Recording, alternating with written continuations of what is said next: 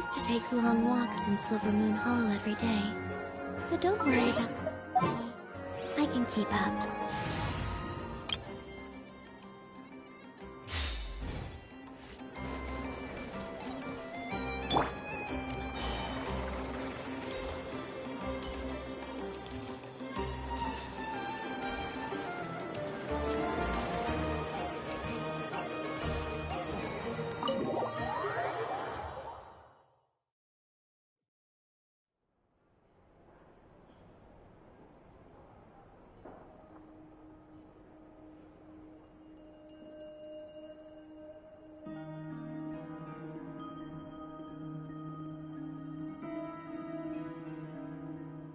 Looks like the gang's all here! Yep, all ready. How about you two? Green and good to go? Paimon's ready! Great, let's get rolling then. Great. Well, first things first. Wait. Someone's here. We heard your footsteps. Although... You've been here for a while now. I take it you followed the Traveler, but I don't sense any ill intent in you. Come on.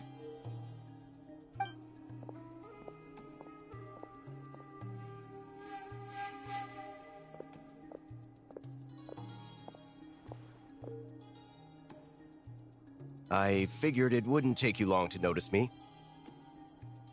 I come bearing news from my lady, the Knave. Dottore went through the motions of returning to Snezhnaya, but it was obviously a facade.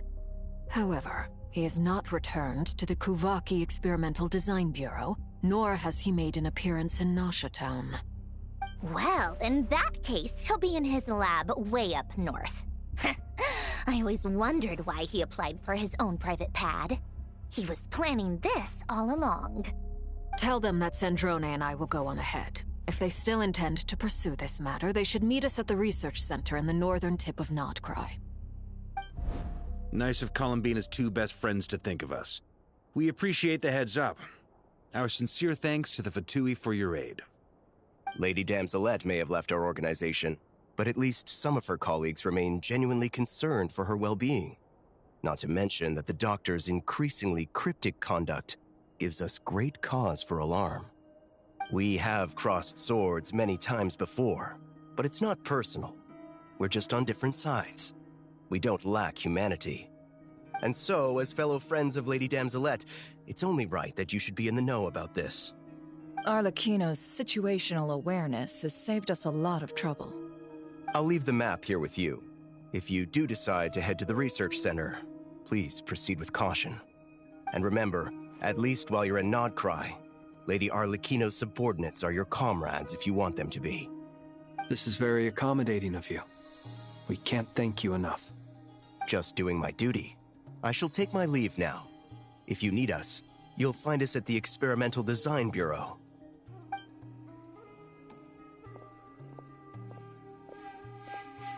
So, the Doctors left the Experimental Design Bureau and headed to some research center up north. Marionette seems to think he's been planning this for a long time. But when did it start? Before he even arrived in Krai? It seems his loyalty to the Tsaritsa is lip service at most. Behind the scenes, he may even be working against her. Whatever his motives, we know that he's decisive and incredibly ruthless. Facing him unprepared would be a recipe for disaster. At this stage, it's difficult to predict his next steps. I suggest we split into two groups. We need some people to stay behind and guard Nasha Town. Well, as much as I'd love to help, infiltrating research labs isn't really my area of expertise. But at least take Cool Your Jet's Ducky with you. It should be some help during the battle. And as for Miss Inefa, I suppose you will stay to protect Miss Aino? Detecting operational logic. Protect Aino. Priority. High. Just in case, Servarka, I think it would be best if you stayed behind as well. You can leave the research center to us. I mean, I would have said the Knight of Berea should probably be out on the front line, but Okay, fine. Leave Nasha Town to me. Be careful out there, okay? If things get out of hand, fall back right away. Yehoda will be on hand to assist you. In my absence, she can handle any intel gathering work. You got it, boss. You guys make sure to get back here in one piece, all right? We will. Things are moving fast.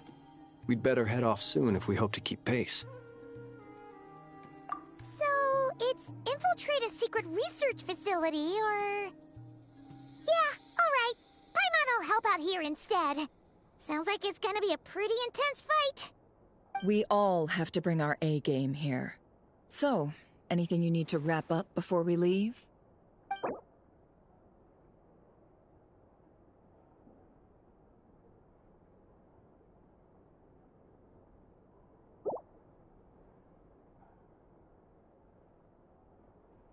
Then you'd better get going. Very well.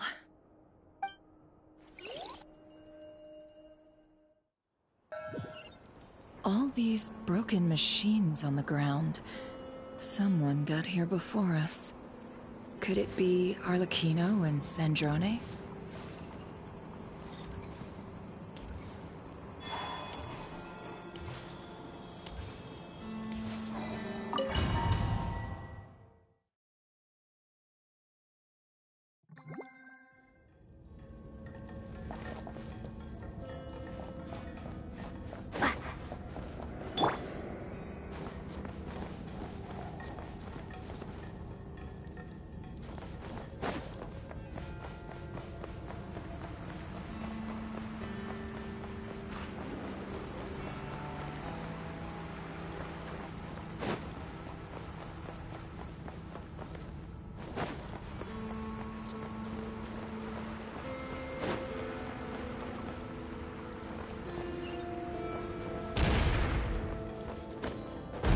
That's quite a welcome party.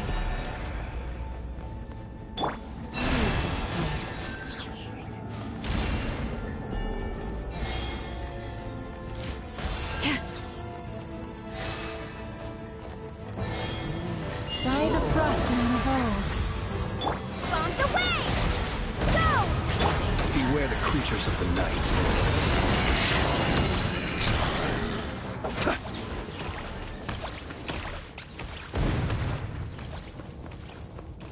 Get back! I said get back! Do you hear me? Why isn't it working? No! Don't come any closer! Don't! Ah!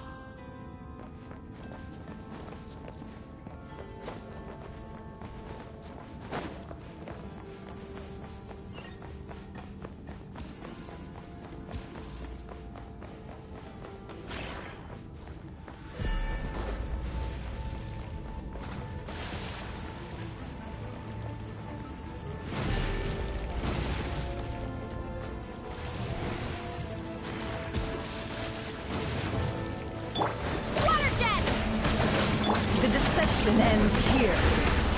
Branch into song. You poor soul. May your spirits find peace. Grab that key on the ground. We'll probably need it at some point.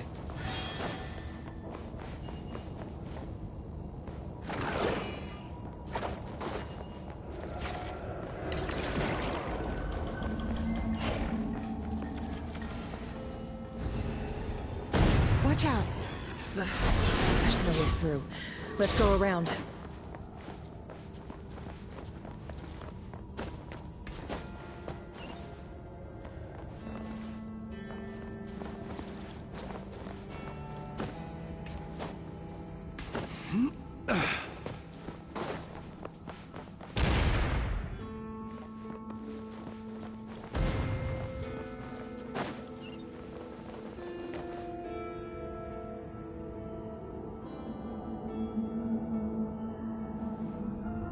What the? Trespassers? Here? What's wrong with you people? We're looking for the doctor, and we understand he might be here. I see you're fleeing the facility.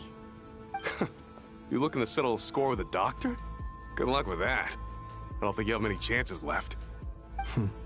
Perhaps. But you might have a chance to live if you start talking. 2 other Harbingers had the same idea as you. They're already inside. But what good is it gonna do?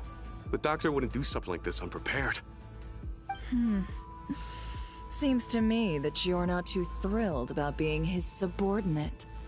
Also, is it just me, or do I sense monsters nearby? If you'd prefer their company to ours, that can easily be arranged. We need to know what the doctor is up to. Please, if you know anything at all, tell me. This is about more than us versus the doctor. His actions could have consequences for all of Krai. And perhaps even your homeland, Snezhnaya.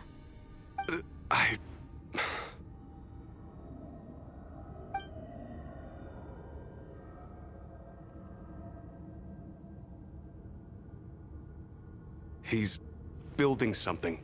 Ambitious doesn't even begin to describe it. Feels like this could be the big one. God knows how long he's been planning it.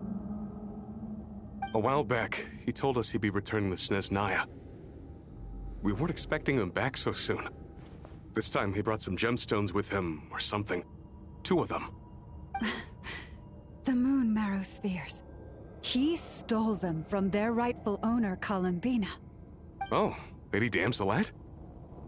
Last I heard, she left the VIII.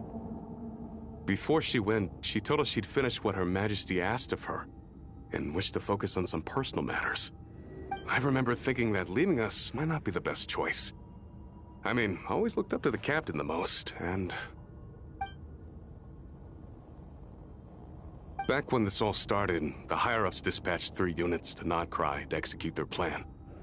They were led by the Doctor, Marionette, and the Damselette, respectively.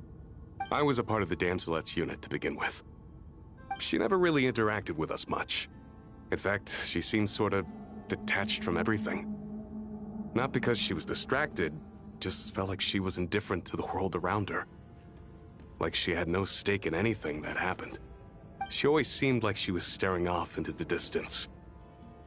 Almost as if she didn't see anything worth living for in the present, so she had to look further afield. That's right. She always used to stare up at the sky. The Doctor used to stand nearby and watch her. Apparently they got along well at first, but somewhere along the way, she grew wary of him. Started avoiding him as much as possible. After she left, everyone in our unit merged with the Doctor's. He's similarly indifferent to the world, except when it comes to the moons. He seems to have big plans for them. Right now, obtaining the 3 moons is his #1 priority. He even said, if he can only get his hands on 2 of them, he'll create a 3rd one himself. How would he create an artificial moon marrow? Maybe the knowledge he gained from the Hyperborean phantoms has something to do with it. Thank you for cooperating. We appreciate the level of detail. I get the sense that you'd serve under Columbina again if you had the chance. Would that be fair? No, she's no longer a Harbinger. As a member of the VIII, my loyalty will always belong to the Tsaritsa. I'm only telling you all this because I don't completely trust the Doctor. His actions do not align with the goals that first brought us to Krai. I understand. We'll do everything within our power to stop him. The Knaves unit is based at the Kuvaki Experimental Design Bureau. Maybe you can seek refuge with them. Well, now we know what's going on here. Artificial moon marrow. He's likely well on the way to completing it. Dottore's technological capabilities are far more advanced than I thought. I fear this could get ugly. Everyone, prepare yourselves.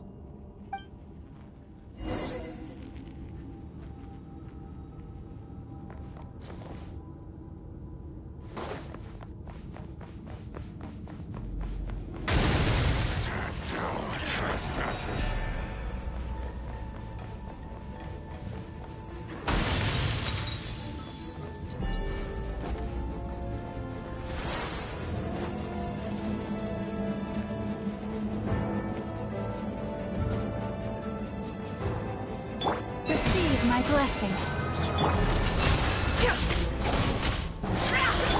With one heart, we pray. Water jet! Be silent. Do you fear the dark? Close your eyes to dust.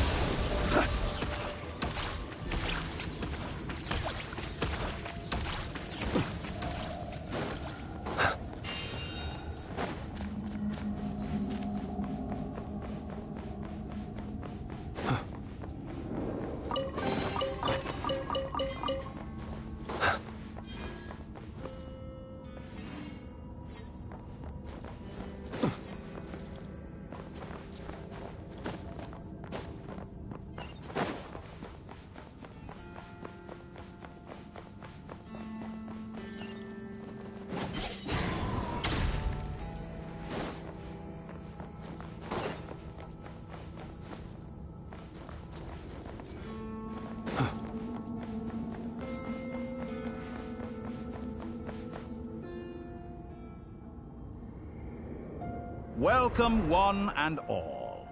I've been expecting you. I hope my humble research facility is to your liking. Yeah, we really appreciated fighting our way in through a horde of monsters. The gall!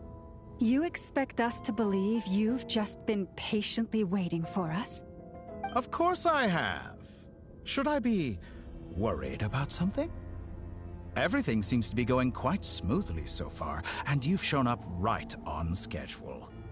First Sandrone and Arlecchino, now you. Ah, quite a surfeit of guests I've had today.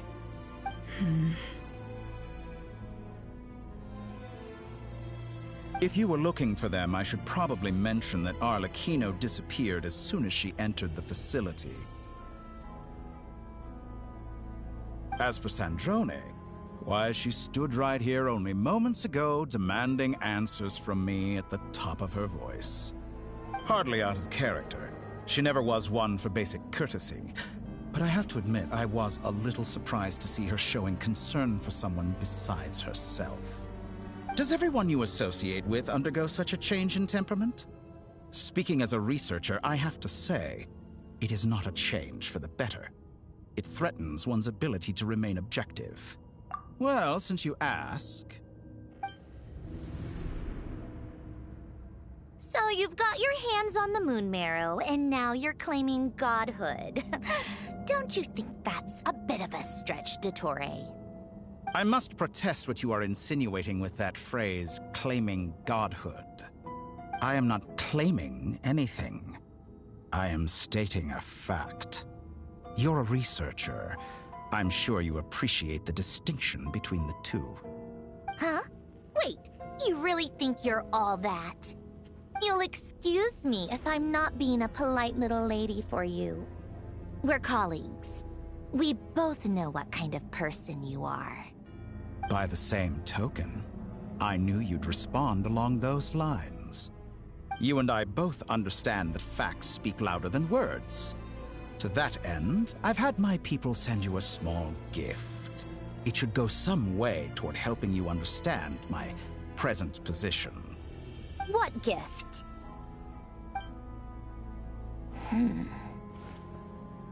Where have all your troops gone? Who knows?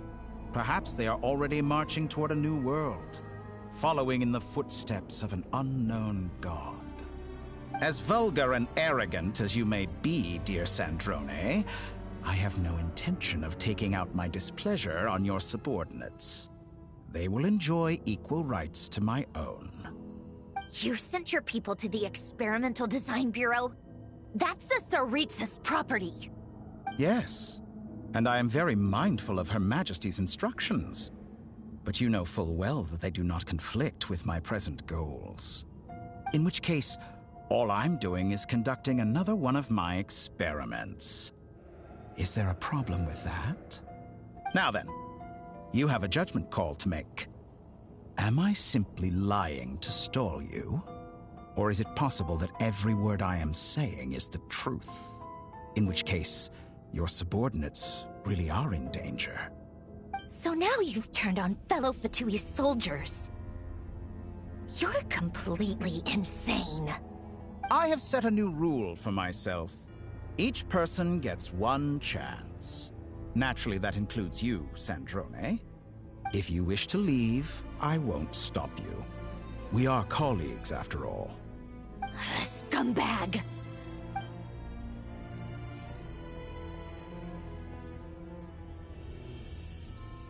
Still, I hadn't counted on Sandrone sparing any thought for the people of this world. Shame. I always found her self-centeredness to be one of her few better qualities. How can she ever hope to achieve greatness when she's so obsessed with protecting her little design bureau? It's more than a little disingenuous to speak of achieving greatness while taking hostages. Or does honor no longer mean anything to you? Honor? I have the marrow of 2 moons in my possession and will soon complete the construction of a 3rd. I will be the god of a new world. And you speak to me of honor? How charmingly naive. Those are sacred relics. You do not deserve them.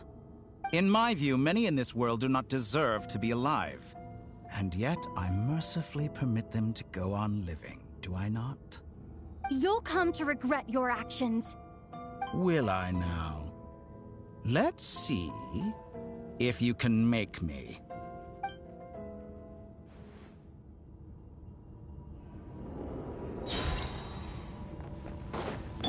For the everlasting forest. You won't feel a thing. Wipe out! The long sleep beckons. Be silent. Observe. Be silent. Target acquired. Deep within. Can't hide the truth.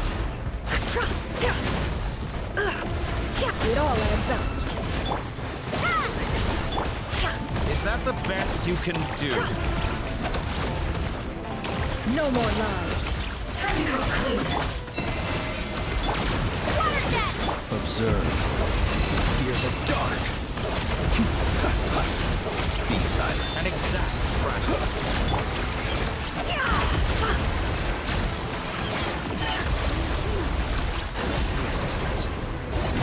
Kino. I see you as an ally. What a farce. You're clearly here to destroy my research, not I'd say your research is more valuable than your life. Am I wrong?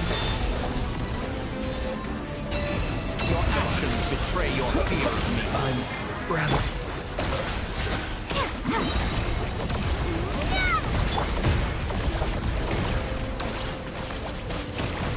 Observe. Be silent. Do you fear the dark?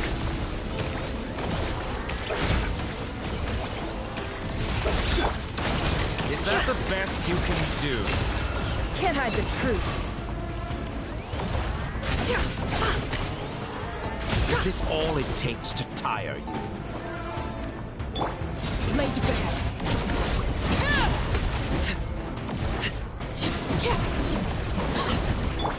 Water jet! Lush as the moon. For the everlasting forest. You won't feel a thing! How disappointing! Seek within.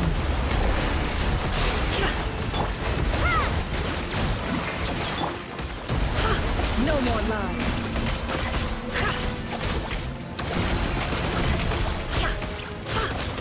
It all falls into place. Tora is too powerful with the artificial moon marrow in his arsenal. Fighting him is futile. Quickly!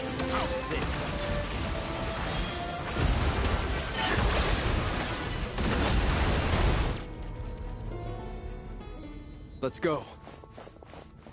I've always thought it is wiser to flee than surrender.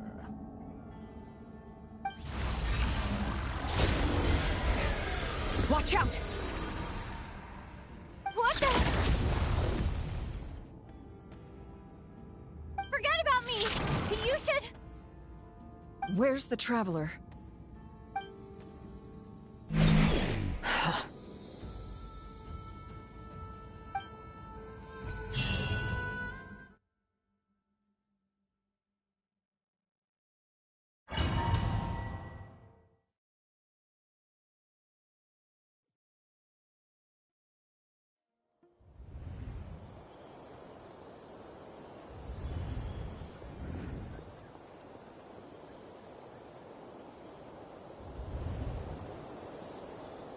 What just happened? Nasha Town? How did I get here? Strange. I remember being trapped by Dottore during the battle, and now, all of a sudden, I'm here. Something weird is going on. I guess I'll start by exploring the area. Huh? Traveler? What brings you here at this hour? Huh? What are you in the mood for today? A hot dog? Or something else? We've got some special discounts at the moment. Want to see the menu? Sorry, I'm not hungry right now. Ah. Well, feel free to take a seat for now. Let me know if you change your mind. Everyone seems to be acting normal. Am I just overthinking? Oh, darling, look who it is. One of our regular customers. Get the traveler something to eat, would you, dear? Wait. Why is he talking like that? Well, I'd love to, but can't serve a customer unless they order something. Anyway, I take it your business is wrapped up? Yes, thankfully. It was a long trip, and it's left me feeling pretty exhausted. But the upshot is, I won't have to leave again for a good while. We can have some quality time to ourselves. Wait. These two are a couple? I see some kids around too. I didn't know they had a family. Hey there! I haven't seen you in ages! What's keeping you so busy? I've been looking forward to playing with you again. You forgot already? You're silly. Daddy brought you over to our house recently. We had some snacks together. What is she talking about? We've had a lot of customers over the last few days, so we've been real busy. And like my mom always says, some people are more than just customers. They're friends. Oh! Another customer's arrived! I better go see what they want. This is all wrong. I never once heard the owner of this restaurant talk about their family. It certainly isn't a family-run business. And that child, I don't recognize her at all. Could this be a false memory? Very good. I knew you had it in you. Aren't you going to try the house special? When did he show up? No, none of this is real. You don't seem to like it here. That's fine. We can change venues.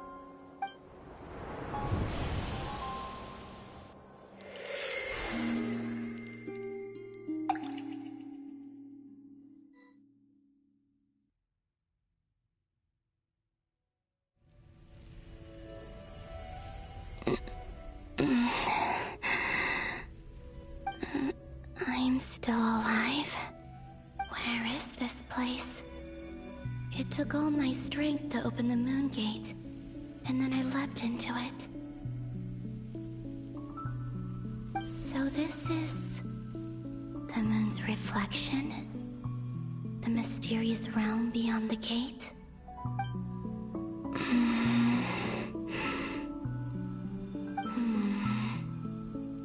I can't sense anything. I guess I could try opening the gate once more.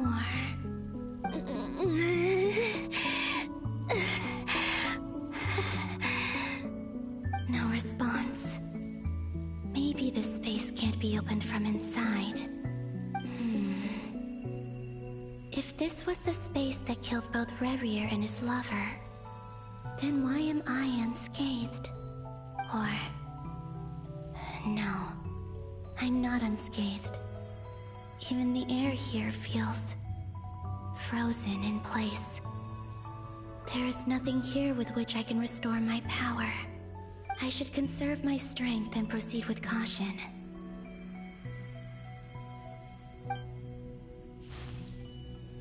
I don't believe Dottori's scheming will stop just because I escaped. If there is any chance that I can get back to the others, any chance at all, I must return.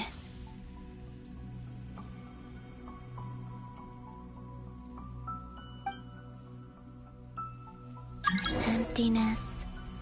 Silence. What is this place? Maybe the real question is, what is it for? What's this? Looks like it responds to my power. Golden. Like Kuvaki. Is it some sort of guide? And why does it feel so familiar? I might as well follow it.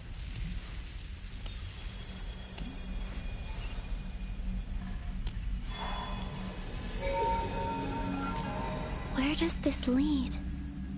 Could it be the exit?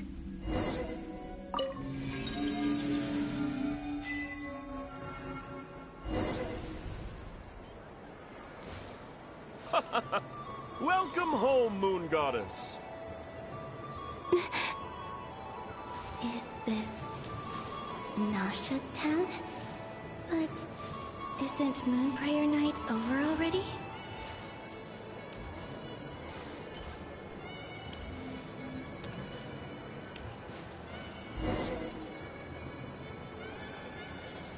Goodbye for now, Columbina.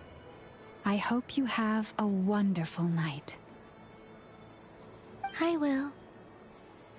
Llama, everyone else, and me? Are these my memories?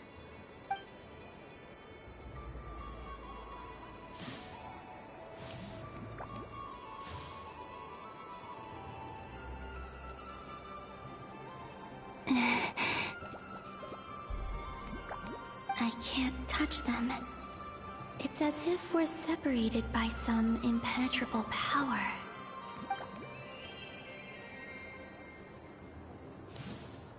Over here! Over here!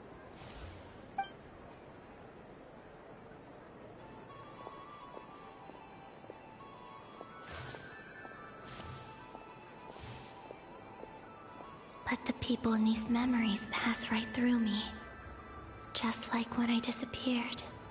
If only I had known what would come to pass after that. Even so, I should still take a look around.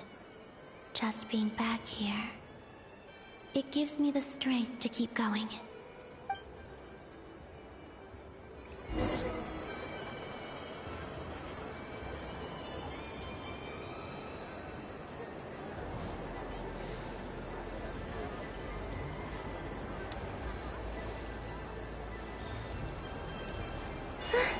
Welcome home, Moon Goddess. Oh, you're the genuine article. Alice was right. This Moon Prayer Night was worth watching after all. Oh, yes. That was the fortune-telling stall run by Barbeloth from the Hexen Circle.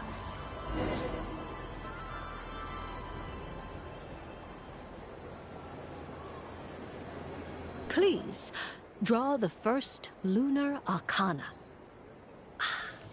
This represents destiny and is the foundation for the divination as a whole.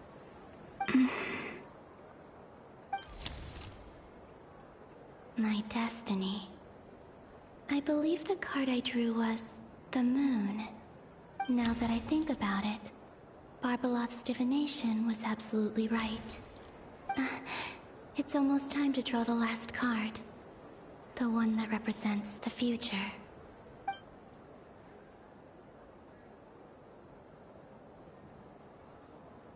That was the card that popped out on its own.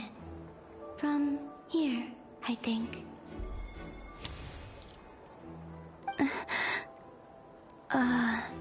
Kuvaki Pulse? What? Fascinating. I've never encountered this before in my role as a diviner. What's going on? Did that card leave the deck? Because of my influence? All I did was try to touch it, and then... Maybe this memory space is not untouchable after all. Are there weak points in the barrier? Or... is it possible that there's more to this space than my memories alone? This card is death. I need to get to the bottom of this. I'll try touching something else.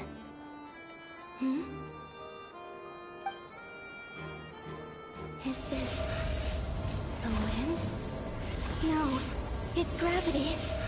It's pulling me outwards. No, Traveler!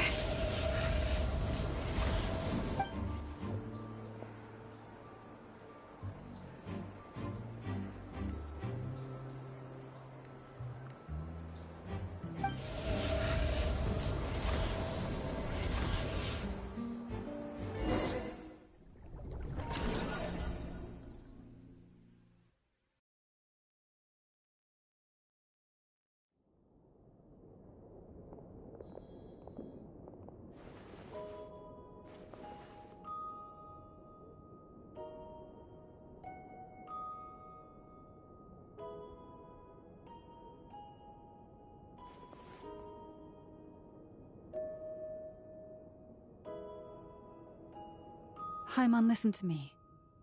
From the bottom of our hearts, we are so sorry. We completely understand how you must feel. The Traveler is trapped, and we all feel responsible for it. Don't say that! Haimon's not a little kid! You didn't leave her behind on purpose! There was nothing you could do! But... She's all alone in there! What if something happens to her? What are we gonna do then? We've barely spent any time apart since we met. Is she gonna die? We must find a way to rescue her. We were all involved in the operation where she was captured, and we do not abandon our comrades. That being said, it won't be easy. Through conversation with the others on our return, we've arrived at a basic idea of what we're up against. Dottore's lab has clearly been in operation for a lot longer than we realized. We found many monster samples stored there. In all likelihood, they were materials he used to research his latest technology. We also know that through his contact with the phantoms of Hyperborea, he gained knowledge about the moons and certain Hyperborean technologies. Using this knowledge, he then fashioned an artificial moon marrow to serve as a replacement for the frost moon beyond the sky.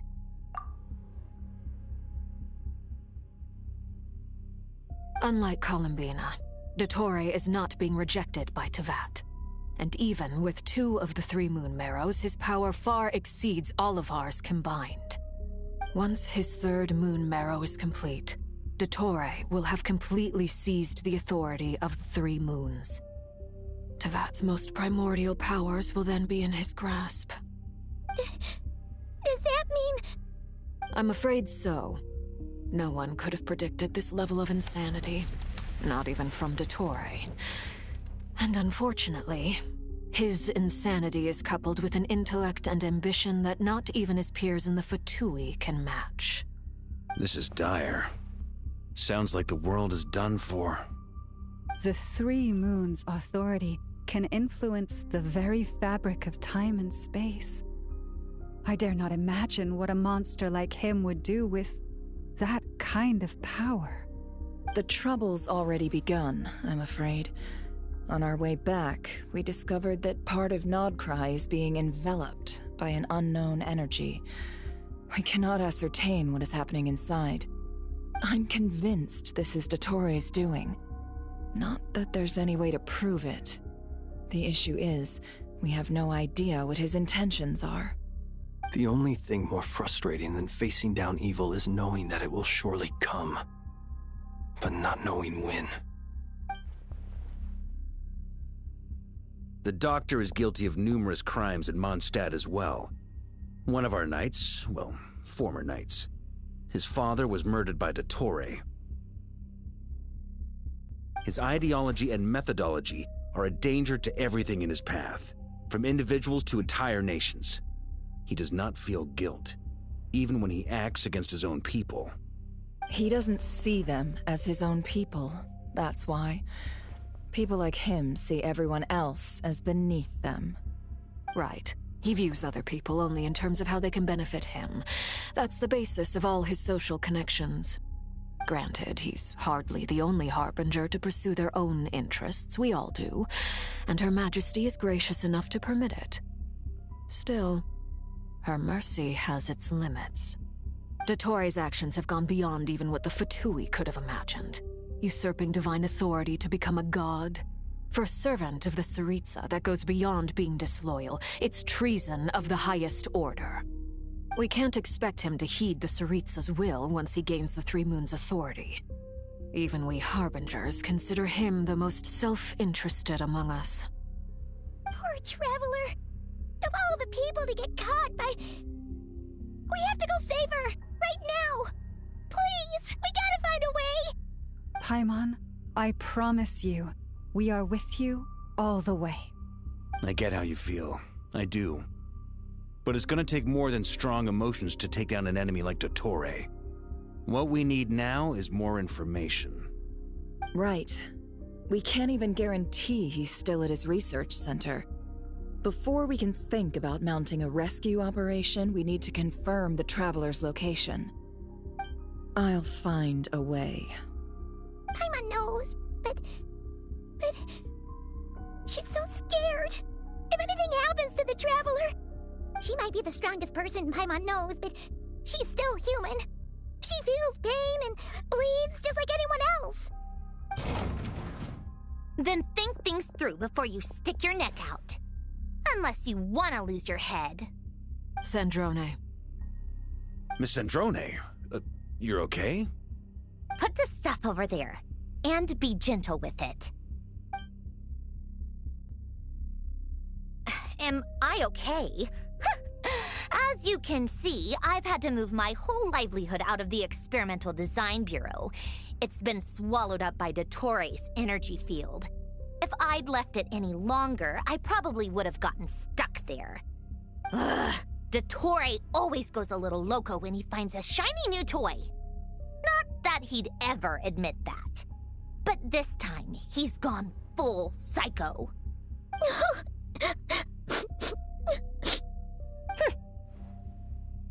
Just go ahead and cry already. Sorry. Paimon's not trying to make it seem. It's just... She can't. Oh, Paimon. Let it all out. There's no shame in it. When you're overwhelmed by fear and despair, crying can help get it out of your system. You'll feel better for it. Okay then, while the baby of the group is having a moment, how about the grown-ups get to work? Give me your hand. You've made a discovery? Polonia, scan.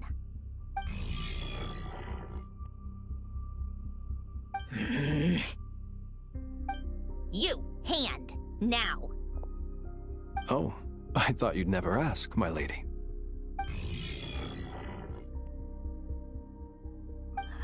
Curses! You're next, then you.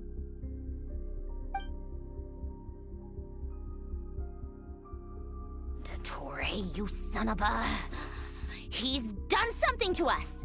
Everyone who entered his research center has been implanted with some sort of curse. I don't feel anything unusual at the moment. Does that mean it hasn't activated yet? Is there a way to figure out its purpose and what might trigger it? My best guess is Dottore created it using the Moon Goddess's powers. 1 second, analyzing. Ugh! That friggin' maniac! So, what twisted game is he playing this time? The moment I analyzed the energy composition, some encrypted text appeared in my mind's eye. And when I deciphered it according to the VIII standard encryption protocol, I got the following message. Feel free to run, or you will perish in Nod Krai. He's mocking us. Yep, he loves to toy with people. Only in this case, there might be more to it. But I didn't detect any murderous intent or malice either in the message or the curse's energy. As if this is him at his least malicious. Or perhaps all people are cowards in his eyes. Maybe he thinks the threat alone will be effective. What a despicable person. And he has the Traveler in his grasp. if I may. As unhinged as Dottore may be, he has always exercised great patience with the objects of his interest. I remember a comment he made when we first arrived in Krai. He said, "This world is, on the whole, an exceedingly dull place. But at least there are a few intriguing features, such as the gods, or the Traveler. Presumably, they interest him because they're unknown quantities. He wants to understand as much as he can about them." Agreed. The Traveler is Tevat's fourth descender. All Harbingers are aware of this. Since Dottore took such pains to capture the Traveler, he is unlikely to kill her right away.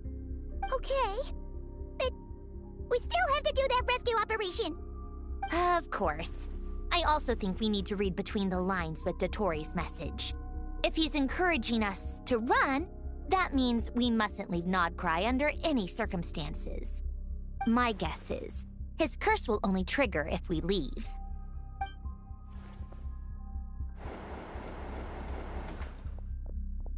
We've discovered multiple energy fields. Albedo is still attempting to analyze their structure. He told me to report back first. Each field is slowly growing, swallowing up more of the surrounding area in the process. And the pace of their expansion has increased since we first examined them. He's probably trying to swallow Krai whole. His nefarious ambition knows no bounds. If this continues, the whole of Tevat will be in trouble, not just Krai. The loss of Columbina could not have come at a worse time. Do we think she's truly gone for good? She entered the space beyond the Moon Gate, knowing what became of Rerir and Thalindus.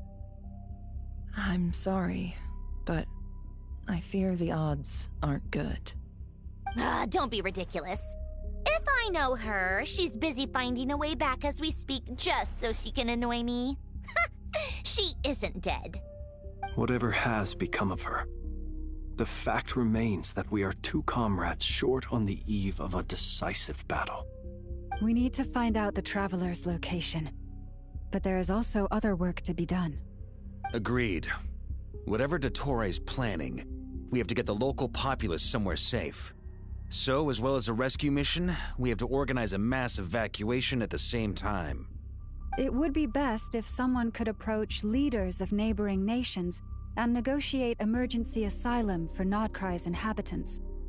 Can anyone handle that? Snezhnaya is one option. I'll see what I can do. This would be so much easier if the Traveler was here. No! Stop thinking like that, Paimon. Paimon will join you. She's pretty well connected thanks to the Traveler. Maybe it'll come in handy. Either way, that's what the Traveler would do if she was here.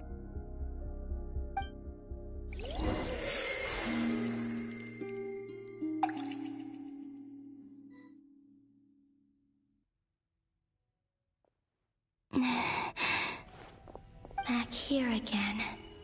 That gravitational force that pulled me back. Is this where it came from? When I saw that memory of Moon Prayer Night, I think I influenced reality. Was it just a coincidence? Or, if only I could have sent the others some kind of warning on Moon Prayer Night. Maybe we could have stopped Dottore. I feel so heavy. Does entering that space consume a lot of energy? Well, even so, I have to keep moving forward. Back to emptiness and silence again. I should try and find my way back inside that memory.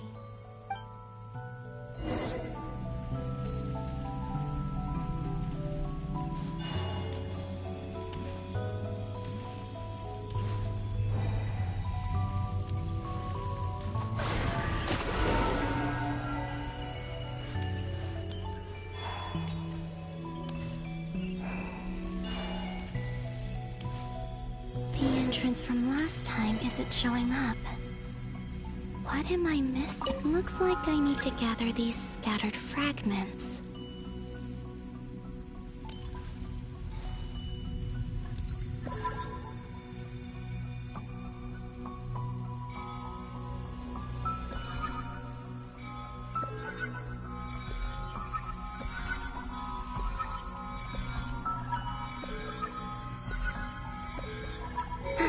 It worked!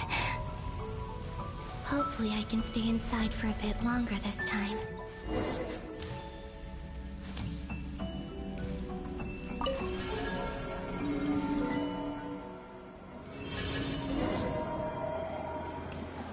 Ad Astra Abyssosk. Welcome to the Adventurers Guild. What? This doesn't look like Moonprayer Night.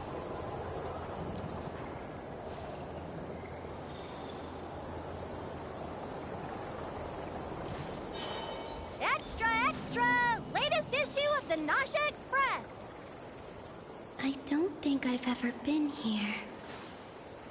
Maybe this space isn't comprised of my memories after all. There aren't any festive decorations around. Is this Nausea Town after Moonprayer Night ended? Did Dottoro's plan not affect the town? Or is no one aware of what happened because he used the Three Moons' authority? Let me see if I can influence anyone else. So, what do we do next? Wait, that voice. Paimon? The most important thing right now is to find that mage.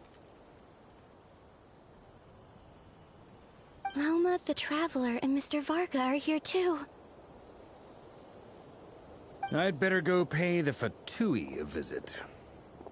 Traveler!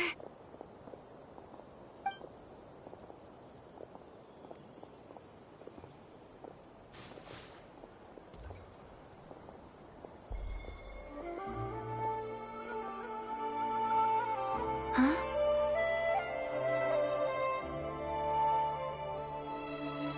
Columbina?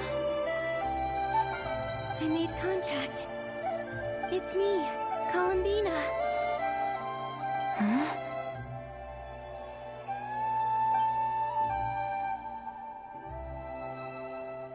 Traveler? Let's go! This is no time to be spacing out! Huh? Huh? Wait a moment. This has happened before. Huh? This is what happened when I disappeared. I stood right over there, thinking that no one would ever find me again. It was only when she called my name that I decided to follow them. But did she turn around because she sensed my touch just now? Is it really possible that from in here, I can change the past? If I keep following them, maybe... Huh? It's that gravity again.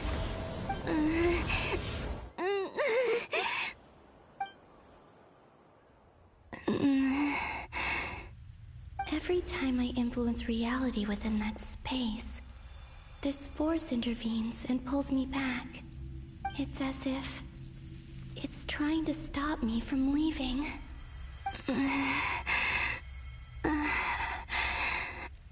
I'm getting weaker and weaker. I'll just have to try another approach next time. Come on, Columbina. Keep going. You have to tell everyone what happened.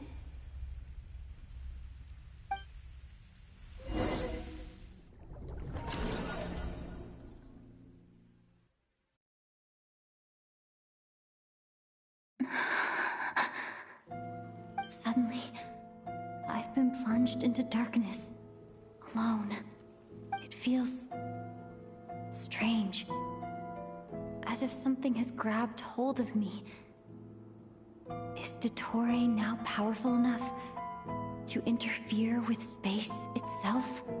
Look at you, standing so still in total silence. I almost didn't recognize you. Hello there, traveler. He seems to be in a good mood. Wait, what's that behind him?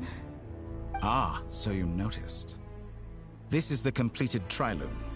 2 primordial moon marrows and 1 artificial specimen. You are wary of it. Good. Maintain that reverence. You performed well in that recent battle. Brave and reckless as always. Courage is the sign of a true hero, and impulsiveness is the hallmark of those who strive to advance. I say this not to belittle you. Most creatures are far more timid by comparison. 3 moon marrows. Does that mean the artificial one is now complete too? Well spotted. What do you think? For a replica I built myself, I dare say it looks the part. Dottore, are you planting illusions in my mind? I have no interest in fooling your eyes. On the contrary, I hope to show you the true essence of all that you see before you. Is this not a beautiful city? People live in peace and find joy in their work. The streets are safe. People can even leave their doors unlocked at night. You might say it is the Elysium everyone dreams of. All available data indicates your values and worldview conform with the mainstream. This kind of society should be quite to your taste. False beauty is deceitful. Lies are to no one's taste. I wonder, is it your moral standards that are too high? Or your expectations of reality? Answer me this. If someone existed in a sweet dream from the moment they were born, a dream in which they never once felt pain, which do you think they would consider superior? The dream or the reality? That's pure sophistry. It has nothing to do with your actions. As I suspected. You have yet to understand all of this for what it really is. What do you want from me? You sound impatient. Do you think the only reason I'm keeping you is because I want something from you? If it's not, then why haven't you killed me yet? No one can stop you if you're as powerful as a god. I'm delighted you recognize that fact. I believe we last squared off in Sumeru. Ah, the memories. How time flies. You and I have both grown. I'm not surprised that Arlecchino and Sandrone worked with you. You've always a way of slowly but surely ingratiating yourself with all levels of society. People laud you as a hero, but I suspect there's more to it than that. Oh, but to be clear, I don't say that to flatter you. Do you always give your opponent an appraisal before you deal the final blow? Call it a long-time habit. I'm a researcher, and one of my duties is to give an objective assessment of my subjects. But you misunderstand. We are not opponents. Not at this moment. I just want to talk. Think back to Tartaglia, Arlecchino, Capitano, Colombina, and now even Sandrone.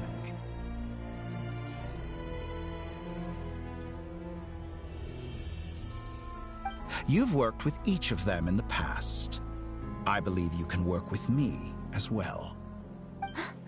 What makes you so sure? Well, why not? Should the good associate only with the good and the bad befriend only the bad? I like to think we could have a more mature relationship than that. Surely you don't think all your relationships are grounded in friendship or shared ideals? People come together because it benefits them to do so. If you think of the people you admire, you must surely admit that they have provided some benefit to you. Morality, ambition, dreams. People have plenty of words to embellish the nature of their relationships.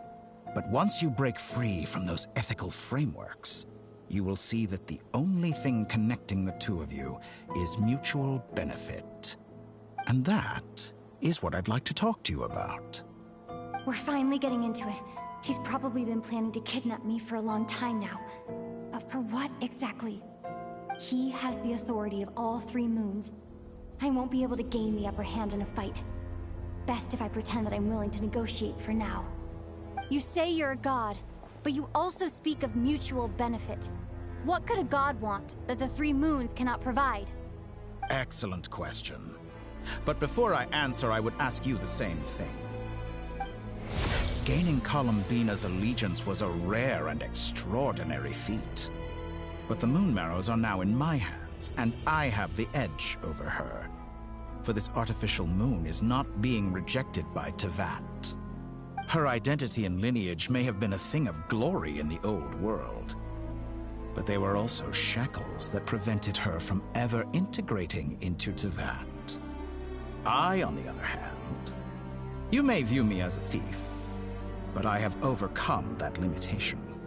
So what is it that the Three Moons cannot grant you? What stops you from negotiating with me to get what you want? I don't make deals with lying psychopaths. That's quite an accusation. Are you expecting me to get angry with you? Well, this is one aspect in which my personal growth has served me well. In the past, my less mature self might have been disappointed, perhaps even angry, over a small setback like this. Like when you and Lesser Lord Kusanali joined forces to oppose me, for example. But things are different now. Just as the rich do not quibble with the poor, I no longer find myself perturbed by these trivial affairs. Human relationships end with conflicts of emotions and interests. But relations between humans and gods are different. And ours is even more unique. I have ascended to the highest heights and laid claim to unprecedented horizons. And you were no ordinary person to begin with.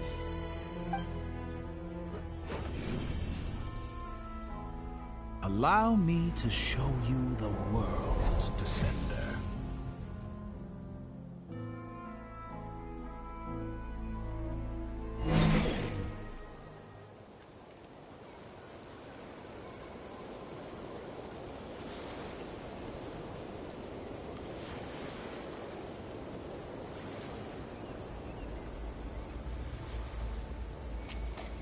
To stand, walk, jump, sit, and lie down.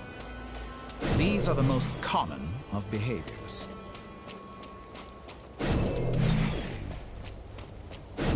Have you ever wondered why we were born following such laws?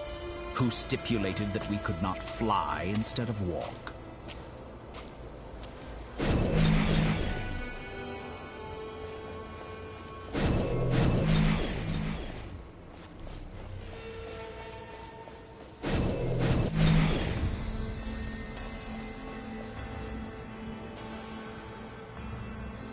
Someone of your talent and experience must surely know of the four great rulers who serve the heavenly principles. They govern life, death, time, and space. One wounded by a blade will die from blood loss or infection, and one who falls into a lake will drown in agony. The elderly wallow in solitude, and the solitary age faster. Eventually, new life is born, only to embark on the same path of suffering. These four divisions anchor the world and shackle those who live in it. But they themselves transcend its boundaries, squandering the power bestowed by the heavens. All who live yearn for equality, but unless the gods prostrate themselves and profess that they are mere servants of the living, equality can never exist. Who makes the rules we must live by? Who has the right to restrict us? The limits of the body can be rejected.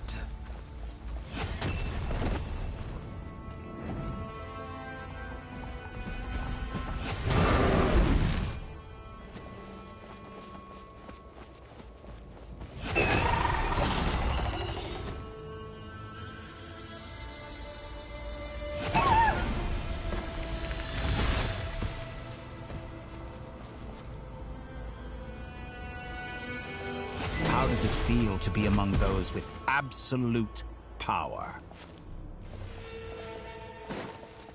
You cannot conceive the extent to which your flesh hinders your mind and spirit.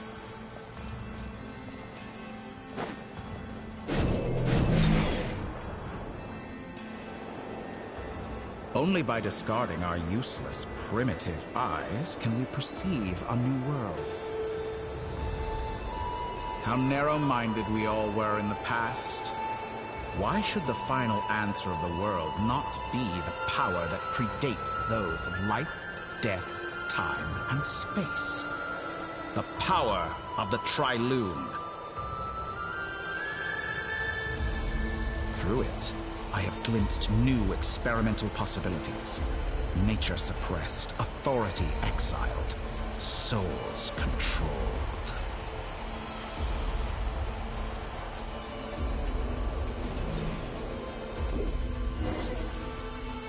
You know, I heard recently that a group of critics reviewed countless stories and drew an interesting conclusion. They found that it is more often than not the villains who strive tirelessly to push the boundaries of progress. In fact, long before this, someone voiced a similar idea in an academia editorial.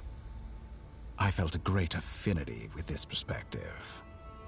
I have never been afraid to step up and play the role of the villain. Fanatics are trampled down for their transgressions, and those who transcend are rebuked for their audacity. And so, the majority of creatures are too timid to follow my lead. But all sacrifices made during my experiments have been worthwhile, as you can now see. I can offer you something new, something unique, precisely because I am a villain. Think about it. We are eternally bound through mutual interest. Can you truly say you would never turn to malice if it could give you the life you dream of? After all, what value do perfection and purity really have? They are fragile and feeble things, utterly tedious. I say, better to be governed by a flawed humanity than a gnosis. The true seeker of knowledge is the villain who undergoes countless tribulations in pursuit of their goal. I'm sure many people have told you that you're different. Because I'm a descender? Exactly. Very clever. But what has that got to do with you? I do not conceal my wicked deeds, my selfish desires, or my greed. A true researcher must act as I do if they are to understand and speak of the truth. And yet, a knowledge seeker like myself will inevitably grow tired of studying Tevat beyond a point. You have traveled to all corners of the world and met many people. Along the way, there have been moments when you were misunderstood or even became a wanted criminal. And all the while, you have spent your days doing some of the most mundane jobs in the world. You fight and toil, claim minuscule rewards from my friend Pantalone, then you fight some more, winning some battles and losing others as your search goes on. And this cycle continues, with no end in sight. Surely you must sometimes grow weary of being stuck in this same loop day after day. We're completely different. I embrace everything that life throws at me. I am engaged in every step of my journey. How does that make us different? I too embrace what life brings, researching everything that interests me. Think of all the novel things I've managed to create, like the artificial moon marrow. Don't you see? As unique a specimen as she was, even Columbina is not irreplaceable. Take that back! She's gone because of your actions! I didn't say that to anger you. Though admittedly, I don't see what there is to be angry about. Anything Columbina could do for you, I can do better. I know what your ultimate goal is. You wish to walk the path your brother walked and seek answers from him at the end of that journey, don't you? Someone like you could never understand what it feels like to care about another person the way I care about him. Perhaps not. But that doesn't mean I can't help. I could find your brother right now, bring him before you, and make him give you the answers you seek. Don't be so presumptuous. You'll never begin to understand the situation between us. Oh, no. This is no presumption. I'm only offering what I know is possible with the power of the Trilune. But it seems like you would sooner continue with your journey through this world. Why? Do you truly desire this journey? Or is it simply a necessary process from which you cannot escape? Think of all the time and energy you have spent, everything you've had to endure just to make it this far. Is this really what you want? Or has your hand been forced by the promise of that final answer? Yes, you have made many friends. But do they ever spare a thought for the void in your heart and what it yearns for? What you want is not friends. It is family. But do they know this? I, on the other hand, am far more considerate. Join my experiment, and in return, I will bring your meaningless journey and all its struggles to an end. This is a malicious attempt to manipulate me. But at the same time, he's stating some very human truths. Of course, he's right about my predicament. How can I deny it? I have faced ungrateful strangers, never-ending troubles, an endless quest for answers. I want to see him. After everything I've been through, words can't describe how much I miss him, how much I want to be reunited with him.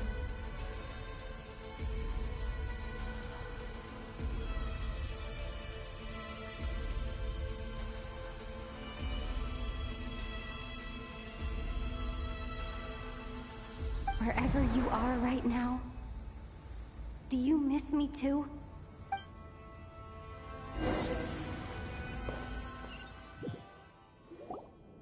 All right, everyone. Our next mission is clear. We need to contact all the major organizations, explain the situation to the public, and then begin the evacuation.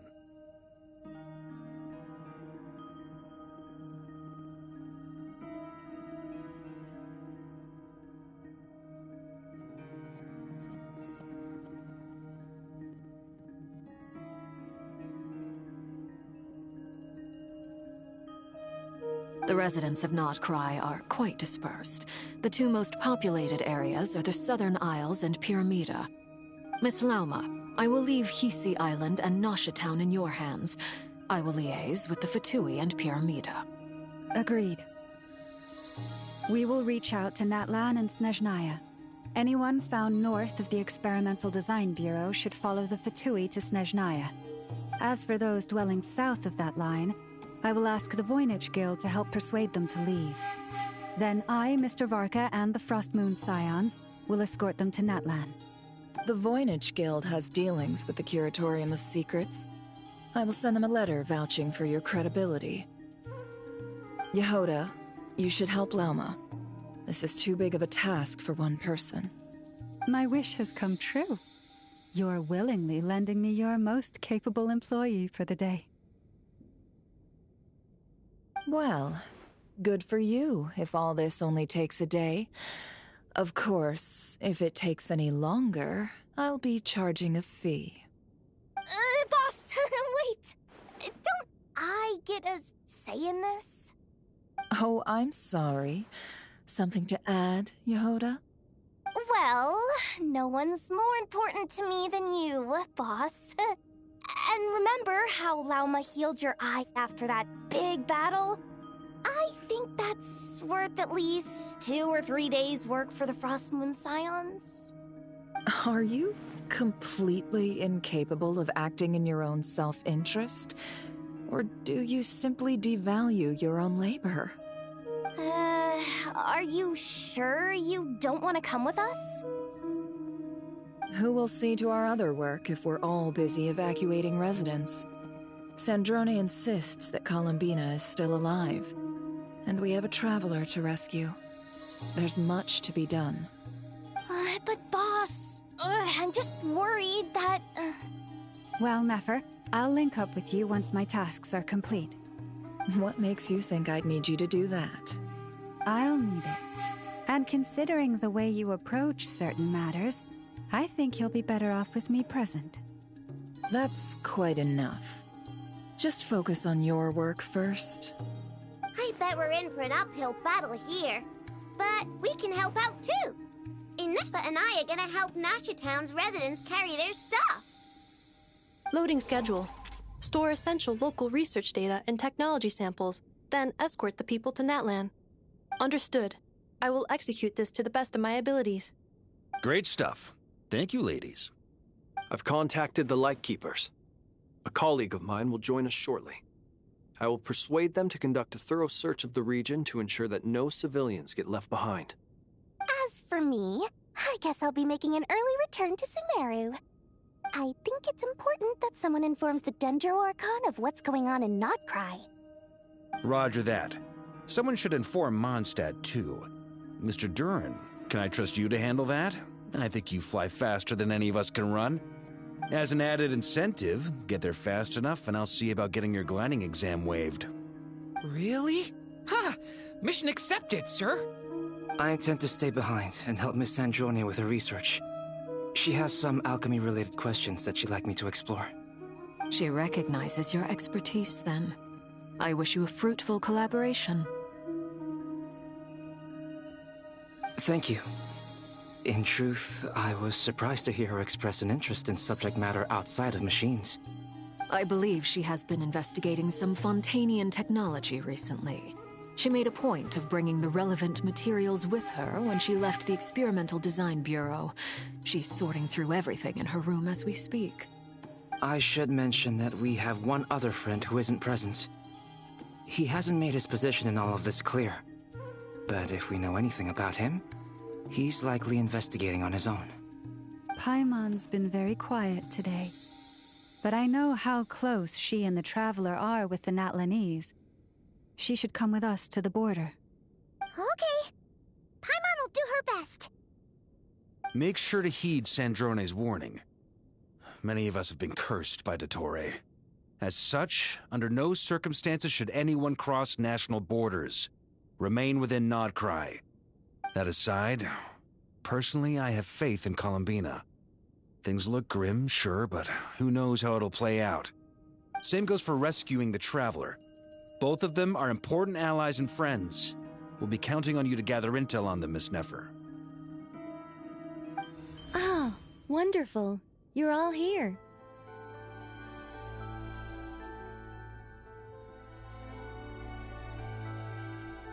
That voice again!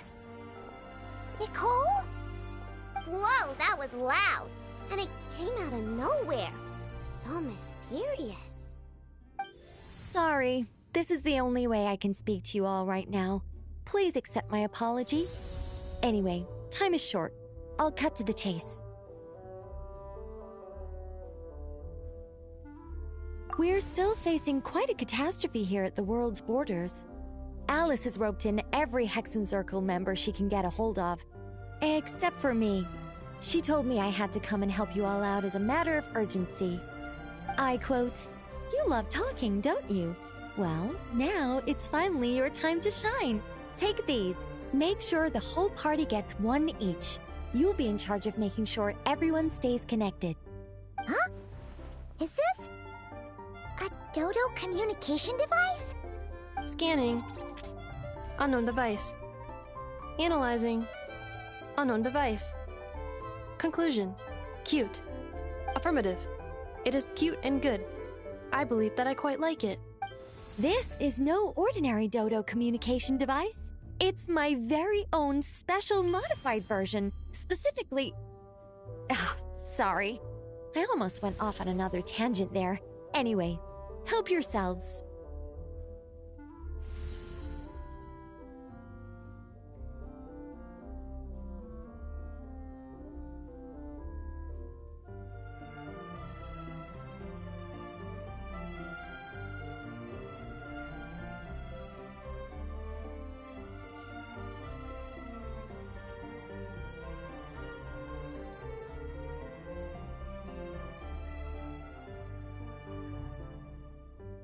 It will allow us to communicate over long distances within Nodkrai.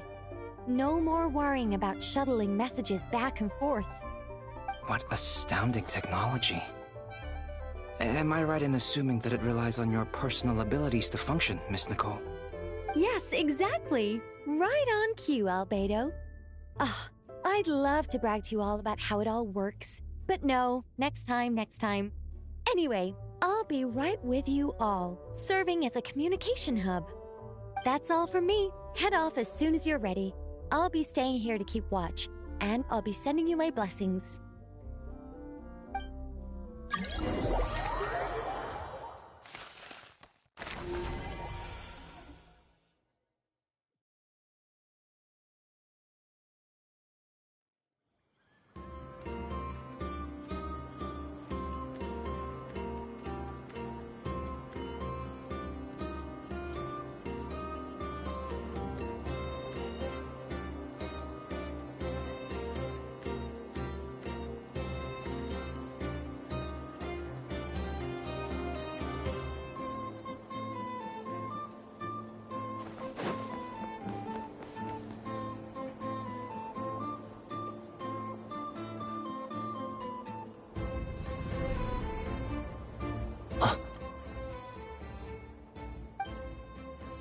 Sir Flint. Perfect timing. I just arrived myself. You are most considerate, Master Eloa. But in fact, I know you have been sitting here for quite some time.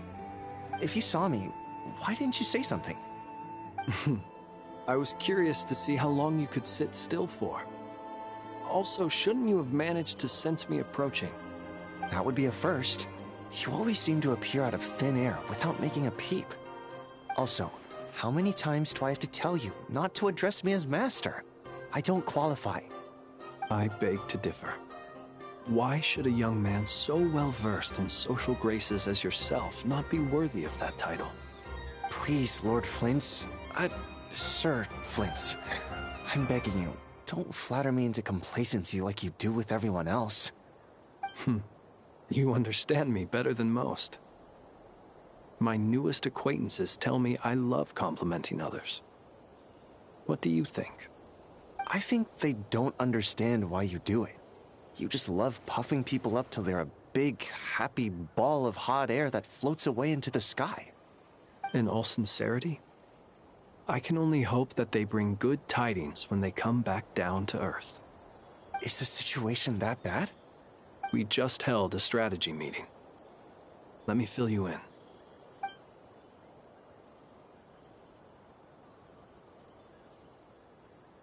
In short, we need everyone gone from Pyramida. We also need a team of Lightkeepers to scour the more remote regions of Nodkrai for civilians to evacuate. I only hope we have enough personnel. We do. Old Man Nikita will definitely help, and we can recall anyone out on patrol to focus on this instead. Good. I'm sure you and the others will make short work of this. Now, don't forget.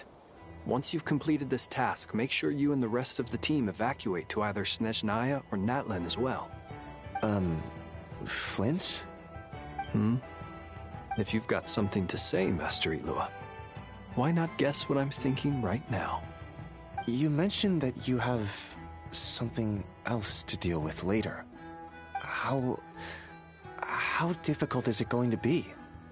I doubt it will be easy. I know you're a Lightkeeper, and it's your duty to protect others in times of crisis. But I have a feeling that you'll be walking into grave danger. However bad things have gotten in the past, Nodkrai has never faced a mass evacuation before.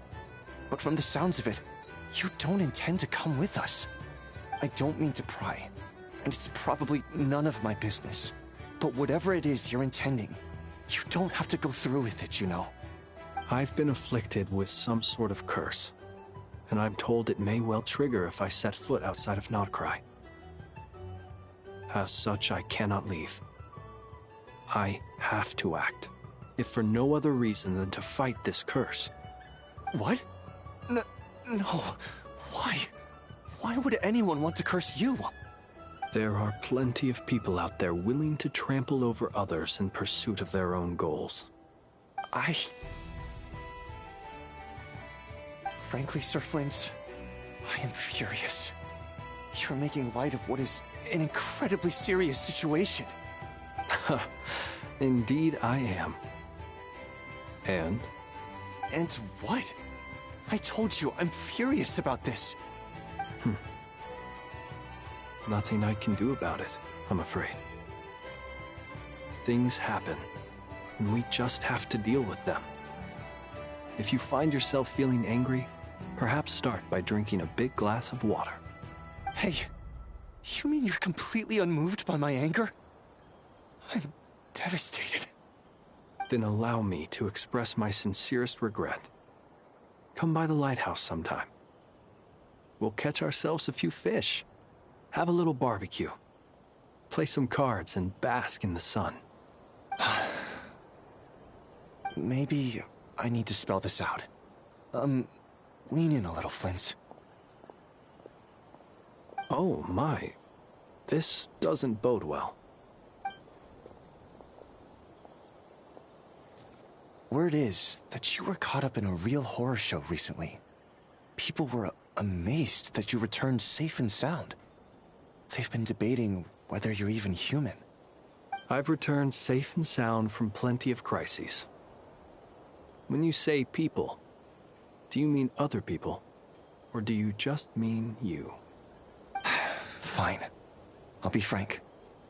You're not human, are you? Heavens. Now that's a horrifying thought. You know what? Forget it. We'll revisit this once it's all over. A sound plan. Albeit a little ominous sounding. Just promise me you'll come back in one piece, all right? For you, Master Ilua. How could I refuse? Also, please pass my regards on to our colleagues. Tell them, thank you all for your assistance. Please put safety first as you proceed with the operation.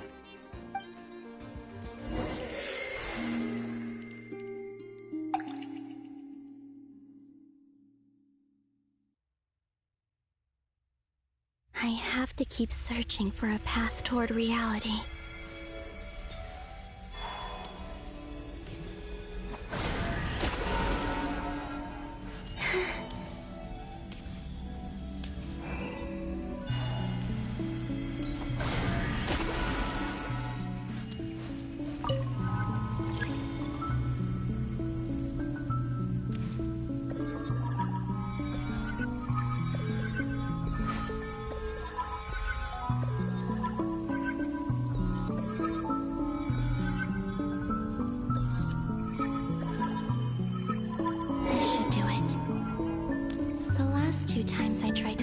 Reality in this space. It consumed a lot of Kuvaki. I'll try and be more careful this time. I need to leave key clues behind using less power. I hope everyone still remembers what I said on Moon Prayer Night.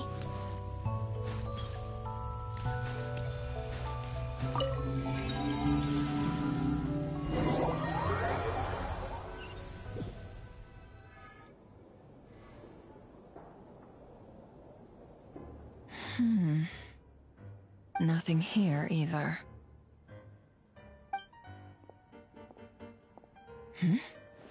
Flint's? Ah, Miss Nefer. What are you doing here? Unless... I just spoke with Ilua about arrangements for the search and came for a walk nearby. As for you, why would... It appears we think along similar lines. And neither of us likes to accept things at face value. As well as figuring out how to gather intel on the Traveler, I wanted to confirm some of my own suspicions. Also, we'll need to bring a lot of force to bear against Ettore, even if we're only looking to rescue the Traveler. We can't leave anything to chance. You don't think Columbina perished either, do you? I'm merely considering the possibility that she survived, just as you are. How much can we really know about a deity like her anyway? Do you remember what she said on Moon Prayer Night? about using moonlight to send messages to us. Of course. I think that's why we're both here. Where have you checked so far? I've been focusing on the outdoors. Anywhere the moonlight shines. I checked most of Nasha Town, but didn't find anything. I checked the Curatorium of Secrets, and a few rooms where I thought I might find some leads. But no luck here either. The only places I haven't looked yet are the rooms in the flagship. But process of elimination isn't the only thing that brought me here. Oh, really? What's your other reason? After all that build-up, our mystery ally never showed up even once!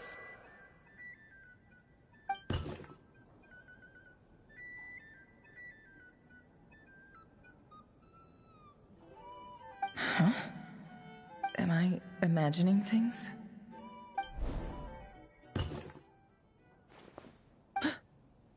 Come on, let's see what's going on. Oh no. I knocked over a vase as soon as I came in. It must have been caused by a Kuvaki fluctuation when I entered the space. Although, it seems like I'm not about to be pulled away this time. It looks like as long as I'm careful with my actions, it doesn't count as influencing reality. Anyway, is this the flagship? The Traveler mentioned that's where she was staying. I only went into the lobby last time, so I've never actually been here before. How does this space work? If nothing else, I can now be sure that it is not simply memory. She mentioned where her room was. I think it's this one.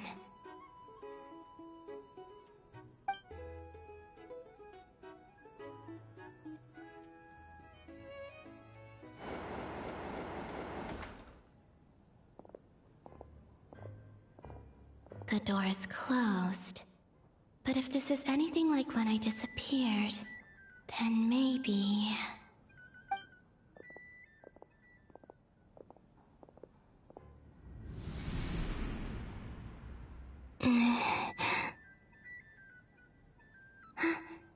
I'm in. She and Paimon aren't here at the moment. I hope she's okay. I wonder what happened to her after that battle with Dottore. Best not to dwell on that for now. I need to try and leave them some clues.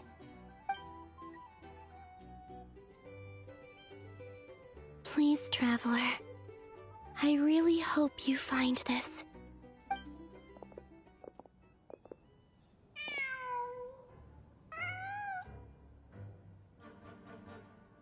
Huh. Just a cat. Nothing else here strikes me as noteworthy. Didn't you stay here for a couple of nights once? Before Rerir showed himself, yes. It's also where the Traveler and I first met. Did you notice anything unusual during your stay? I remember thinking how much noisier the flagship is at night compared to the graveyard. Other than that, no. The Traveler and Paimon were most congenial neighbors. This is where they've been staying, yes?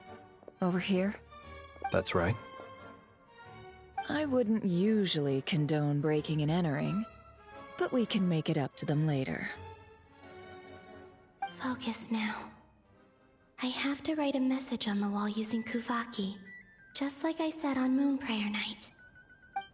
Simply open your windows on nights when the moon shines bright, and the moonlight will naturally flow towards the words I have written.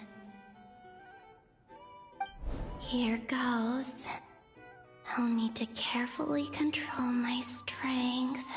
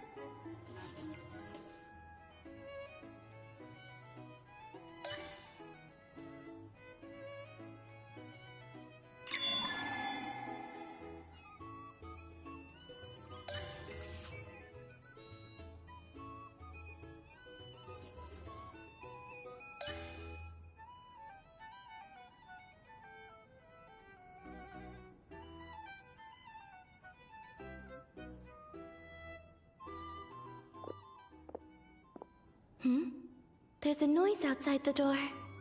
Is she back?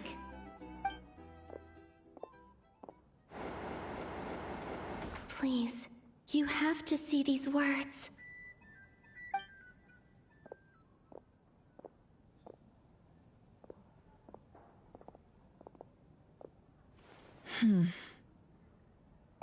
Well, do you sense anything? Unfortunately, no.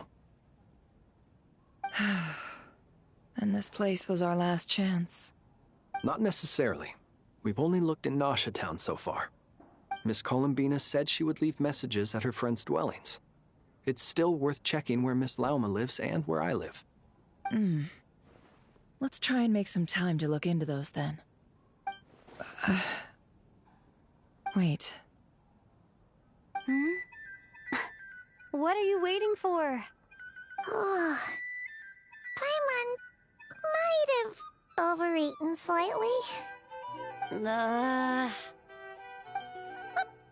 that look for? This is a victory feast. It's normal to eat a little more than usual. The Traveler in Paimon. It's really you. But why are they talking about a victory feast? Huh. You worried Paimon sick while you were out there fighting Rerir. So this is your chance to make it up to her, alright? Wait. So this is the night after the battle against Rerir. How did I end up here? That's quite a long time ago now. Wait. Time. That's it. Every time I've entered reality within this space, it's been at an earlier point in time. Every one of those points has been before I fell into the moon's reflection. And everything I've done to affect reality really did happen in the past. Does this mean that within the moon's reflection, time flows backwards? Starting from the moment I fell in? Not long till Moon Prayer Night now. It's gonna be even livelier than tonight. Although, it's gonna be sad saying goodbye to the damselette. She seems like a really nice person. Paimon. No, I can't. Even if I make contact, they probably won't understand what's going on. And in any case, I'll likely get pulled away again if I do. Instead, I have to find a way to get them to notice what I've written using the moonlight. Wait, even I hadn't thought of doing that before Moon Prayer Night. They'd never conceive of that possibility. Is there truly no other way? Don't lose heart. We'll find a way somehow. Huh? Oh, you say that, but the Frost Moon is beyond the fall sky. If we wanted to go visit her, how would we make it through to the other side? We might not have all the answers now, but I'm sure we'll find a way one day. Huh. Guess someone's gotta be the optimist. The present. The future. That's right. There are still things I can do. What's your plan?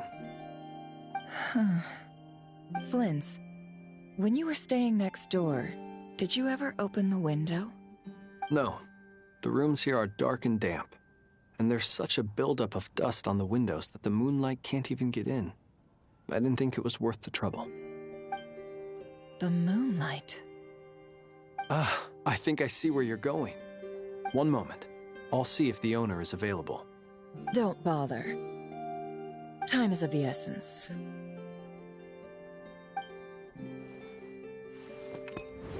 Time. Even if no one sees what I've written at this moment, maybe someone will remember what I said after Moon Prayer Night. I need to write down as much information as I can. And maybe one day...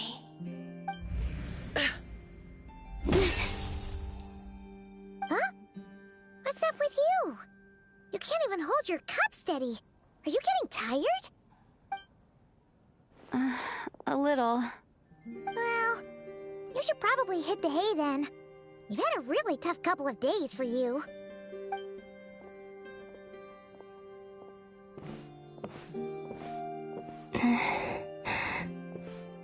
You truly have. You helped defeat Rerir, helped me reclaim my name, and you helped the others organize Moonprayer Night. Wherever you are right now, I'm sure you're still fighting against the injustices of fate. This is all I can leave for them. How I wish I could stay here. But it's time for me to go. I hope to see you again in the next time. And if the opportunity presents itself. I will surely return to your side. Huh. Columbina. She's alive. Not only that, but she's left us an entire wall's worth of clues. She even wrote down what would happen on Moonprayer Night. It's just a shame we found it too late. I am here. Time in this place flows backwards.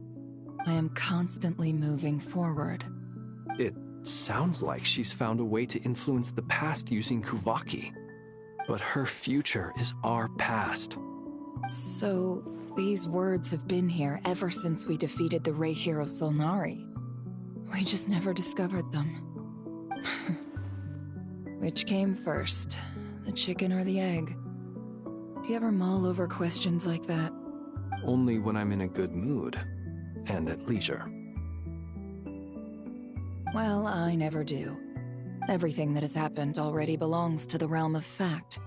As a business person, and especially an intel broker, what I do is extrapolate from those facts to try and read the future.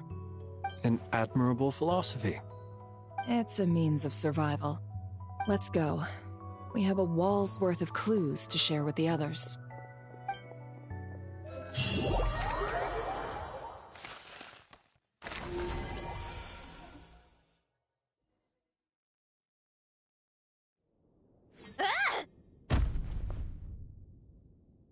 It appears that the doctor's energy signature has changed to something similar to Kuvaki, but not like the Kuvaki we're used to.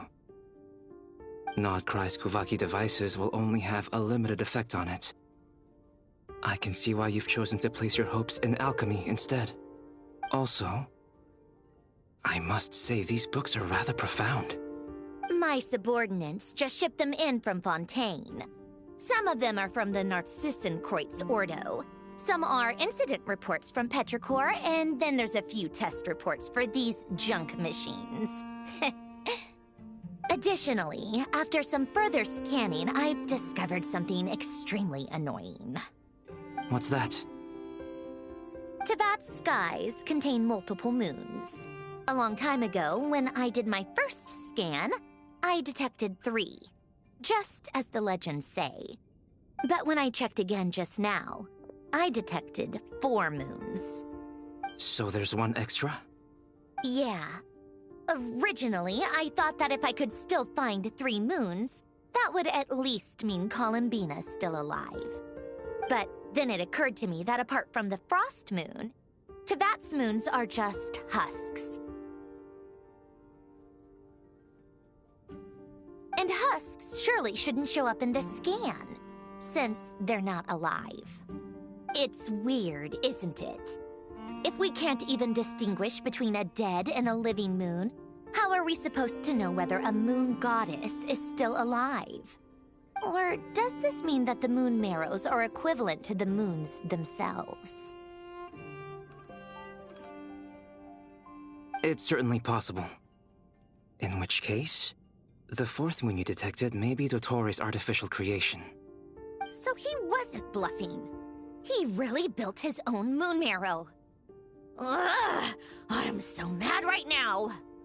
It's easy to get overwhelmed when you have too much on your plate. Maybe you need to relax. Perhaps try going for a walk. Or simply take a few deep breaths. Nothing can calm me down at a time like this. I need more time, and I need progress.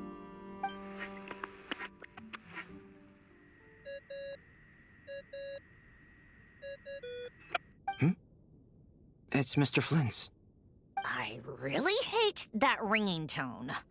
Ugh. First the 4 Orthants of the Narcissenkreuz, then moon marrows. Now what? Oh, sorry if we're disturbing you. Might I ask what's troubling you? What do you want? We're busy. Are you still at the Curatorium of Secrets? Yeah. Look, everyone else is still out, so there's no hurry. Plus, I'm busy, so I would appreciate if you gave me some space. Even though we have crucial intel to share? Fine. I'm listening. Do you intend to share it via the Dodo communication device? Ordinarily, I would, but this is a unique situation. I think it's best that we discuss it in person. See you at the Curatorium.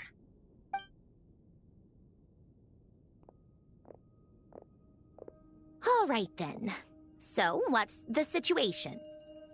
The rest of the team is still out working on their missions and evacuations, but we've decided to fill you in on the most crucial information first. Sandrone, you were right.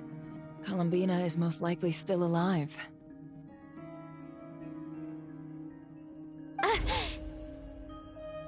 That's the best news we've received in a while, by a long way.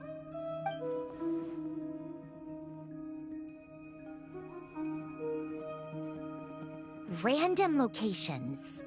Appearing in reverse order? Are you serious?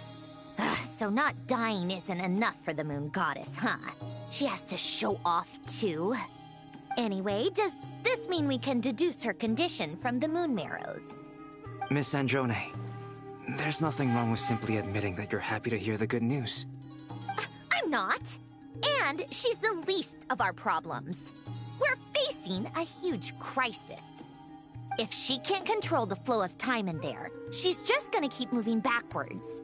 Different points in time won't intersect, and she'll never find a way out. Let's say life begins with a drop of water. When did time begin? The moment this planet came into being? No, that's not right. Her final destination would be the moment at which the space she is in was created. But it doesn't seem like we can influence that space from the outside world. So how can we help her? Also, if she's alive, Rerir and Thelindis might be too. But as far as we know, neither of them have come back out. That space may not have an exit at all. I'm afraid I must concur with Miss Nefer in this. Can't exactly argue with that. Let's leave it there for now. I've taken notes on everything you said. Will it help with your research? I doubt it's gonna help with breaking Dotori's energy fields. But who knows when it might come in handy. Better to have it all written down than try to remember everything when I need it. All right, I need to get back to my research. Mr. Albedo has made a lot of suggestions that will require my undivided attention. Sure, I'll stay here. I have things to work on.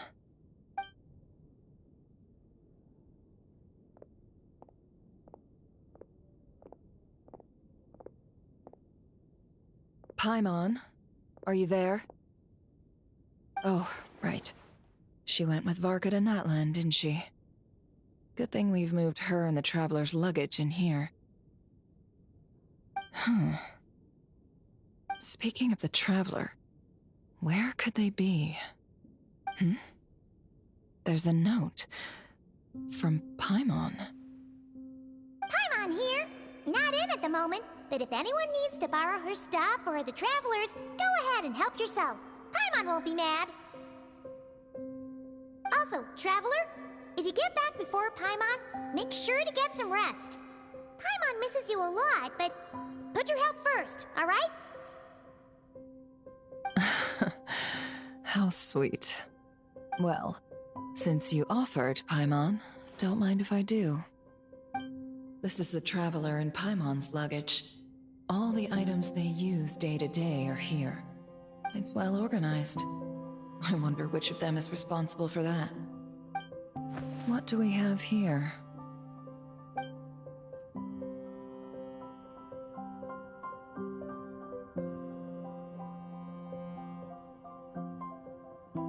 The camera captured a special moment that can only occur between people who are close to one another. You can really sense how the photographer feels about their subject. I wonder why this picture was placed outside. Is it because Paimon recently looked at it?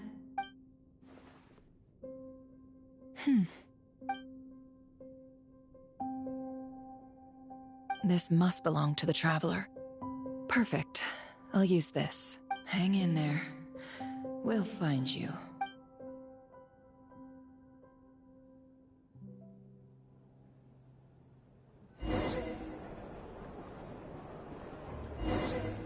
Polonia.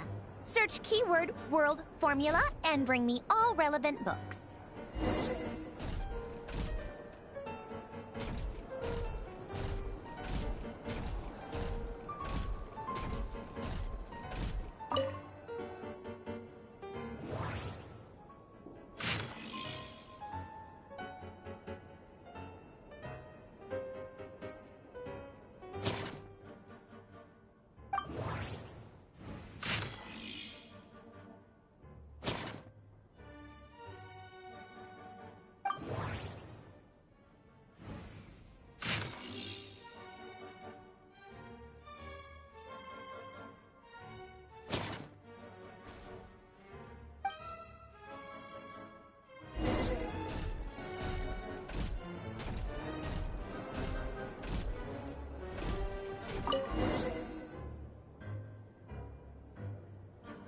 Let's see. This one is on Tonki's sermon dictation concerning the apocalypse. I believe that the correct term for this is Fortuna. This was an ancient Romorian technology, a wisdom unparalleled. I never imagined that Romorian ideas would be so similar to the diagram I have named, the world formula. This is strong evidence that human civilization should gradually shed possibilities as it continues to explore and evolve. The end of humankind may well be upon us right now. The sparks of civilization shall run out, unless we consider introducing variables from outside the system. Variables. Surely that can only mean one thing. Descenders? Dottore likely captured the Traveler because of her descender status. But the Three Moons' authority comes from the world itself. Why would Dottore need anything beyond that? Where does this variable factor in? The world formula calculates the fate of an entire world.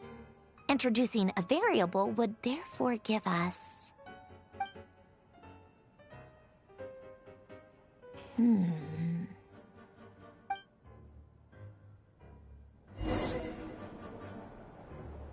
Polonia. Search keyword pathway and bring me all relevant books.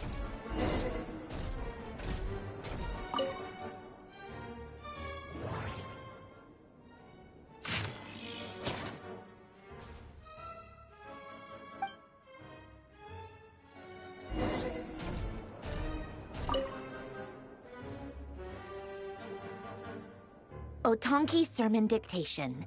Explications on the Chemical Marriage. These titles are pretty esoteric. Observe and compute the pathway displayed in the guidance diagram. Deconstructing and reversing its effects could generate potential ideas. So, it's one of Renee's draft lectures. Deconstructing the pathway. I suppose that could lead to a breakthrough.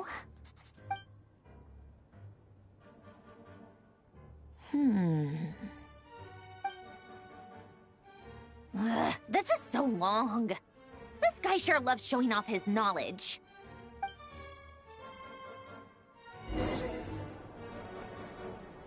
Polonia.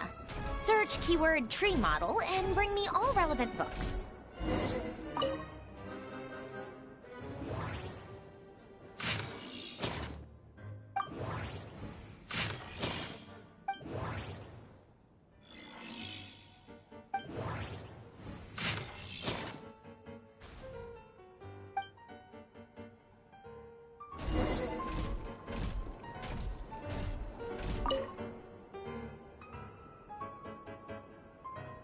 Most of the experimental devices proposed by the Lilia Crucis Ordo are built based on the simple and basic logical structure of a tree model. Lilia Crucis. Guess they were trying to cover up the name of the Nautitzenkreuz Ordo? When Duke St. Germanus departed, he said, "It seems that there's no going back." Alas, he is only a genius when it comes to machines. In all other things, he is but ordinary. Excuse me? I'm sorry. That's just ridiculous. What kind of book is this? Great Detective Herlock, the Alchemist and the Clockwork Saint? Isn't this a novel? Come on. Still, the author swears that they knew Renee well. Whatever. I guess it's not beyond the realms of possibility that Renee would say nonsense like that on occasion. Memory, wishes, souls, and persona. Frankly, this sounds more like occultism, but if Albedo vouches for it, I suppose there must be some alchemical basis to these techniques. The way Alain Guillotin saw it, the world was comprised of machines. The universe needed machines, and thus his technologies were created. That's why I was born. René, his full name was René de Petrichor, if I recall correctly. Sounds like he and the town must be intricately connected. That place was also the source of most of our information regarding Remurian civilization. Seems like some of his projects were based on their technology. The cutting of souls and storing them in vessels. These seemingly unrelated techniques underpinned René's research. Assuming that the four orthants correspond to alchemical categories. The chemical marriage model? Alain would have scoffed at that. He never would have let those theories or parameters anywhere near his mathematical formulas.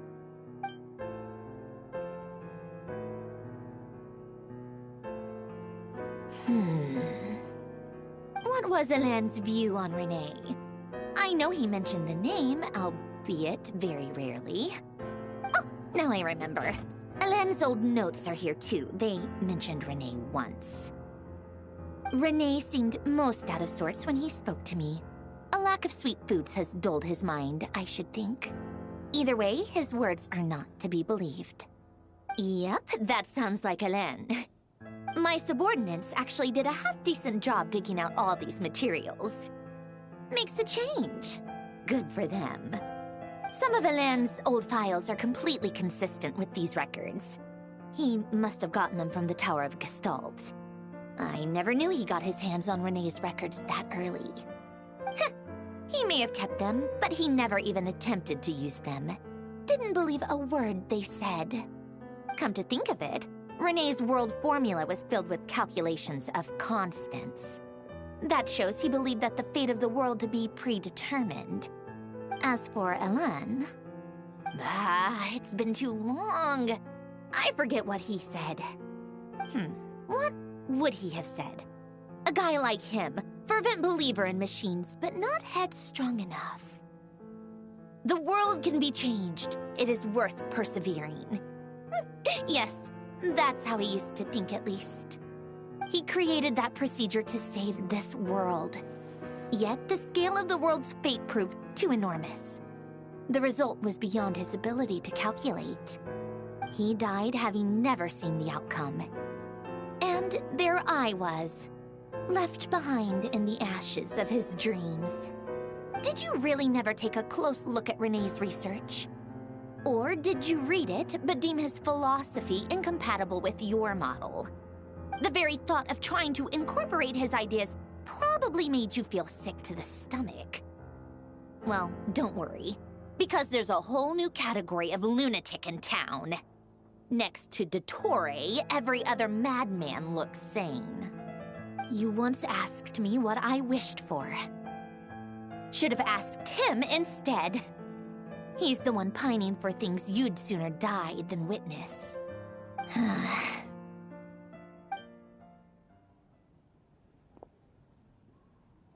Even the tiniest variable can make big waves in the present. Now then, Allow me to put these incompatible fragments together in your stead. First, establish and verify the existence of the Great Circle. Absolute nihil on one end, absolute reality on the other. Now, search between these two extremes. Then, the construction criteria. Variables. The sparks of civilization shall run out unless we consider introducing variables from outside the system. Input variables. Traverse the world, space-time, and civilization. Then extract the essential nodes from the records to determine which variables they point to. The primordial power that differentiated itself from the void. The power of light. Yes, light. Records. Hyperborea. This is so horrendously complicated. After all that, I'm still missing a few variables. I need to think this through again. How do you think it looks, Polonia? Like the frenzied scrawlings of a madwoman? Fine, keep it to yourself. It's not like you can talk anyway. I'll assume you gave it a passing grade. I jest. But true madness does often start with trying to save the world. What would Arlecchino and Columbina think if they saw this incomprehensible hen scratch? They'd probably have me institutionalized. So would Rosaline. She's been dead for a while now. When I close my eyes and think back, I can still see her face. And that enormous dress she used to wear. Such a bizarre choice. What possessed her? Oh, and the clack-clack of those heels used to drive me insane. No one's asking me, obviously, but I hope you all know that I never wanted to save the world. I'm not crazy. I don't have delusional ambitions, and that's a clinical fact. The world needs a solution, but I don't need the world's validation. It's the world begging me for answers, not the other way around.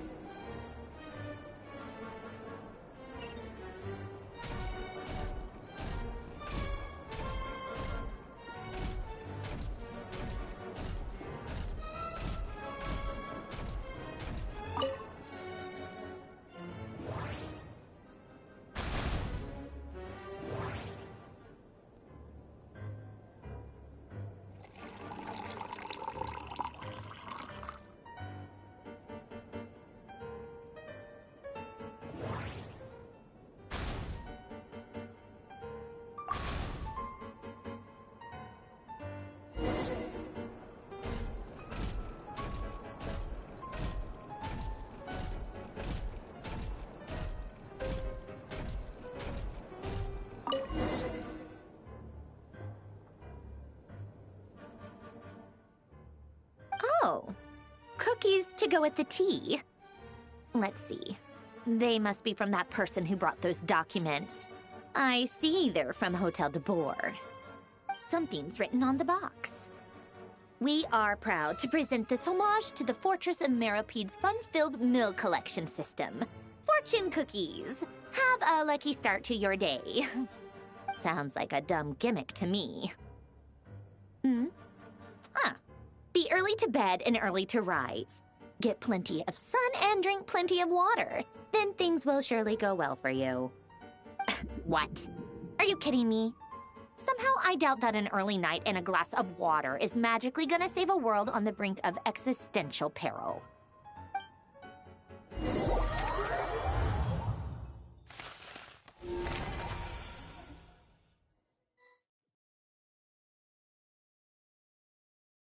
Lady Arlecchino, word has reached us that Lady Marionette's troops are all in position. They are ready to act as soon as the order is given. Excellent. The only thing is, they are fewer in number than we expected. It looks like many of them must have lost their lives at the hand of the monsters released by the Doctor. Can't be helped. Allow them to join our ranks, and keep in contact. As you wish.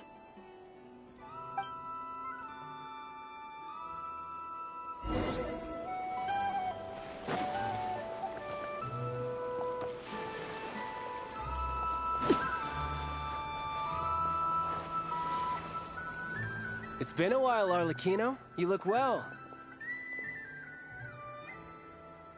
Did Dottore really have to build his lab right on the sole path between Snezhnaya and Krai? Had to go on a huge detour to stay out of its line of sight. Sounds like an arduous journey. I assume you've brought word from Her Majesty? Of course, all part of the job. Firstly, the Tsaritsa has authorized VIII Internal Affairs to review Dottore's case.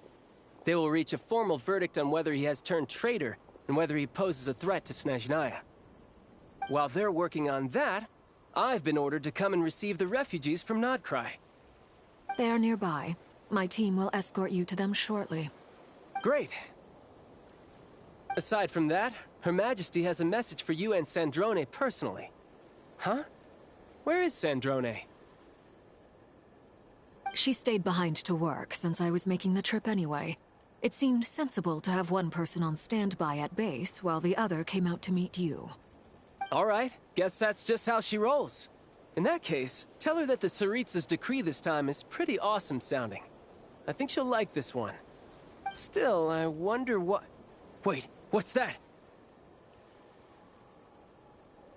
Did one of our troops turn into a monster? Take him out.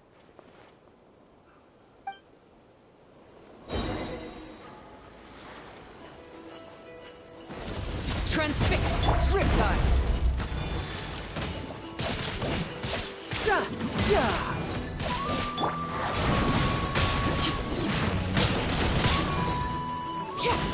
You've gotten stronger, Arlecchino. Nice! Stop that right now. I appreciate the praise, but I am not fighting you. I knew it.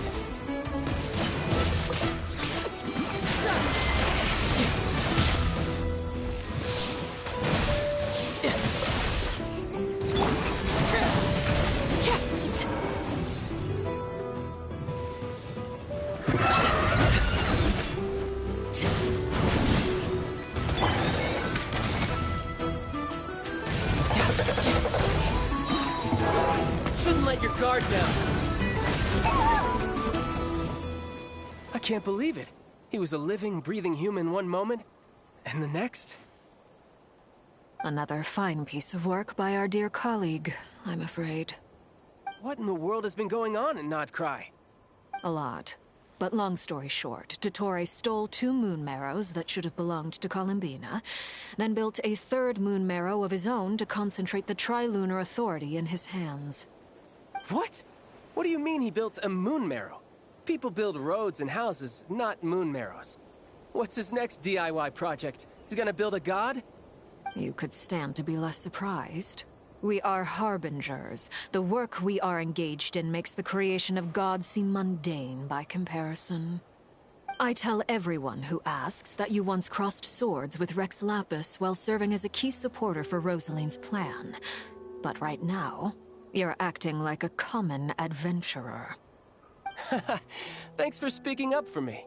Those 2 really took me for a ride back then.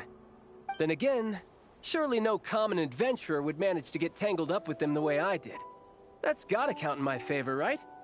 It almost sounds like you wish to repeat the experience. I might have to lower my opinion of you. No. I'll stop talking. Please, go on. Dottore is currently still experimenting with his newfound power in ways that continue to corrode the outside world. As for the human mutation, I believe this is simply a consequence of his experiments, and not a strategic move. That radiant beast was once a subordinate of Sandrone's.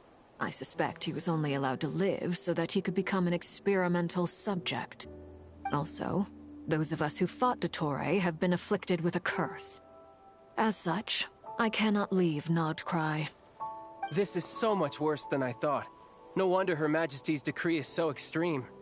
While these exceptional circumstances persist, the Harbingers are hereby authorized to use unilateral executive powers. Should Dottore pose a threat, Arlecchino and Sandrone are permitted to eliminate him. My thanks to Her Majesty. I will pass these good tidings on to Sandrone. Her Majesty has also declared that she will refrain from launching an attack on the now evacuated Krai due to the presence of unretrieved research material. A wise decision. By the way, how's my old partner doing? I'm assuming they're with you? Partner? You mean the Traveler? I'm afraid I have bad news. She was captured after our failed assault on Dottores' lab. Her whereabouts are currently unknown. What? Why? Since when does Dottore have a bone to pick with her? That is indeed the question. I'm not sure he does. He must have some other goal in mind. This won't do. I have to rescue her. You can't. We have no idea where the Traveler is. What am I supposed to do then? Stand here twiddling my thumbs? Sandrone is working on it. The best thing you can do right now is complete your mission. Fine. I guess I'll leave this to you then. One last thing. Tell the Rooster to get the message out to the gods and citizens of every nation in Teyvat. Beware. An uncontrollable pollution is spreading forth from Krai. The source of that pollution is a madman drunk on the success of his experiments.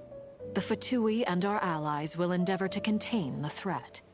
However, if Krai falls, things are likely to escalate. Considering Dottore is one of our own, all Fatui stationed in Krai consider it our duty to stay and fight him to the bitter end. Whatever the cost. Hey, don't be too pessimistic. If it comes to it, I'm sure Her Majesty won't stand by and do nothing. I hope you're right.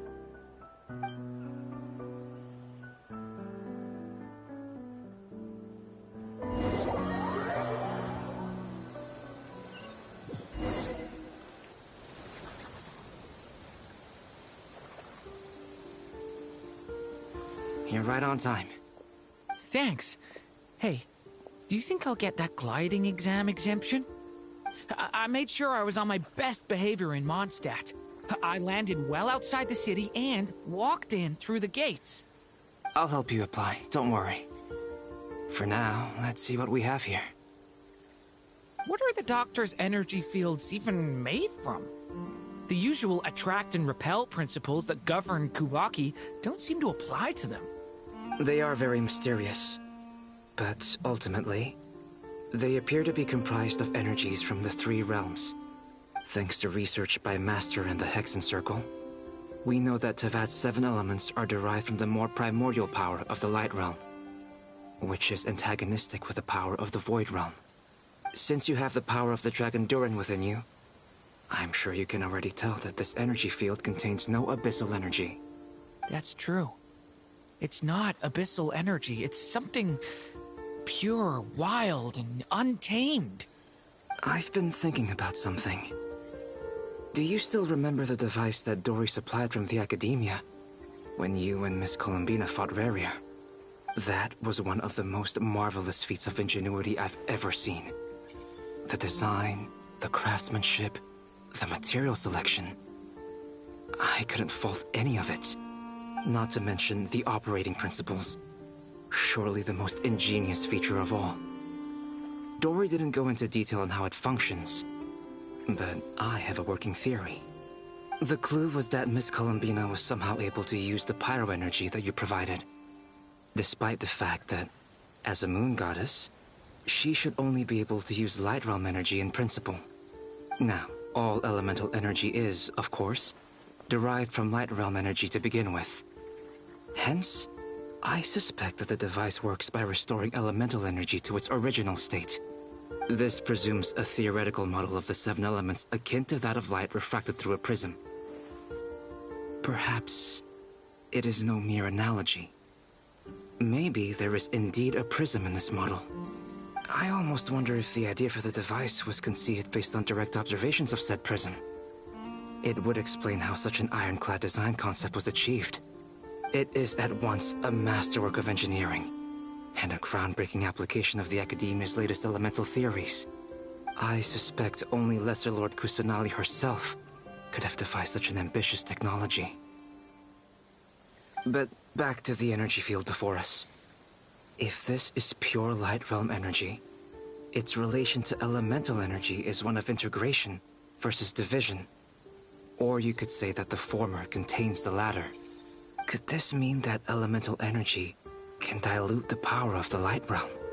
Should we give it a try? We should.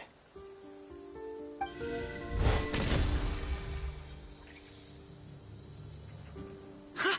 It works! Clear signs of disruption were detected at the periphery of the energy field. This indicates that elemental energy can disturb or even negate the field. Now you try. Alright, here goes. It's working! Switch to abyssal energy and attack again.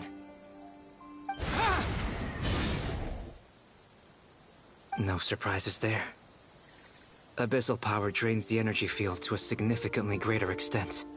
I now feel confident in asserting that the energy field is indeed pure light realm energy, and that elemental energy can dilute it.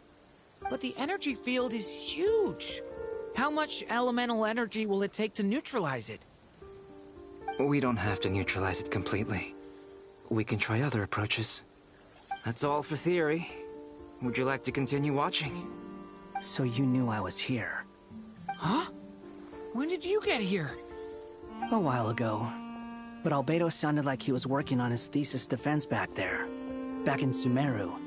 You can end a person's whole career by interrupting them mid-speech. Very thoughtful of you. I'm truly touched. Could I ask you to lend me a hand? With what? A little test. Try using Anima to unleash a concentrated assault with circular blades, with the goal of breaking through at a singular point. Nice! This time it tore through the field. Tremendous. This is a major breakthrough. Should we go through? We probably shouldn't risk having mutually antagonistic energies in such close proximity. Durin, you stay here and watch the entrance. Hat Guy and I will go in to investigate. Sounds sensible to me. Keep your eyes peeled, Durin. Don't worry, I got this. You two be careful in there. Just give me the signal if you need help, and I'll dive right in. What do you mean, signal? It's based on a new alchemical concoction I developed last month. When 2 bottles of it are smashed on the ground together, they emit a blinding burst of light. If it comes to that, remember to shield your eyes with your hat. Glad I asked. Thanks for the heads up.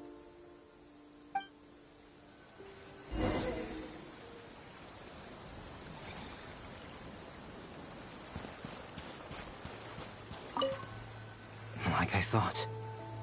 Beyond a certain distance, we can't see the opening where we came in.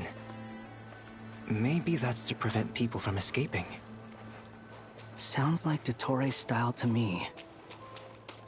Not much has changed. Things are basically the same here as they were before the energy field appeared.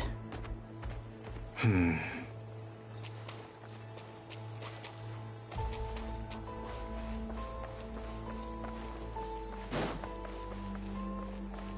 wind rises.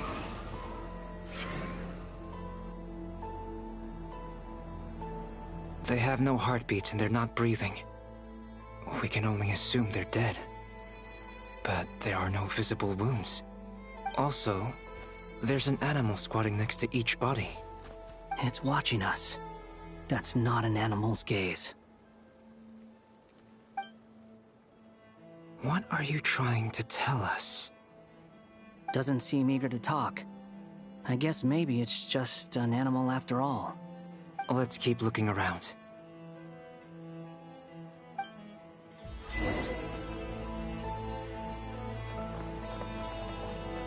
Swollen Fury.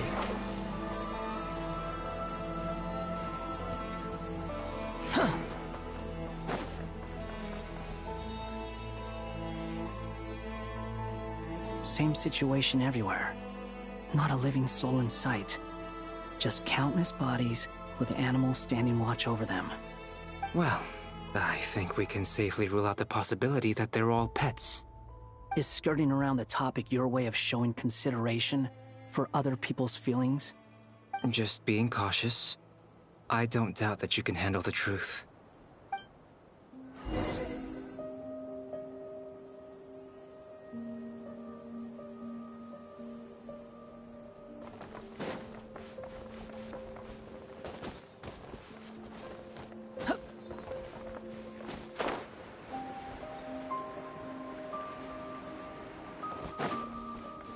Behold! Careful. Please. Help us. Please. Over there. I hear a voice.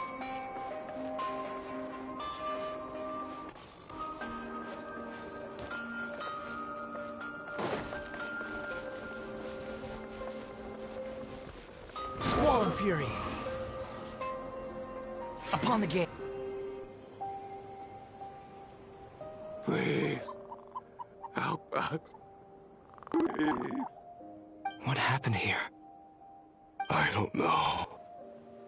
Suddenly, everyone collapsed. Then my line of sight got lower. I still have some of my senses left. I gotta get out of here.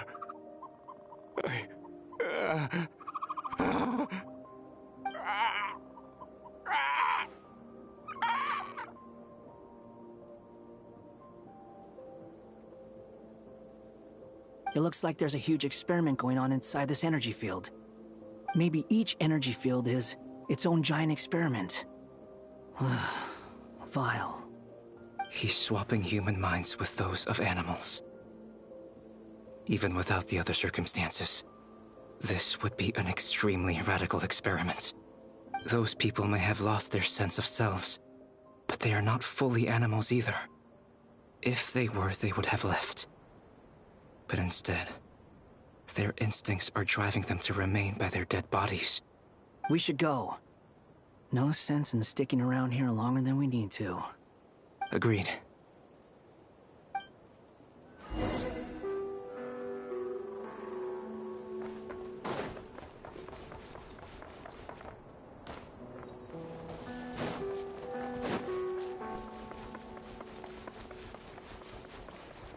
Behold!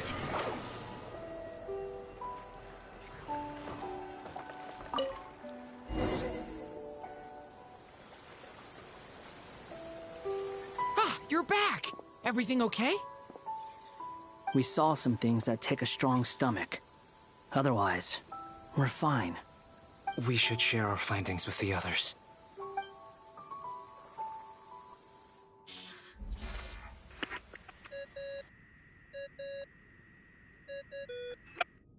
Yes? Who is it? Miss Nefer, it's me, Albedo. We found a way to break through the energy fields. With enough control, it's possible to tear them open using elemental energy. Also, we managed to take a look inside. Dottore is carrying out his cruel experiments on an immense scale. Any residents who have failed to evacuate in time will likely meet a grisly end. Sounds like he's living down to our expectations. Might I ask how things are proceeding on your end? I'm just about to get started. I'll be in touch once I have a result. Understood. Stay safe. I will.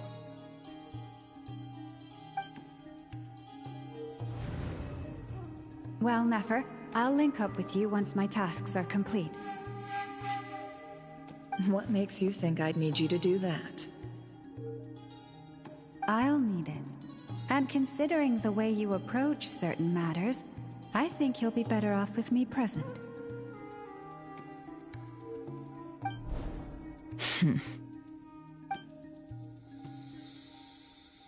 Let's begin.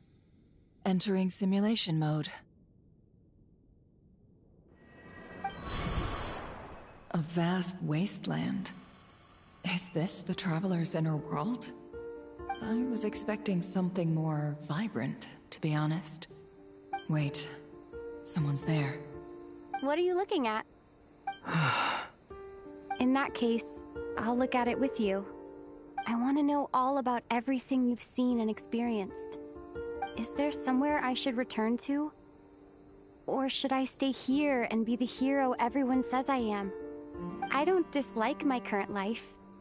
Roaming the land, fighting battles, accomplishing missions, earning a living, looking after Paimon. It's not so bad. I guess the only thing that's missing is that you're not here with me. This is the conscious layer, which contains a person's true feelings. It is filled with both longing and kindness. I suppose anyone who lives long enough ends up wishing for someone who can't be there. Maybe it's the only way we can feel truly alive. Time to delve a little deeper.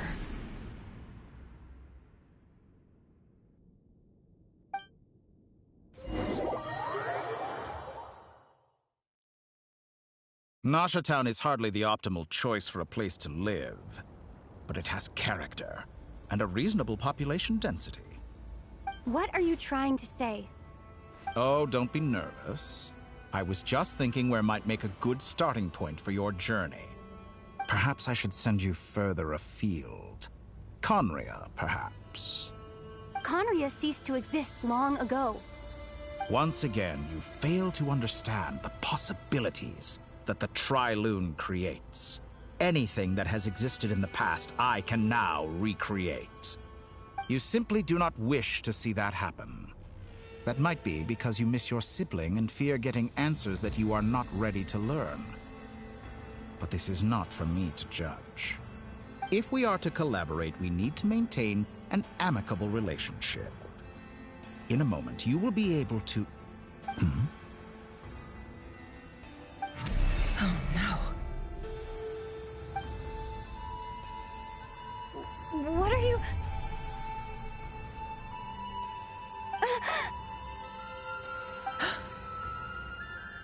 What are you gonna do? Don't move.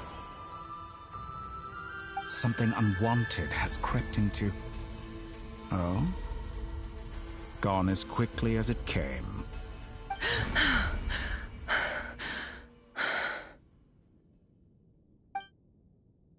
Did you save me? If I hadn't cut the connection, Dottore might have caught you from the other side and destroyed you. This was a good idea, but once is plenty. You were exceptionally brave. Excellent work. Thanks, but now's not the time for that.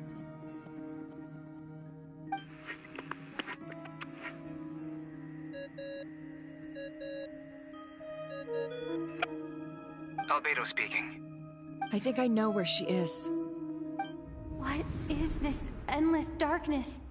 I can't see anything, even though my eyes are wide open. But why? What happened? Ah, sorry about that. I take it you didn't notice. Just now, a friend of yours took a little peek into your mind. Could it be Nefer? How did she do it? Did she use something as a medium to connect to me? Do you think she's aware of your current circumstances?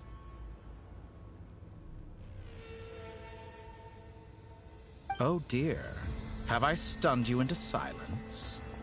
I only wanted to slow down your time a little so I could stop your intruder in her tracks. It would have been nice to capture the spy. I must say, I'm finding the ability to adjust the flow of time rather intriguing. The moment you closed your eyes, time seemed to grow impossibly viscous, didn't it? A whole month passed before you opened your eyes again, but only for you. No one else was affected. I dare say this is something only a god can achieve. Point taken.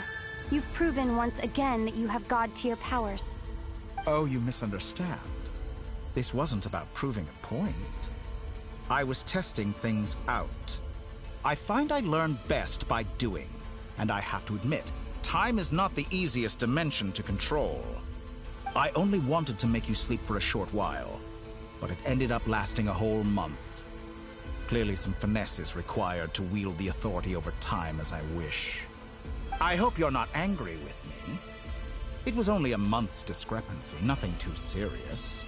Had I been off by a year, a decade, or even a century, that would have been quite a different story.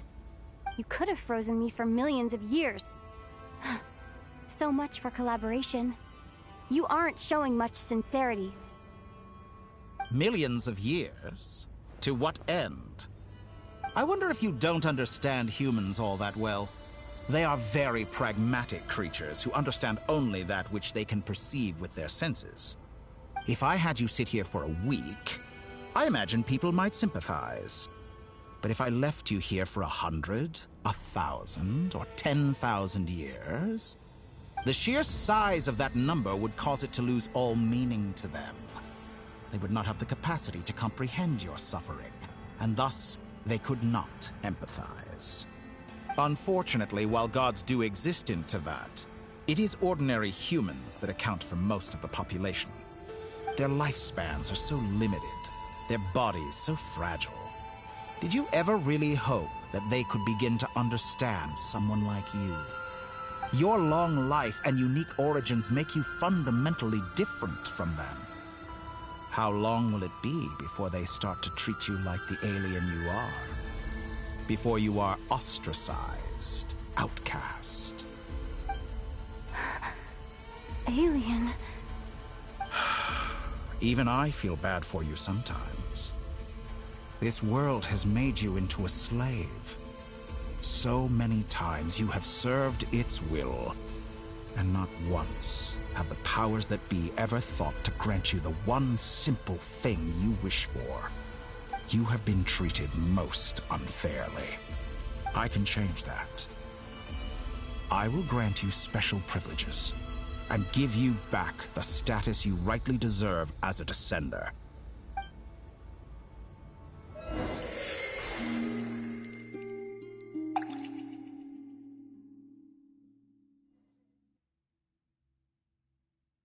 I've entered the past 3 times at this point, but I still have so many questions. For instance, beyond each point being further back in time than the last, what determines the specific locations at which I can make entry? So far, the common thread linking all 3 scenarios is that the Traveler has been present. But it's more than that. I know I sensed something familiar around her. What was it? I'll keep this question in mind as I carry on.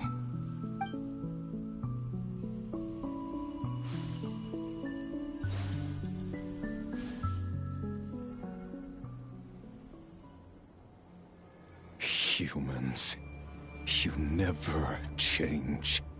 Always trying to use powers you neither comprehend nor control. This looks like Star Sand Shoal. Was this before Rerir regained his physical form?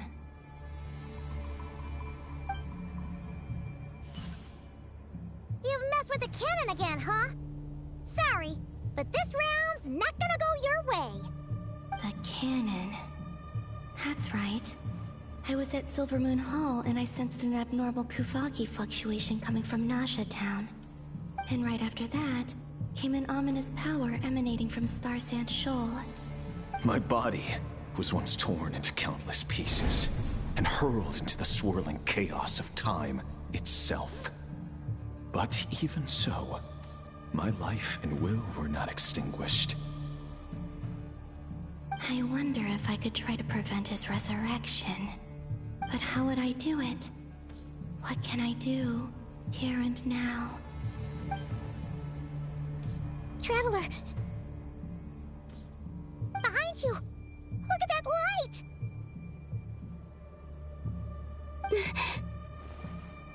No, I won't make it in time. She's using the Kuvaki shield like I taught her. Is she gonna use it to block the cannon's beam? She's strong. I'm sure she can manage. But the force released when the beam impacts the shield might lead to collateral damage. VIII Island. The Frost Moon Scions will be exposed to lethal levels of Kuvaki. A question, if I may. Kind Miss Columbina. When the cannon's Kuvaki beam was deflected earlier, I saw several bolts of energy streak toward VIII Island, only to be blocked. Did you also have a hand in that? Maybe that really was me after all. Well, future me. But I don't know if I have enough power left. Sigi sato pasa sax, niti ipotofutos. There's no time. Osestikos palatin tirantur risu iku, to pirto aithion feraton. I have to make it. Oh, Frost Moon. Oh, great land. Oh, slumbering moonlight of Not Krai. If you can hear me, if you can sense my call, then please, heed me once more!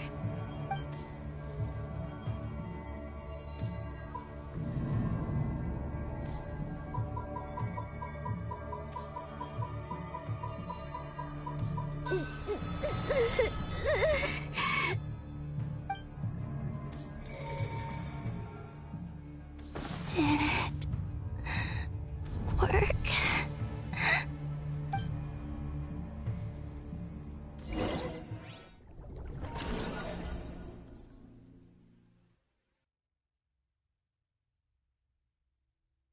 Hey, wake up.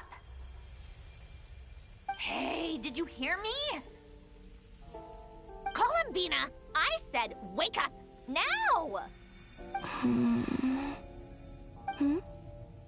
Oh, good morning, Sandrone. It's 3 in the afternoon, actually. And could you kindly not use my quarters as your personal nap room next time? But I feel so safe here. And your coffee, right? It's so bitter, but it smells lovely. It's like you were raised by wolves in a forest or something. What did you drink growing up? Grass tea? The Frost Moon Scions certainly led a more frugal existence than the Fatui. Then I'll bet you've never eaten one of these before. It smells delicious. That's because it's a Fontanian recipe. I had a little free time today, so I made a batch. Rosaline will be here shortly, but if you really can't wait, I guess you can go ahead and... Hey, at least let me finish before you start eating! Did the Frost Moon Scions not teach you basic table manners? Or did the rules not apply to you because you're the high and mighty moon goddess? These are so tasty. Of course they are. I made them. I was worried they might contain traces of machine oil. What?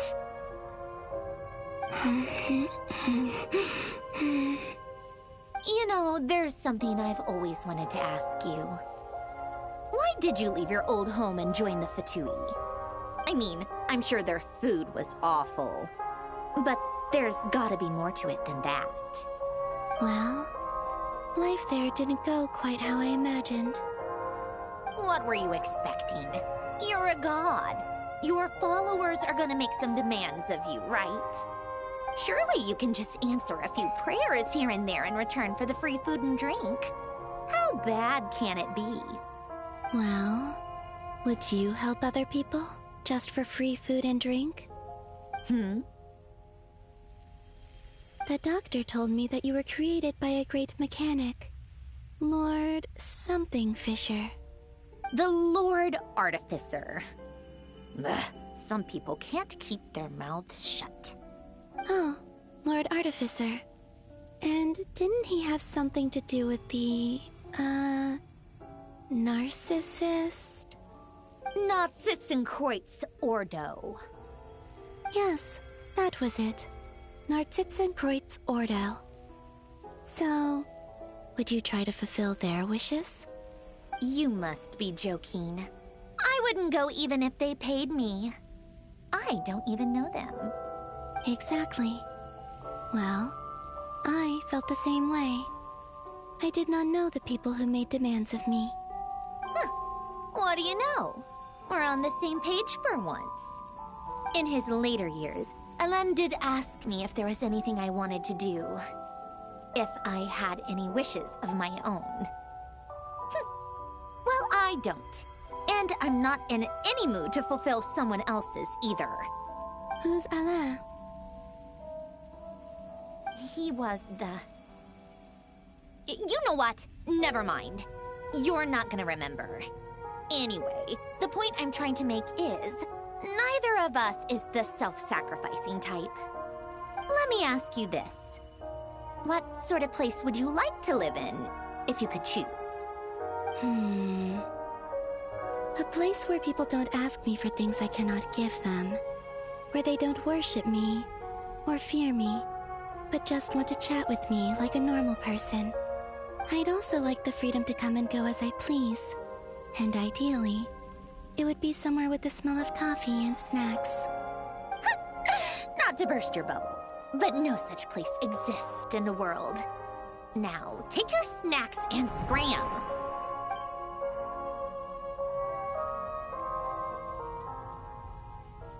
Did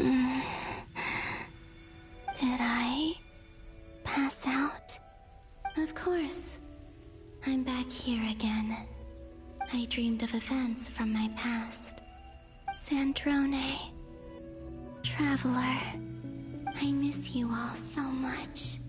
Back there. I guess I managed to harness all the Kuvaki energy on Hisi Island. But how did I do it?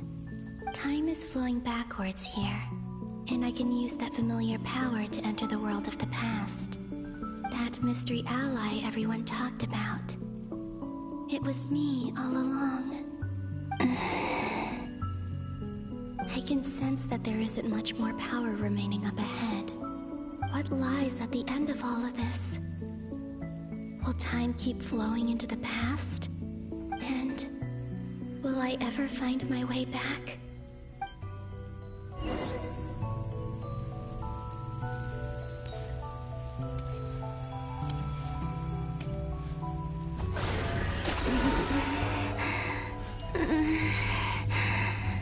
It's getting harder and harder to use my power.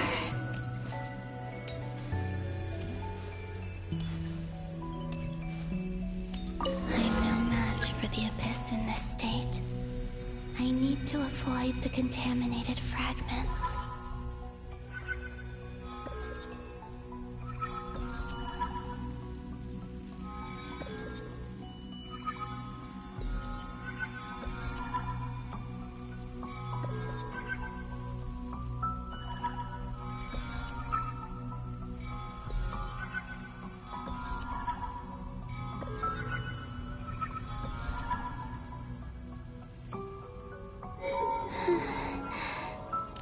Time to go.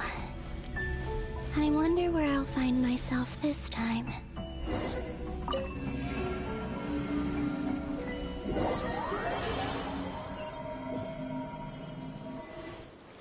The Final Night Cemetery. This is where Flint's is based. Or not! How are we supposed to read through this many files? Difficult, yes. But it is also our most efficient option. Seems like they're searching for information. Oh, I remember. Flint's and Varga talked about some files on the Wild Hunt. Was this my doing too? To expose the true intentions of this Rerir, we need to dive into Not Krai's history. Are my actions changing the past? Or are they simply completing a process? Is all of this inevitable? Or am I the one making these decisions? If I choose not to help them now, will it change how things turn out? Hope we don't land on our heads then. They're my friends. I can't not help them.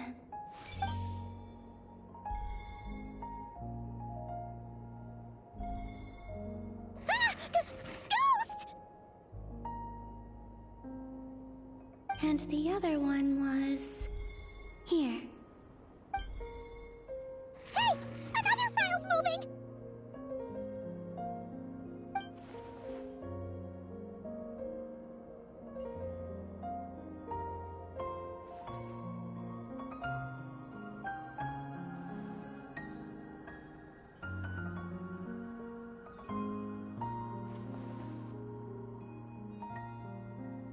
That should do it.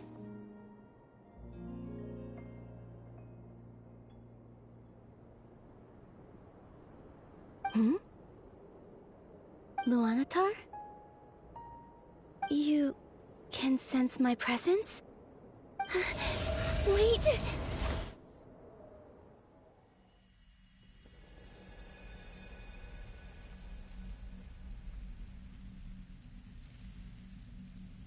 Luanatar. So she's that familiar presence I've been sensing all along. She's always been by the Traveler's side. That explains why the Traveler has been there each time I've entered the past. But why Luanatar?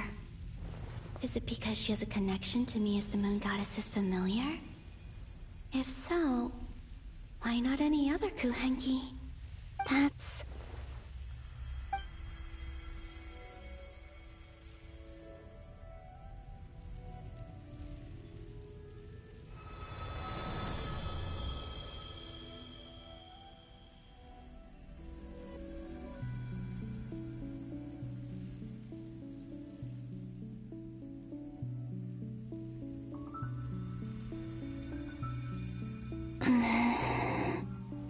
I cannot sense any power up ahead. Just a void, stretching out into infinity. This is likely my final chance to enter the past. It's now or never. I have to find a way back.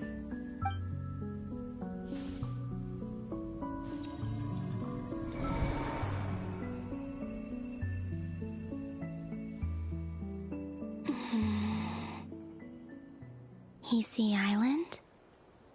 How far back in time is this? Where's Luanatar? I can't sense her presence this time. Oh, seeing Anafa and Aino reunited like that sure was heartwarming. Traveler, Paimon. No, stay calm. I don't have much power left to change things. I don't even have that much time left here. Think, Columbina. How do I find a way back? A way back... to where? Do I go back to Moon Prayer Night? Or to the future that followed? And if I return in my current state, what will become of me then? Dotori's actions that day proved that he'd been planning that for a long time.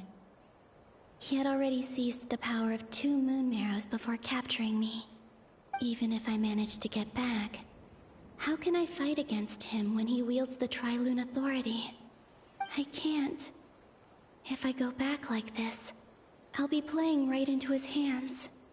I have to find some way of rivaling the power he has usurped. Wait. Time flowing backwards. The Tri-Lune Authority. Does that mean... I think I know what the final destination of this lunar reflection might be. I know what I must do. Speaking of homes, we must already be close to where the Frost Moon Scions live. The vibe here feels different. Just like the scenery. But how do I communicate my plan to my friends? Should I write it down here? No. Someone else will see it. I need something with a close connection to me. Something I can use as a medium to tell them what's happened to me in here.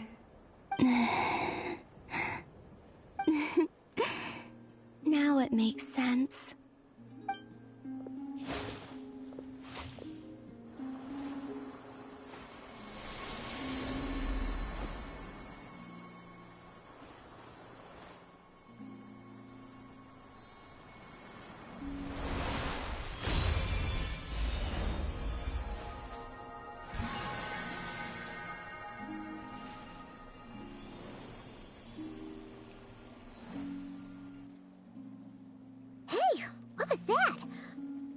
Some sort of breeze blew by, and then the petals suddenly turned into...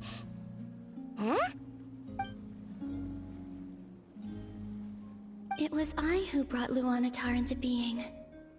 I gave up a piece of my own soul to create her. That's why I could sense a familiar power from the moment I entered this space. It also explains why she's been present in every past location that I've entered. Because we have a deep connection. Hey there! What's your name? And the reason why there are no more gates to the past after this point is that Luanatar hadn't been born then. No wonder I sensed the trace of a blessing when we first met. But I still didn't recognize the soul hidden within you.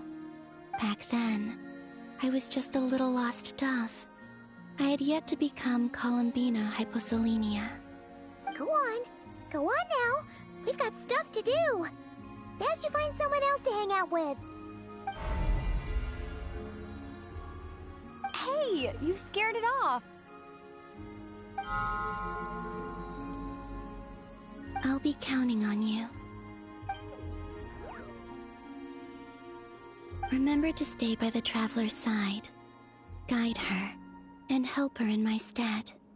Oh, and bring her to the garden where the moon prayer blossoms grow. There's a little lost dove there who will need her help.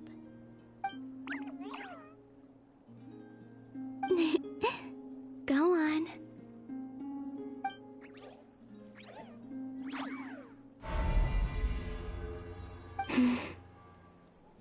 You too.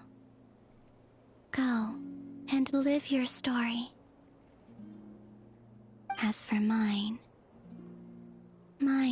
must go in a different direction.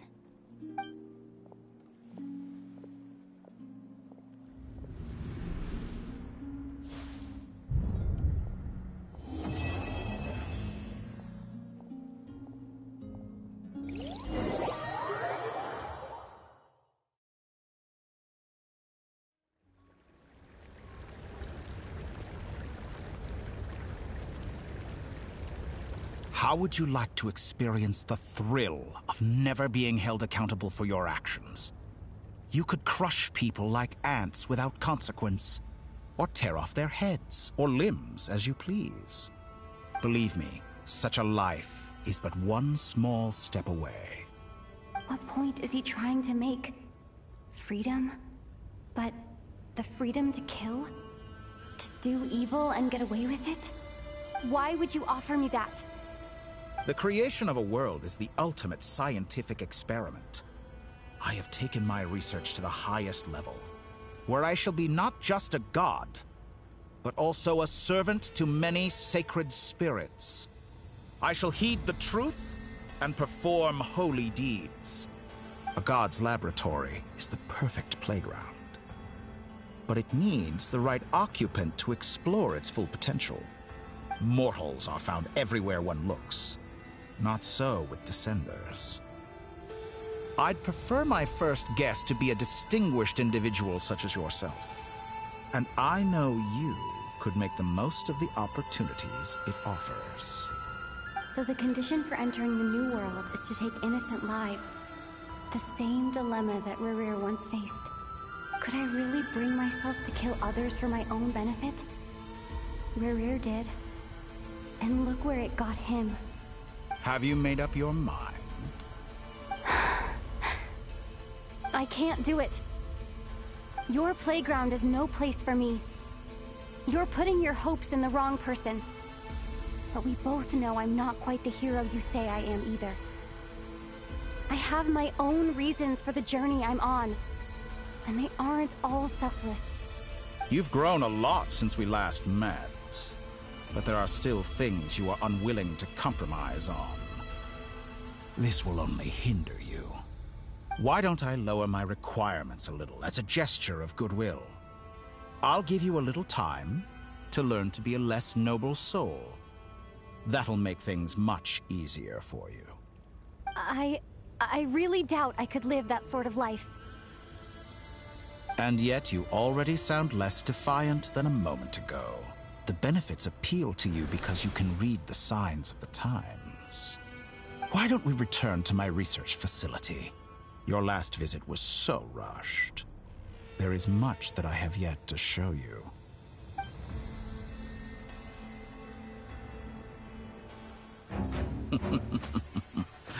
Now to that question,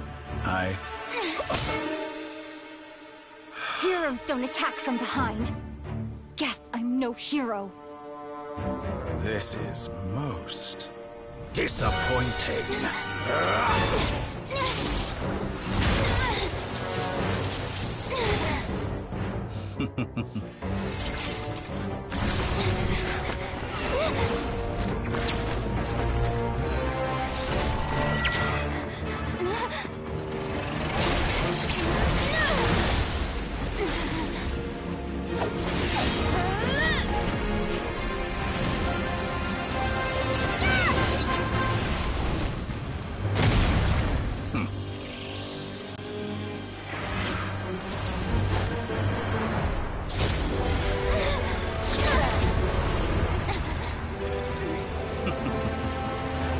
Now then.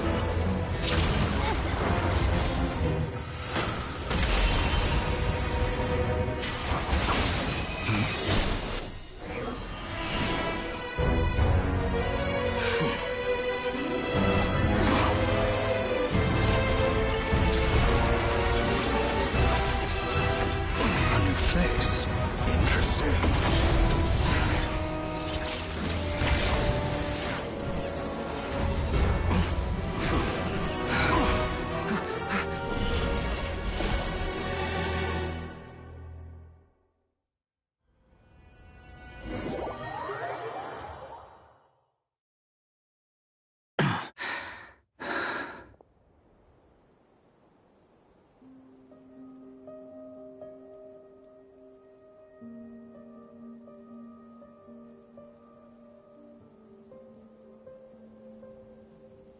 You're still gonna call me Hack Guy after that, huh? I didn't see anyone else in there who needed saving.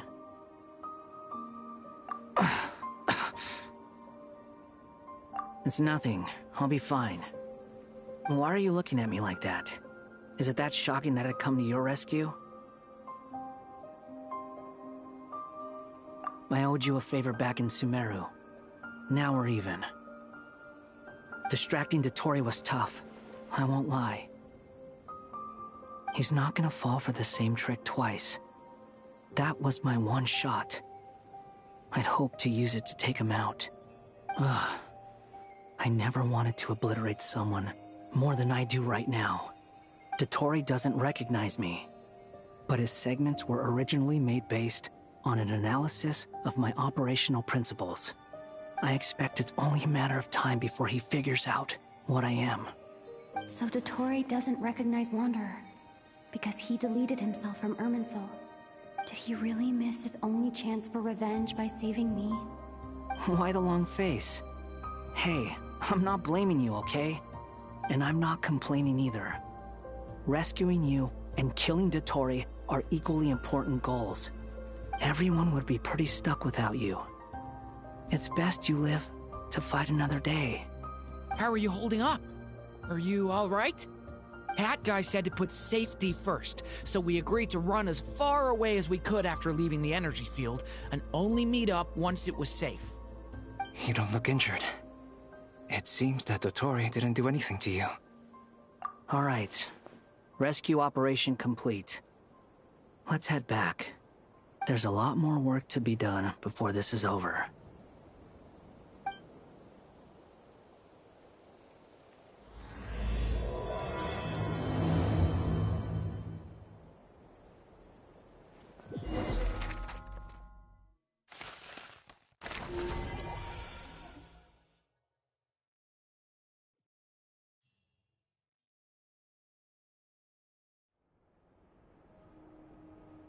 Understood.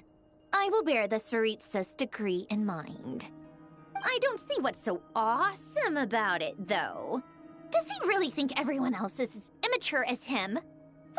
I'm not stooping to Tartaglia's level. I thought you might say that. How's your progress? Quite promising, actually. That alchemist Albedo gave me a few ideas. Remember how I asked you to look up some files for me? That stuff on the Nachtschitzenkreuz Institute. René de Petrichor and Jakob Ingold. Alain Guilton despised René's theories and methods, But he never managed to come up with better alternatives either. So I adopted some of Renee's ideas. I thought Alain was like a father to you. He and Renee were mortal enemies, were they not? And what would you say if Lenny and his friends one day learned something useful from someone you utterly detested?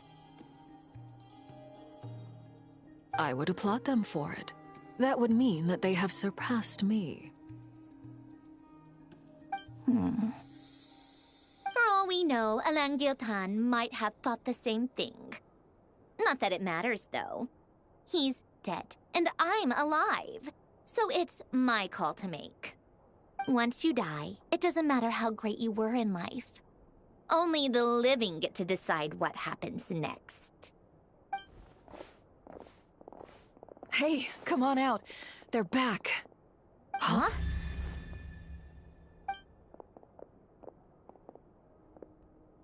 You're back? And your head's still screwed on? And you still have all your limbs? What does it look like?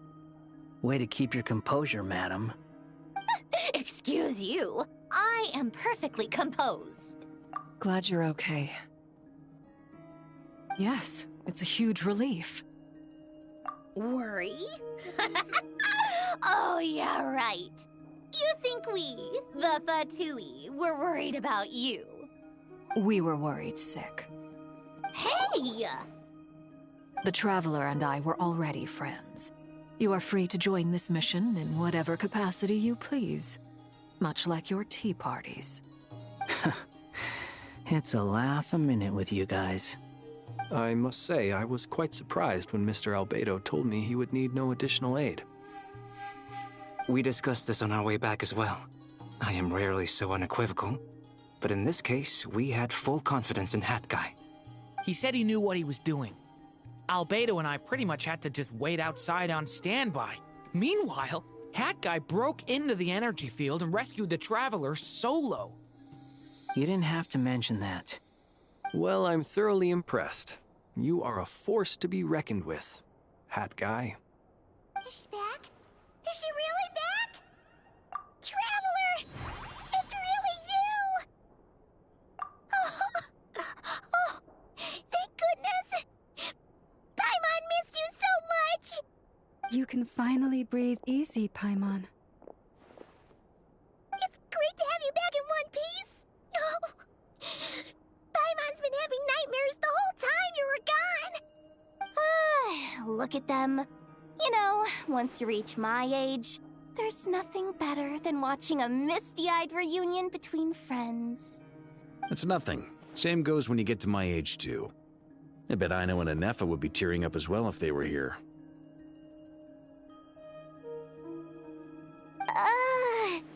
Varka? Oh, yeah, good point. Hey, your eyes are looking a little red and puffy. Come here. Let's hug it out. What? Ew, no! No, thank you. You're not my dad, okay? Everyone, I'm sorry for all the trouble I caused you.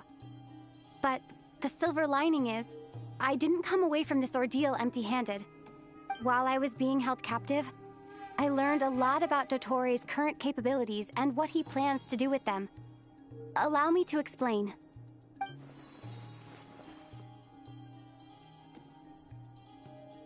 The three moon goddesses were even more powerful than we imagined. No wonder Dottore believes himself to be equal to the gods. Maybe even superior. Utter blasphemy. While everyone was gone, Nefer and I made an interesting discovery. And I believe Miss Sandrone has something to share too. Ma'am, perhaps you could do the honors?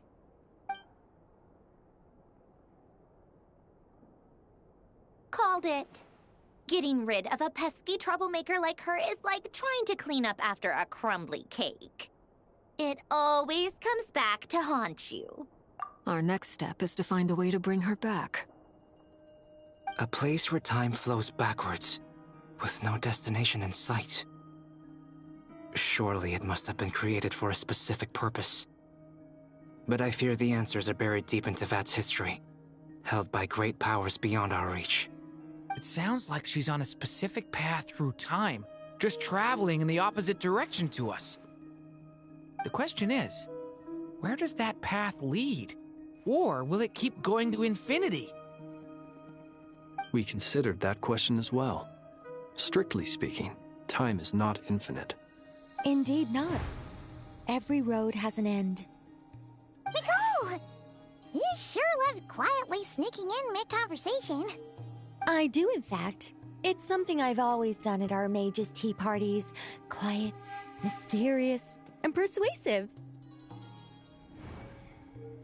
You wonder what lies at the end of her road.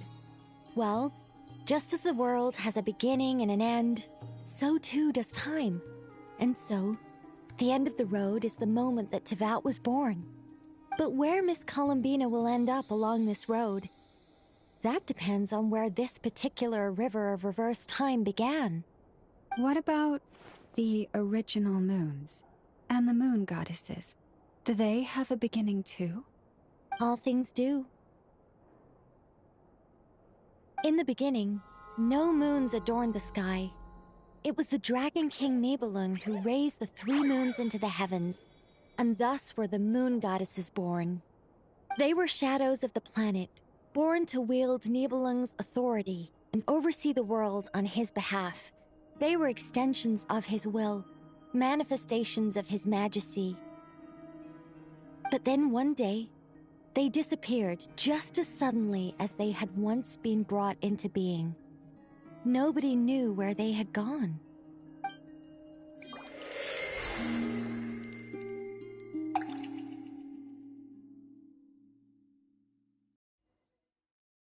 Like I thought, no more paths back to reality have emerged since.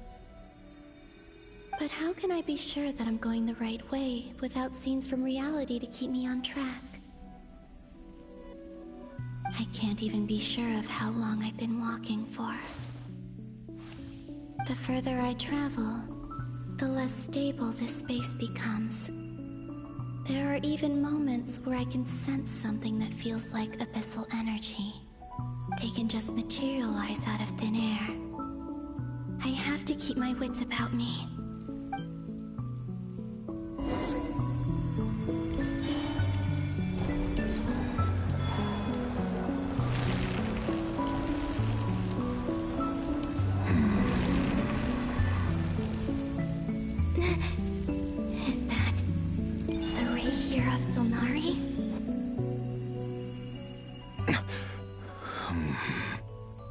You are the moon goddess. But how? Please, there's no need. I'm not interested in fighting anymore. I find that a little difficult to believe. Yeah. Honestly, so do I. The way you used my own power against me was... It was a brilliant strategy. And then, in the final moment before I was thrown into this space, I got to see an old friend. Mr. Dainsleif. Right. It was so long ago now. But we were friends once.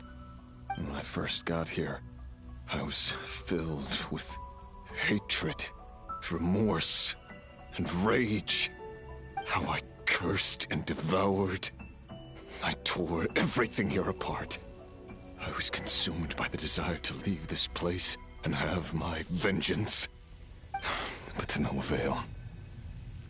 This is a place with no exit. This is the second time I've entered this space. Though I have no memory of the first. I was torn to shreds the moment I entered. But this time I survived. It must be partly because of this new body. And partly because of all the Kuvaki I absorbed in Krai. Are you the source of the abyssal power in here? Not all of it. Some is from when I first arrived here and tried to destroy everything. But there was already a degree of abyssal power here, before I entered. And like a venomous snake baking in the merciless sun, it tried to slither into my shadow. tried to. So, you rejected it? Yes. Because after that, the world suddenly became silent for a moment. What do you mean? The voices in my head, they were gone. And then I saw her. Her? Thalindis. My former lover. Never mentioned that she saw a memory of Thalindis leaping into the moon's reflection. More precisely, I saw her afterimage. I'm sure the real her is long gone. She was just an ordinary Conrian. She couldn't have survived here for very long. Anyway, why have you come here? Didn't you know it was a dead end?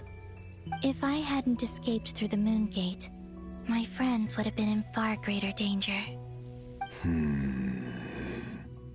No. I see. Because of your power. The power of a moon goddess. What? You'd like to know how I know, wouldn't you? The one who resurrected me said so. I could hear a deep lust for power in his voice. Do you mean... Dottore? Dottore. So that's what he's called. He'd been collecting fragments of my body for a long time. All so that he could resurrect me at the moment of his choosing.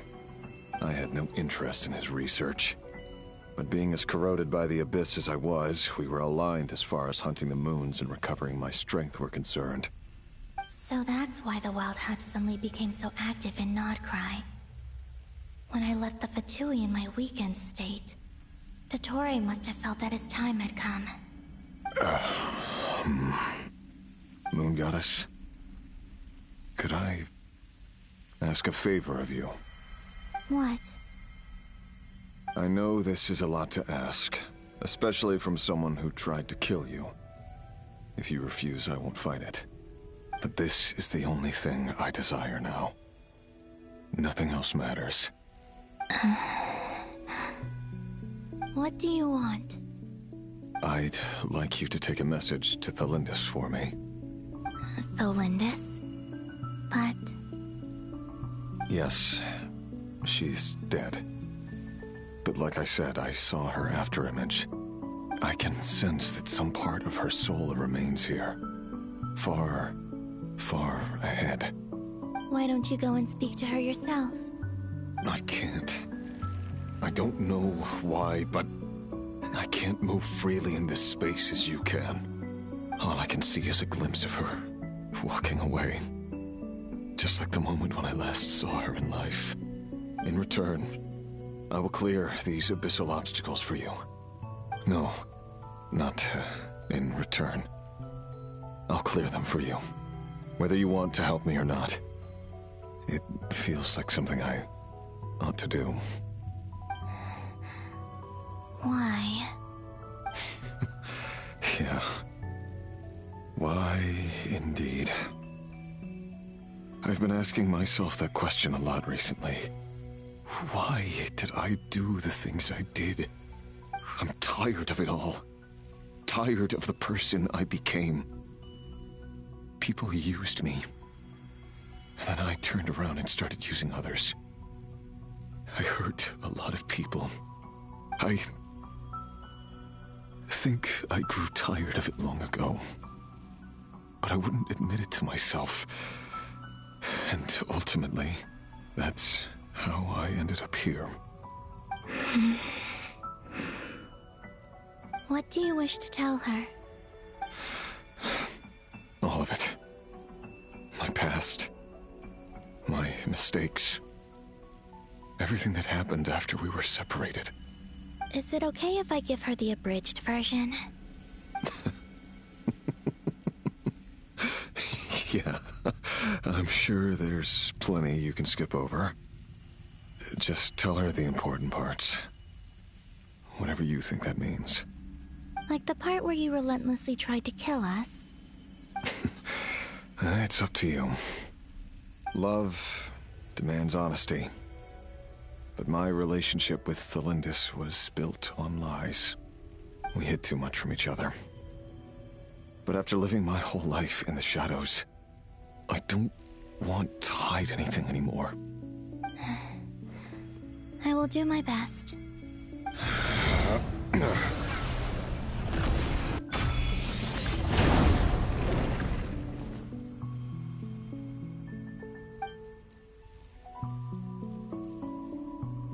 There. The Abyss will no longer stand in your way. Even though Mr. Dainsliff felt he had to fight you, I think he still regarded you as a friend. Dane? He said that you betrayed him, but he also felt great remorse at never having understood what you were truly going through. Why tell me this?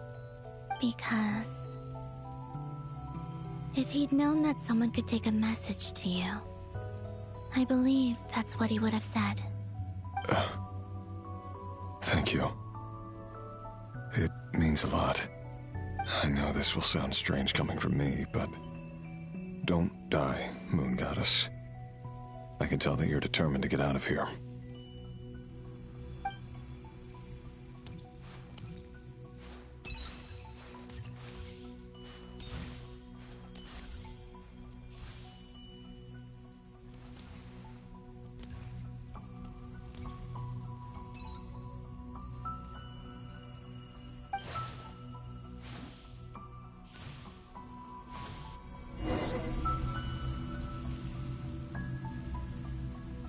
He kept his word. The Abyss is no longer obstructing my path.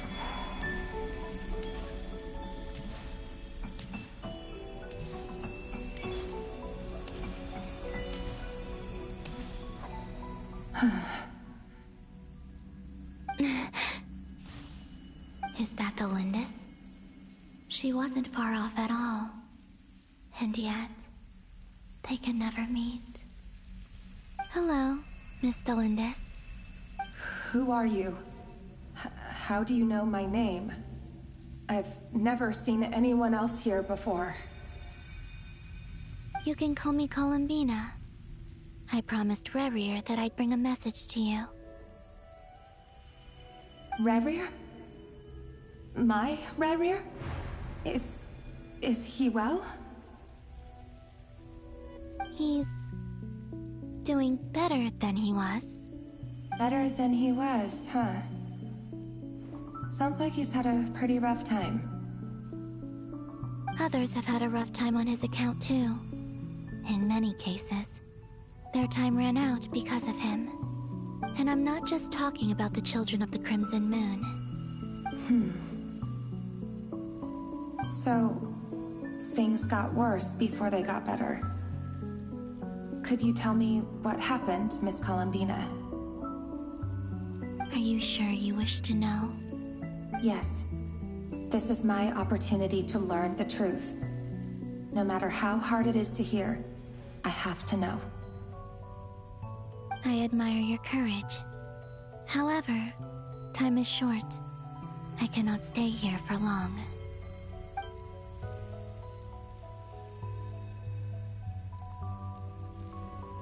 Rerir had seeds of hatred in his heart, and many people nursed them for their own ends. On some level, everything he did was to try and find a way to see you again. But in the end, he came to regret his mistakes. He wanted to apologize for hiding his past from you. Beyond that, he did not say specifically what it was he wished to convey to you, but I'm sure that you've always been on his mind. You are what has kept him going over all these years.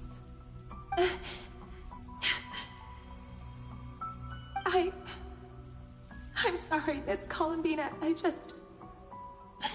This is so upsetting. I'm not sure how to put my feelings into words. It's all right. I understand.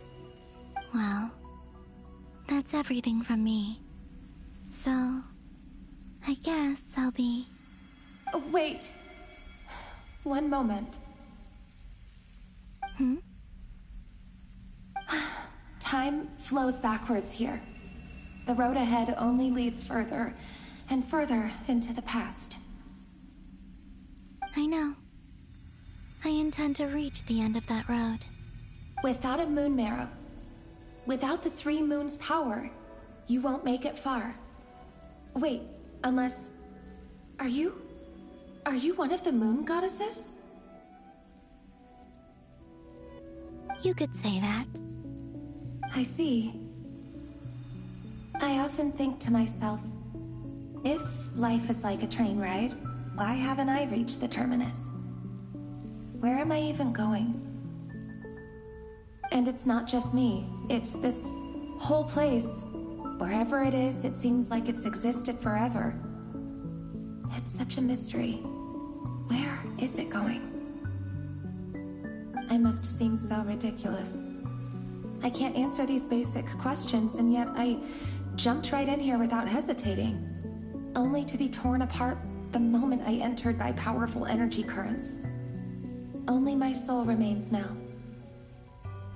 Thinking back, I was suddenly overcome with fear and terror in that moment. Perhaps I too became bewitched by the abyss. I may have been the leverage it needed to control Rayrir.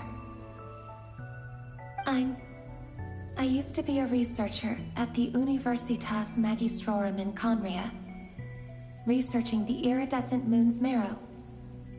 Eventually, I came to the conclusion that time in here flows in reverse. Rayrir was one of the Venster King's retainers. With me, he was in an impossible position. It plagued him constantly. I wanted to help him escape his lot in life. I wanted him to be happy, so I thought I'd use this place to return to the past. At the time, I thought I could just go back to the day that the Venster King first found the prince. It was only after meeting the prince that the Venster King started going too far with his research into the abyss. That was the day all of our woes began. I thought I could stop the king from ever meeting him and solve everything. I couldn't kill the Venster King himself, so I had to find another way to save Rayrir. That's why I wanted to go back, to kill the person who had brought new possibilities to our realm. I'm sure it was a futile endeavor, but the abyss probably enhances the basest human desires. So I naively hoped I could change everything. But I was simply too weak. Like a speck of dust against the whole universe. Look at me. I didn't even survive the journey here. Not physically, at least. I know I'm never getting out of here. But you're different. You can make it, and I want to help you. I owe you that much.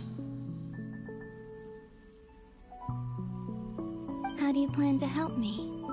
Have you noticed the golden energy that exists here? Based on my past research and my observations since coming here, I believe they carry you forward faster. I can share what I've learned, and help you understand the pattern in which this energy appears.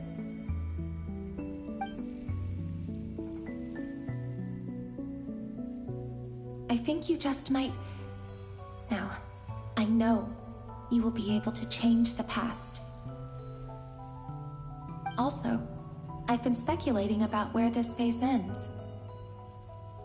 The documentation was scanned, but from what I know of the legends about the moons, the oldest ones seem to begin with Nibelung, king of dragonkind.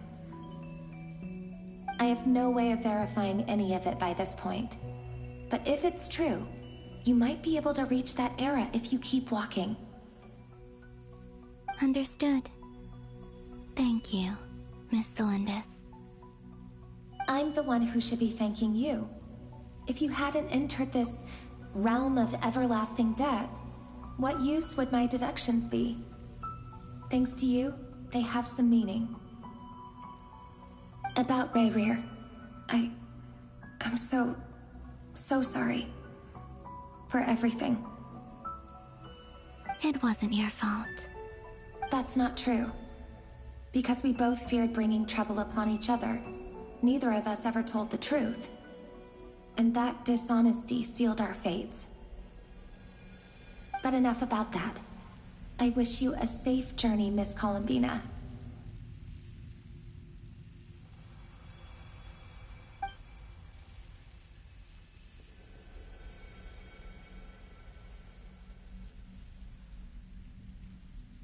And may the outside world never have to experience pain like this again. Rerir, you're there, aren't you? I cannot see you, because you exist in the future. I expect we'll be trapped in this prison of space-time for all eternity. But please, gaze upon the past, and then sit for a while. Let's find a place to sit down together, just like we did when we first met.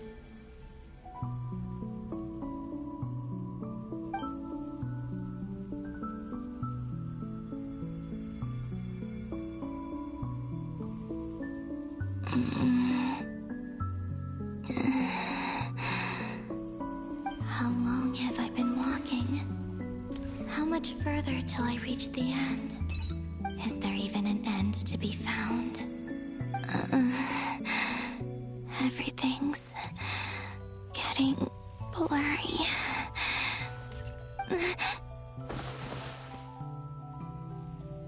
Huh? Are you all right, little sister? Have you come from the distant future?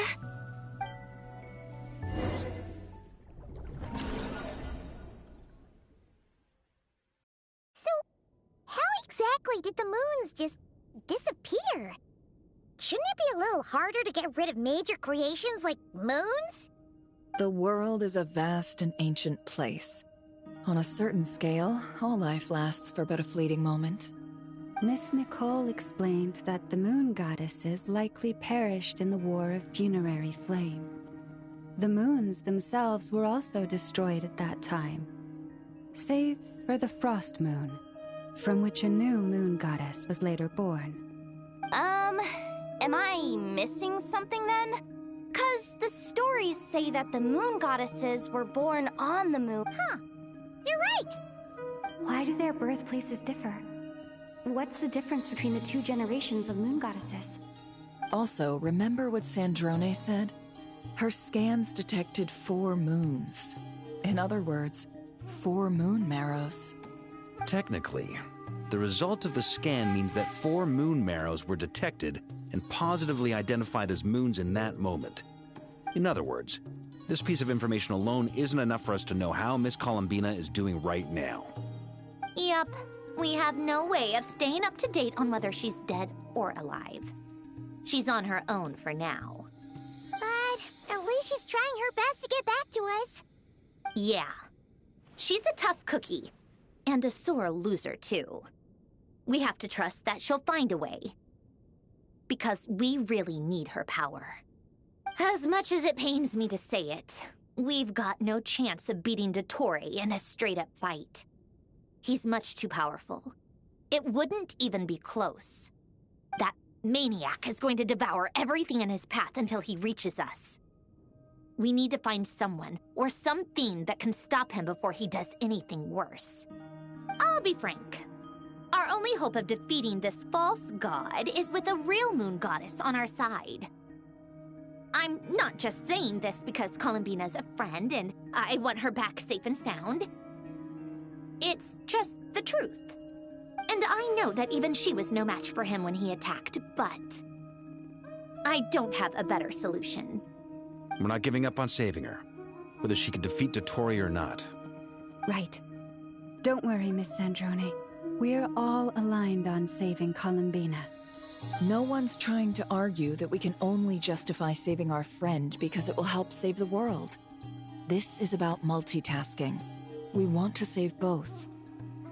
So, she's more than just a moon goddess to you guys? Absolutely.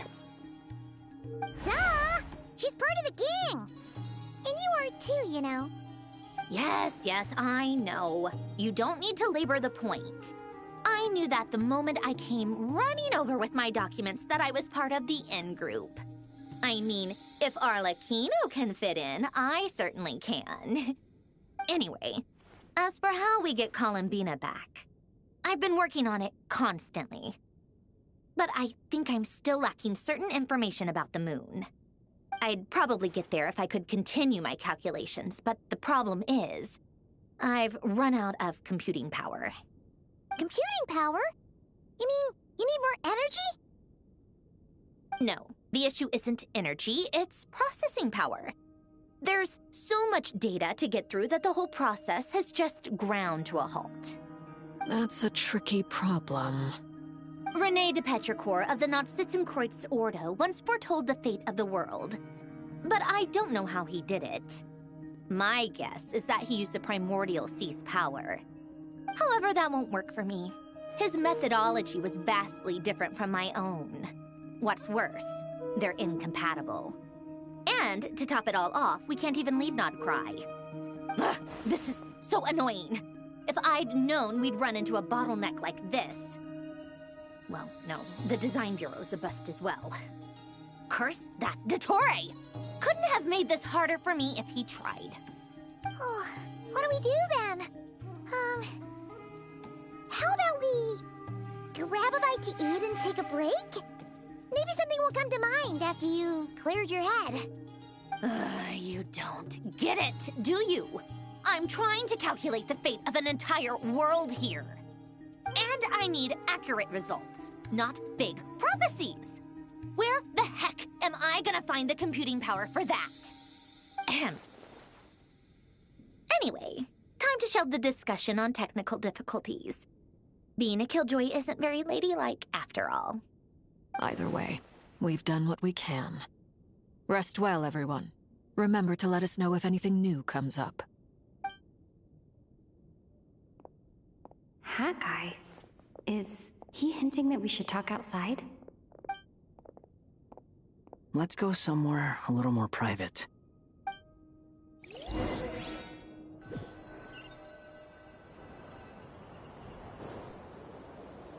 You know that Dory went back to Sumeru, right? Yeah. She mentioned she was planning to head back. Things aren't looking good for Krai. She's gone to spread the word so that Sumeru has a chance to prepare for the worst. From what I know of Dottore, there are two possible reasons why he hasn't made a move yet. One is that he's still working through some kinks in his new powers. The other is, he wants to see how we're going to react. He'll easily devour everything eventually, so I guess he's in no rush to make it happen. The first false god he made was me. Now it's his turn. Even though my records were erased from Irminsul, Dottore's ideas haven't changed one bit. He once told me that becoming a god was like turning yourself into a hungry wolf or giant serpent to devour the moon. Clearly, he began studying the moon goddess's powers long before he even tried making a god.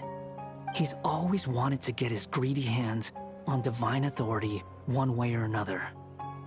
And in the end, he devoured the moon where I failed. In the desert of Sumeru, there is a chessboard built by King Deshret, also known as Al-Ahmar. I don't know if it was a real game, or if he was just trying to challenge his servants and citizens in some way. But creating games and setting rules, gods do that as a matter of course. That's the kind of power Dottore craves. Now he has the Trilunar Authority. His power is leagues beyond the common people. I don't think there's any point in other nations rushing to the front line. They're better off focusing on defense and hoping they can fend off any threats that spill out from Krai. Either way, Dory will inform Lesser Lord Kusanali, and she will contact the other gods in turn. The Seven will have some recourse available. If nothing else, their protection should keep the rest of the world from descending into chaos as quickly as Krai has.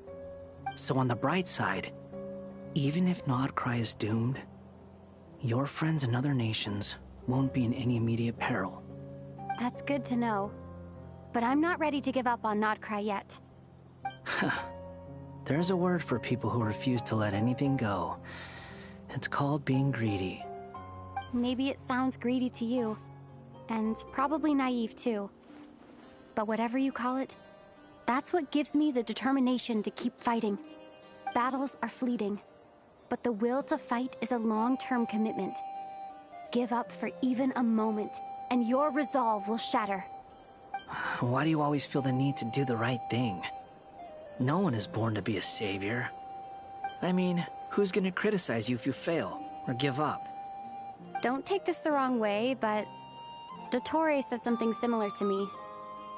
I guess the VIII attracts people who don't believe in saviors. Not necessarily. It's less about belief for me. I just want to know how determined you really are. After all, I don't owe anything to anyone else here. Only you. You look kinda worried. If your arch-nemesis was about to achieve their ultimate goal, I think you might feel a little worried too. That's true. Dottore is about to become an omniscient, omnipotent deity. That's gotta be a bitter pill to swallow. Still, you're calmer than I expected. Obviously.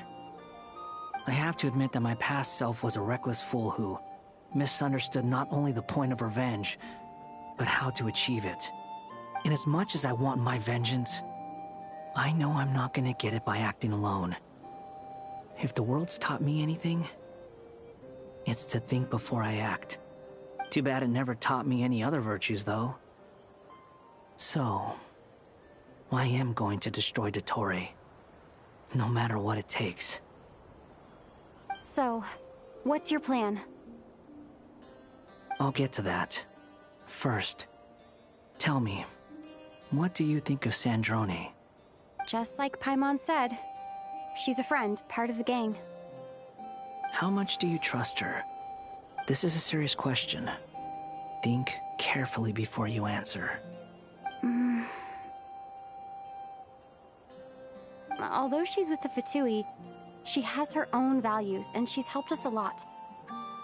If nothing else, she's clearly going the extra mile for Columbina. I see no reason not to trust her. If you say so. In that case, the three of us need to talk. I have some thoughts about her computing problem. It can be solved, but it will come with a cost. How much? If I can afford it, I'll cover it. Sometimes your heroism really backs me into a corner. You know that? Come on, let's go talk to her.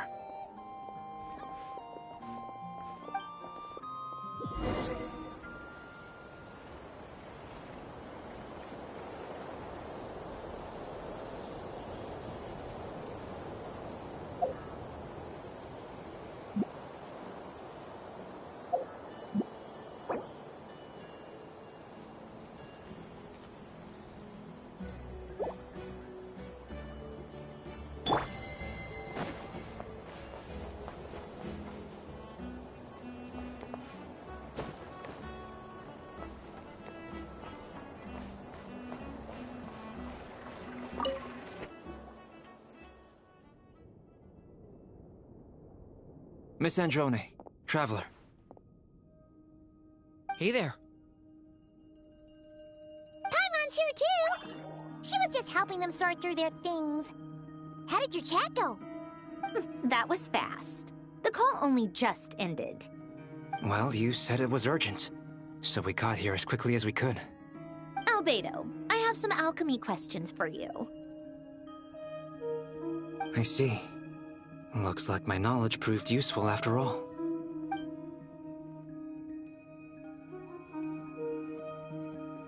If I might ask, what is the end goal for the modified formula you'll be using? I needed to predict the future of the entire world. But I've run into some teething issues since trying to implement Renee's theory of the 4 Orthants. I see. I'll have a look at it. Still, computing power is the real issue here. How do you plan to solve it? About that, it's been sorted. Oh, with the Traveler's help?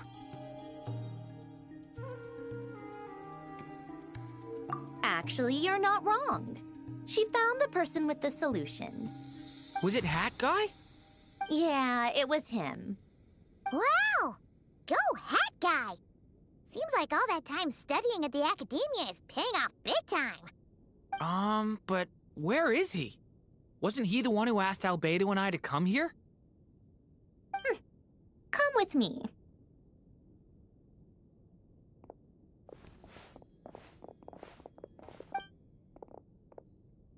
Hat Guy? What's happened to him? Hat Guy!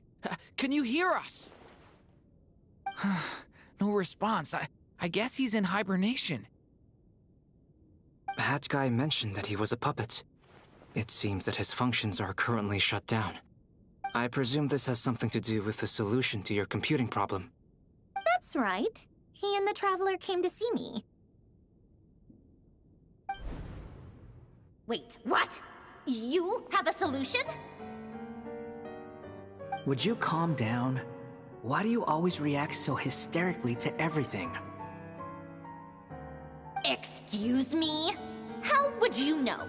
You shouldn't be so quick to judge complete strangers. It's very bad manners. Oh, please. It doesn't take that long to figure out that you have a temper. Where does a mere student get that kind of confidence? I've actually published more papers than you. Not that status counts for much. Even Paimon's applied for Academia admission. Huh? Are you serious? See? This is why I can't be bothered to explain myself.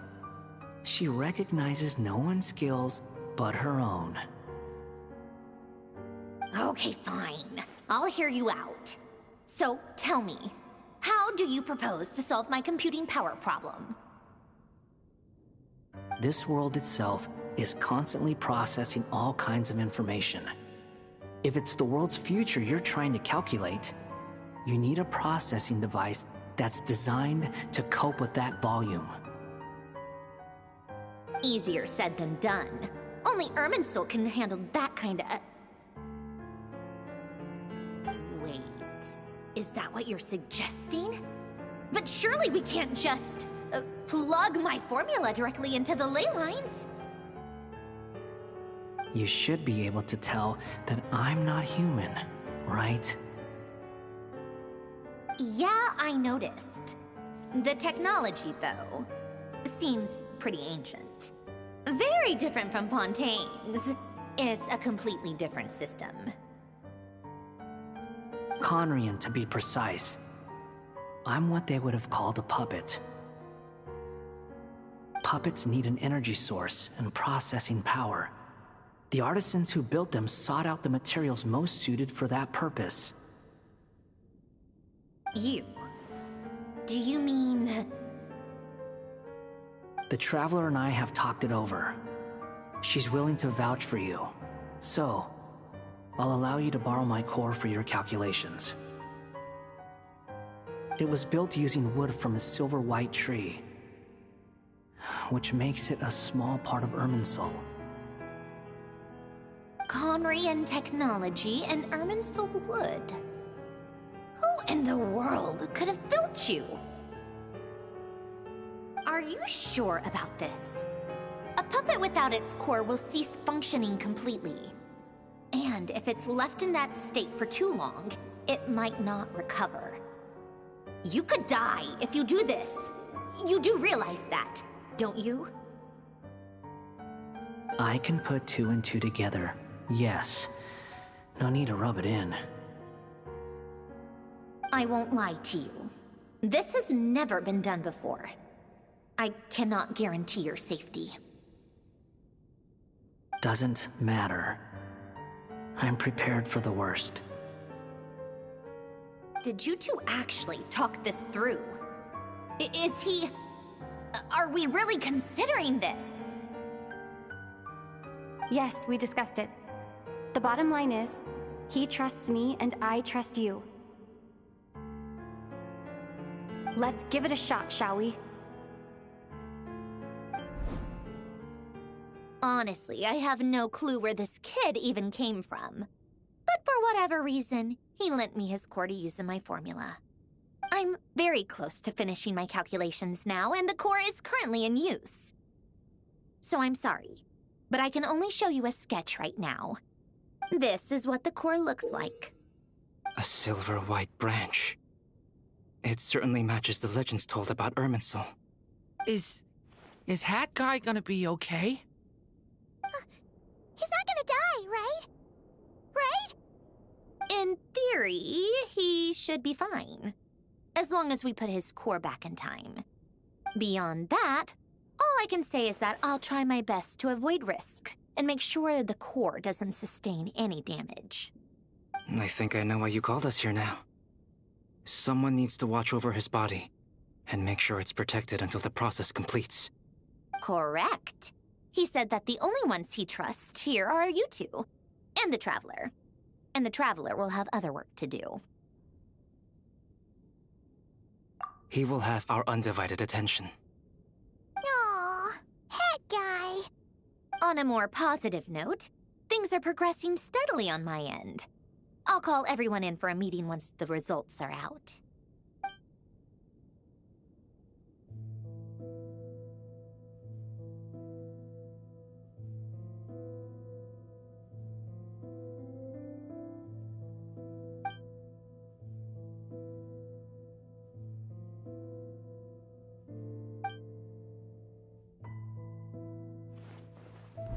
The worst-case scenario with the core removal is either a system reset or a total loss of function. But I'm not afraid. A quiet death should have been my fate long ago. A core is completely different from a heart. It's like another vital organ entirely.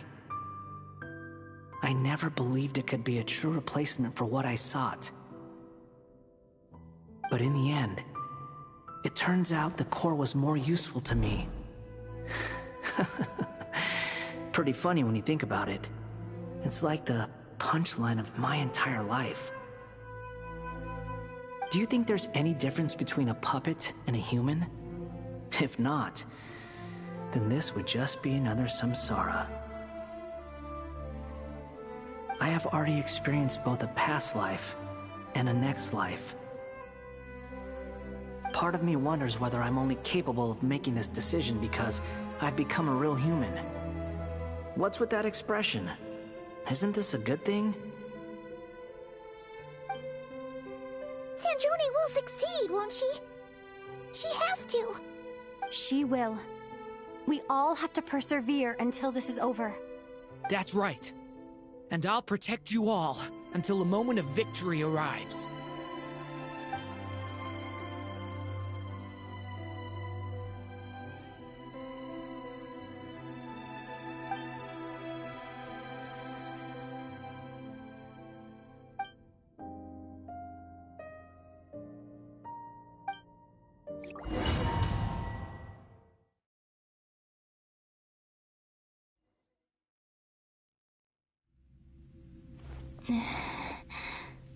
Who are you? Call me Sonnet. You have the same power as Canon. Sonnet. So, you're the goddess of the iridescent moon? Oh, goodness. You recognize me? Well then, what's your name? Columbina. Columbina Hyposelenia. Hyposelenia. What a lovely name. Did you choose it yourself? It was a joint effort between me and my friends. Friends? You mean your friends in the heavens? Huh? Oh, sorry. You must be exhausted. I apologize. Hang in there. Let me introduce you to my older sisters. Do you mean the other two moon goddesses? Arya and Canon? Wow, you sure know a lot. Hey, does that mean that our story goes on into the future?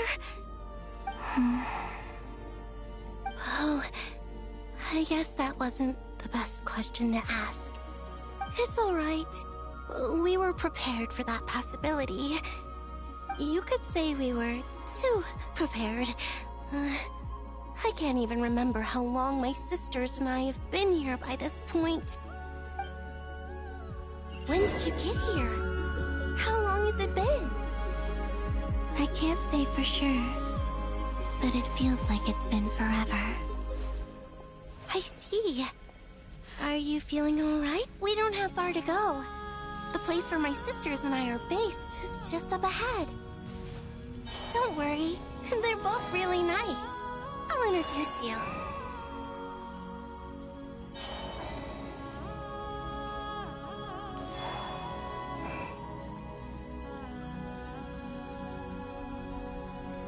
Sisters! I'm back! And look who I've brought with me.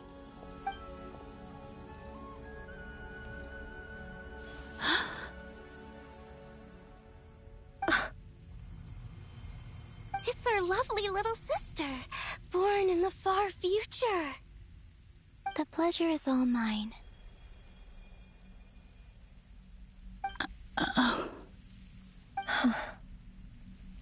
Allow me to introduce you to Columbina Hyposelenia.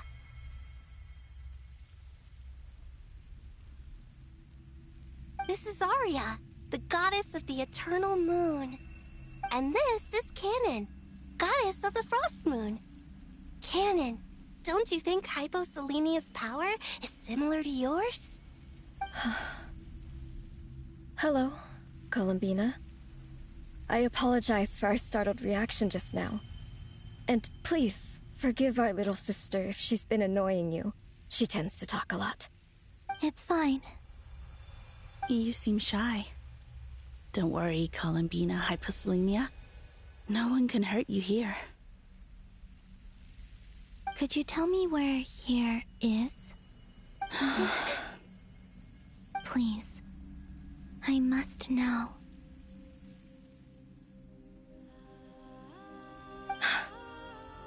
My dear sister, this is where Tevat's original ruler, the Dragon King Nibelung, imprisoned the moon goddesses.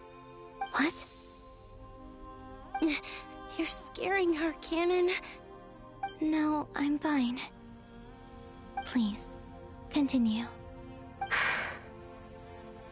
Nibelung, our original master, created us in the distant past to maintain Tevat. But he left this world and traveled into the dark universe beyond, to explore worlds vaster still. Day and night, we fulfilled our duty in the heavens, until the day that the first Descender arrived. The great ruler of the firmament. The heavenly principles. Is that what later generations call them? I see. But we did not reject them at first, nor did they seem to harbor ill intent towards this world. We coexisted in peace. They were like a guest in our home. Slowly, however, we came to realize that our guest had a growing desire to change and dominate the world. And you didn't stop it? No. There was an order to the rules they set up that Nibelung never taught us. We wanted to know if this order would bode good or ill for Tevat.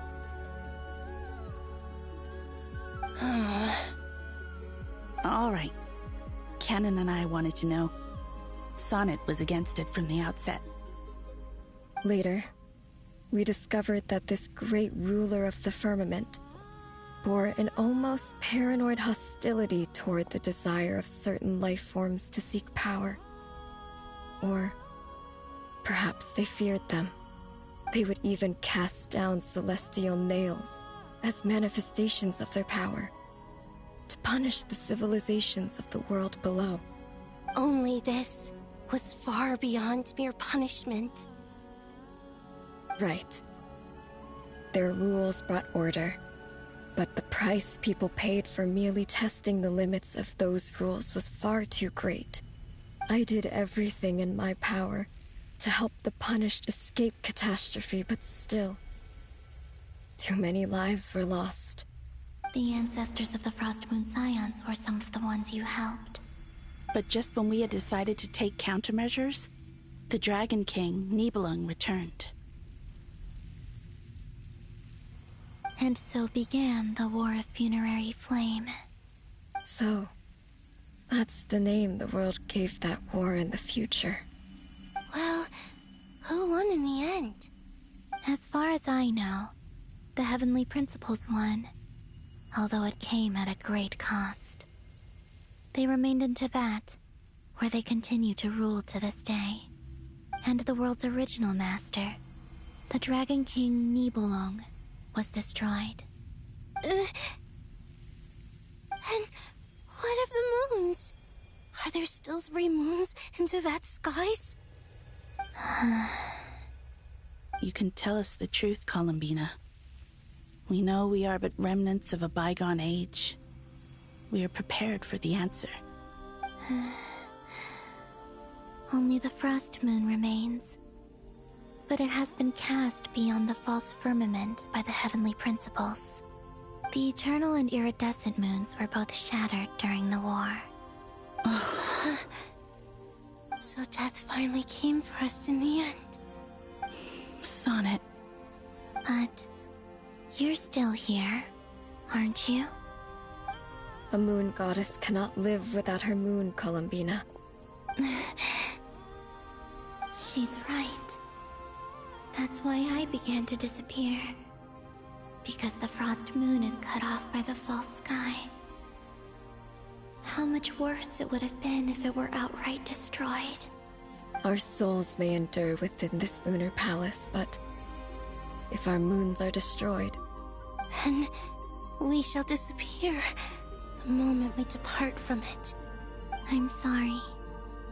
There's no need to apologize to us, dear sister.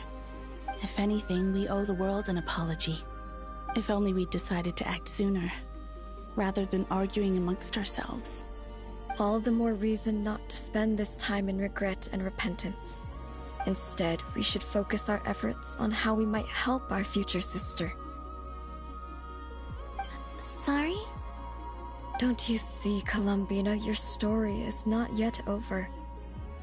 Is that not why you are here?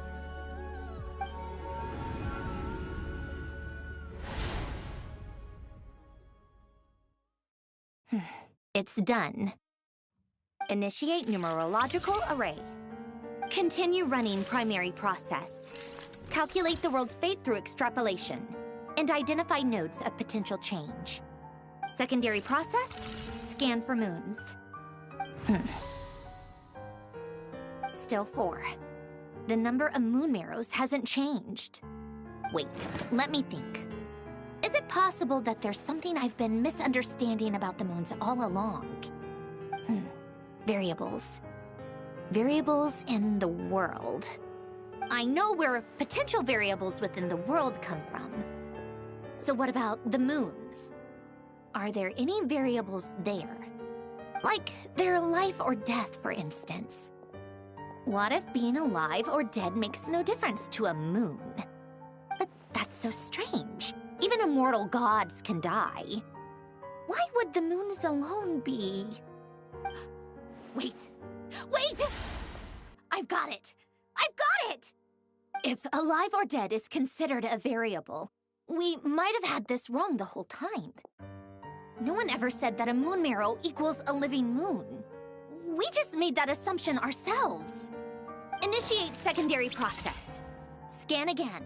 This time filtering out interfering perimeter. Moon marrow. I don't care if they're natural or artificial. Get them out of my search results!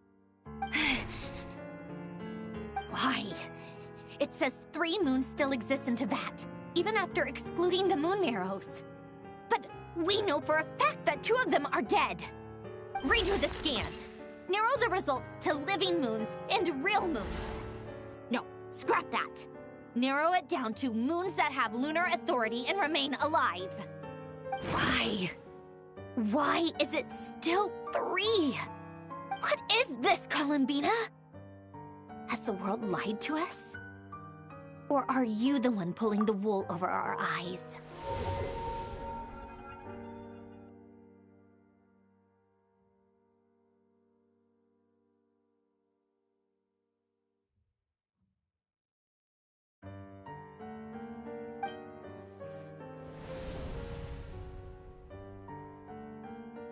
So, you think that the moon's reflection might be where Nibelung imprisoned the three Moon Sisters? Yes, it would explain a lot, such as why that space would respond to a moon goddess's power, opening the moon gate at her command. It would also explain why Miss Columbina has been unable to leave, and why time flows in reverse there. In the messages she sent, Columbina promised us she'd find a way to return, but we have no way of knowing how, when, or where this might happen. The fact that she still has yet to reappear in this world indicates that returning from that place is no easy feat. We cannot afford to simply wait for her. So you're saying, if she could return by her own power alone, she would have done so long ago? Yes, she certainly wouldn't leave it to this late stage when it's so touch and go.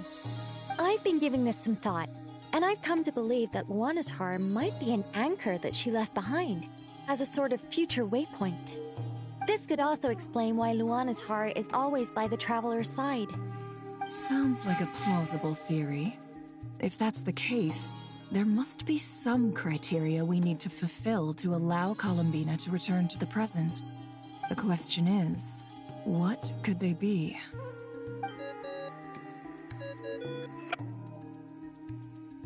Hello?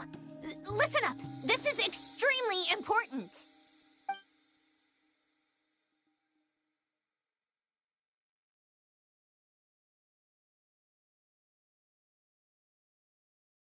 Not only is Columbina alive, but she may well exist in a form unimaginable to us. I'm still unclear on the details, but she's done something truly inconceivable in the past.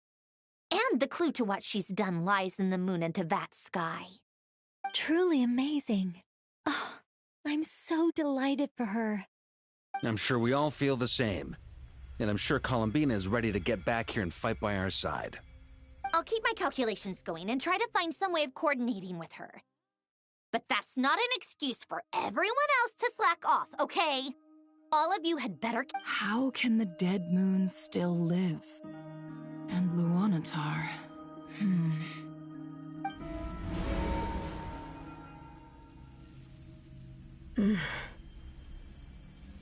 It's hard to believe that's what will happen in the distant future.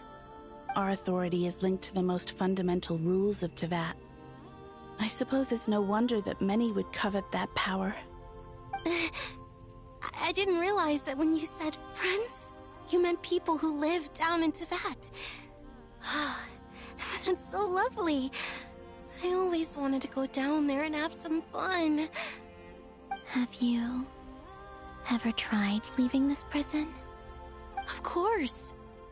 Between us, we've tried everything. But no matter where we go, this space will eventually bring us back here.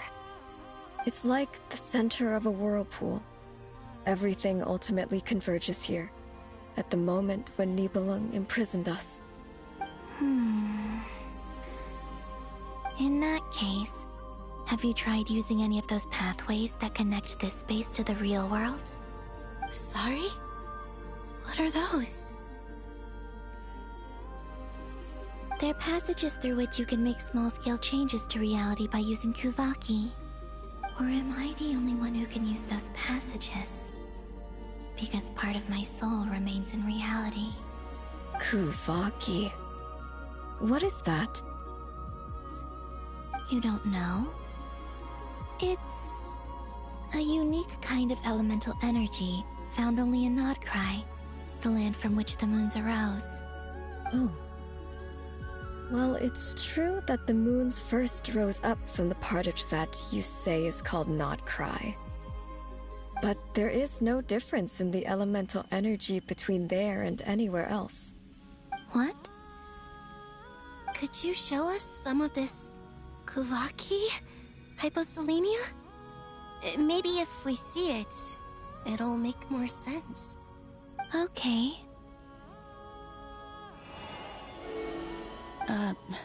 Isn't that just your power? What? But it's everywhere in Krai. In the air, in the land, Even the creatures who live there have adapted to its influence. How curious. This Kuvaki certainly did not exist anywhere in the world before we were imprisoned. Let alone influence living creatures. So, how exactly does it affect them anyway? Can they float in the air like us? This is so strange. Why would their reality differ so much from mine? Columbina, you're looking for more than just a way out of here, aren't you? Yes. If I am to help my friends, I will need tri-lunar authority on par with that of our foe. You mean... you'll need our power? This sounds extremely risky. The Three Moons' powers are not mutually compatible. Concentrating them into one goddess will be a very painful process. And if anything goes wrong, it could tear you to pieces. I know. But I'm willing to take that risk. Even so, let's say we successfully transfer our authority to you. How will you take it outside this prison? Niblin constructed this realm specifically to prevent us from using our powers to interfere in his war. No moon goddess can leave this place alive. What if I don't leave alive?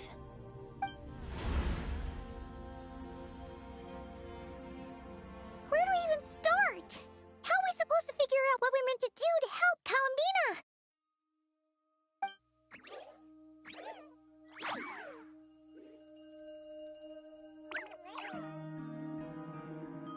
Columbina, what do you need? If she really got to the beginning of time in there, how do you think she'd leave us a message? You don't think she'd write it down on a stone tablet? Seems unlike Columbina may not talk a lot, but she thinks deeply about issues like this. Let's review what we know. This is the Columbina who fought alongside us against the Rehir of Solnari, and with whom we celebrated Moon Prayer Night. She knows our personalities, our ways of doing things, even our unique strengths and abilities. So, if she wanted to tell us something from a long, long time ago, what would she do? Oh.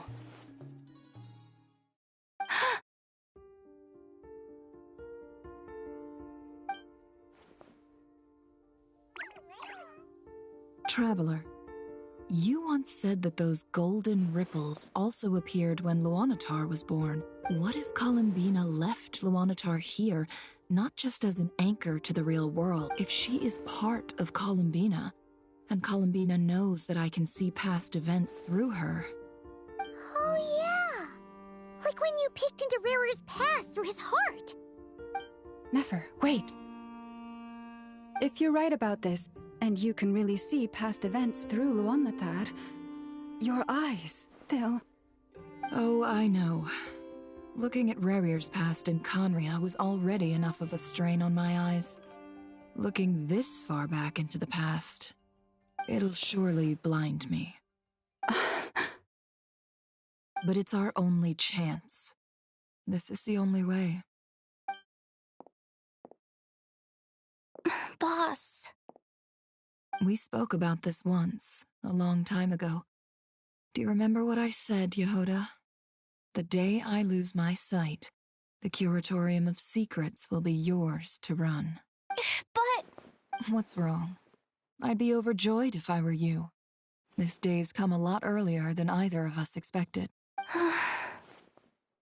I need to know you'll honor our agreement, Yehoda. Yes. Are you sure you don't want some time to think this through? What is there to think through? I should have gone blind after our battle with Rerir. Frankly, it's almost criminal that I got away with it for this long. Then at least let me take some precautions on your behalf. And if you really do lose your sight, I'll visit your office every day and make sure you're well looked after. Oh, please, anything but that. I was actually ready to go through with this. Are you trying to scare me into backing out? As if I could ever scare you. I'll assume you're just joking. All right, enough chit-chat.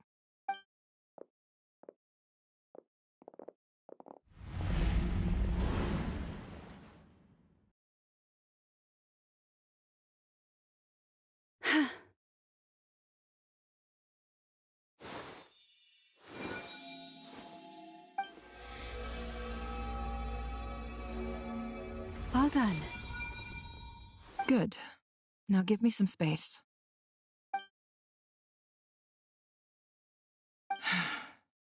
Come on then, little one. Show me what happened in the past.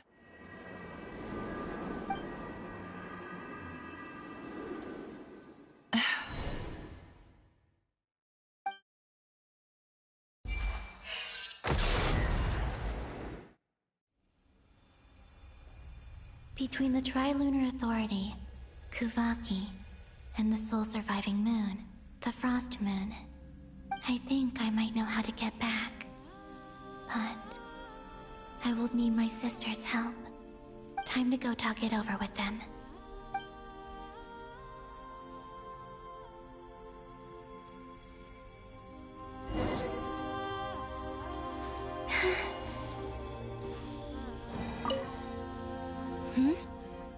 Have you decided what to do?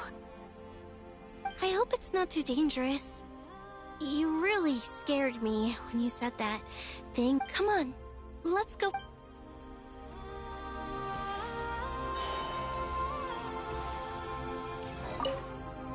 It seems you have reached a decision. I'm all ears. What do you propose?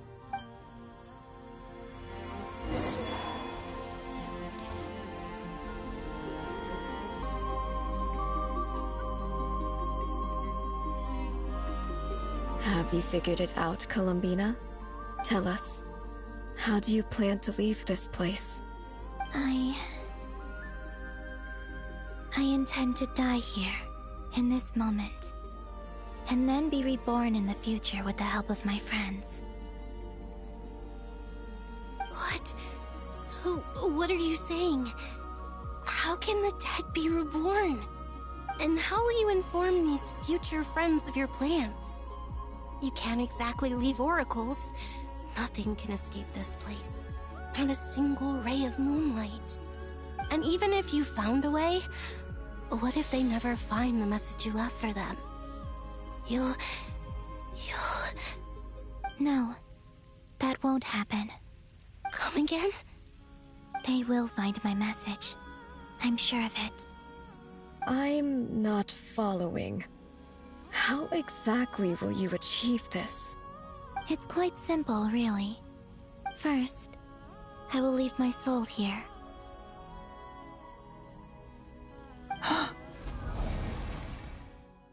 I see it. Your soul? You mean you're a divinity? Yes. I once left a portion of my soul in the future. One so small that this prison barely noticed anything. In this very moment, she can resonate with my soul across time. When the time comes, I believe that she can serve as an anchor to pull my soul from here back to the future reality. Just as gravity connects the world to the moon. Exactly. In the future, where I came from, the moon has been cast beyond the false sky, but I can still feel that it is there. In a similar way, I can feel a connection to the soul fragment I left behind even now. My friends can use it to detect my presence. But how do you just leave your soul here? Is that even possible? On my way here, I met an ordinary mortal who entered this place long before I did. Her body is long gone, but her soul remains. And before that, I encountered an old enemy whose entire soul survives here intact, while the power that once corrupted his body has faded away. So, perhaps this space is specifically designed to imprison divinity and authority. but not the physical body. Still, even if your body can escape, would it not just be a lifeless husk without the soul inside? Wait, is that what you meant when you said you wouldn't leave alive? Yes. I shall turn my body into moonlight and pour it over Krai. That power shall protect the land and quietly blend into it, awaiting my soul's return in the future. However, I cannot do this on my strength alone. I would need your help to do this, so I'm humbly asking for your assistance. Oh, dear sister, you need not be so formal. As I said before, we are but remnants of a bygone age. You, on the other hand, were born alone in that distant future, and you have walked a long and lonesome road since then. How could I bear to let your story end here in this dungeon? Don't forget, we are your sisters, your family.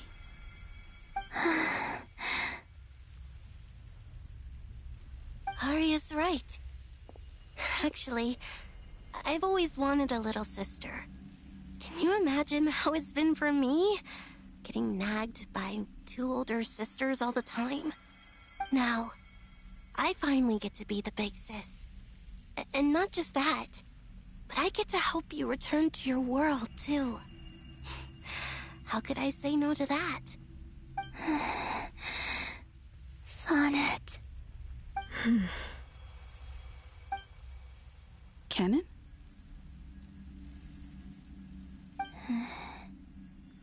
I'm sorry. I know this is a bold request. The Frost Moon is rightfully yours, and it remains intact. Oh, no, please, don't misunderstand me, Columbina. I was just thinking back on the years that the 3 of us once spent together. You cannot imagine how happy I am to hear of the future world you describe. The Frost Moon Scions, your lovely, kindly friends. For the 3 of us, whose purpose in life was to maintain the peace in Teyvat. It is a great relief to know that the people of this world live in such an abundant future. If your plan can save them, and save Krai, I will gladly give you all that I can. Besides, the 3 of us have been together since the day we were born. I could never abandon them to live on alone without them. Canon. Still, I do have one question I would like to ask you before we proceed. Certainly. What is it? Why do you cover your eyes?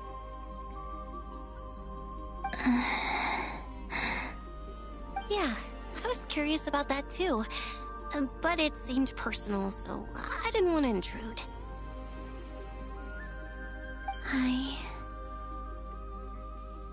There was a time when I refused to look upon the world. I believed it was full of nothing but lies and falsehoods. I wished to hide my feelings, seal my heart, until I could return to my true home. I see. Perhaps that decision saved you from ever having to see the false sky again. But at the same time, you likely missed out on many true and precious things, like the smiles on your friends' faces. Promise me this, Columbina. When you return to the future, open your eyes, take a look at the world around you, and see your friends. I'm sure that you know this already, given that you long to return, but that is your true home. Give me your hand, Columbina. Arya, Sonnet, you too. Okay. All right.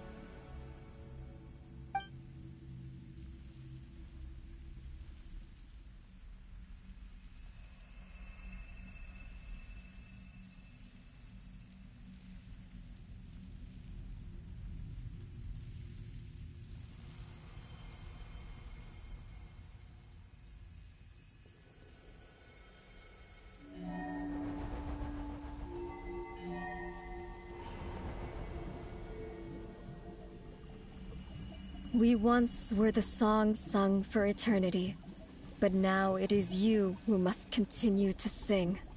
We once were the tides in the great river of time, but now we subside, and you arise.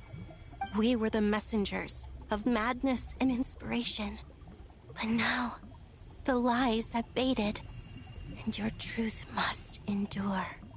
We are souls awaiting the sun. You must return to be with those who smile when they see your face.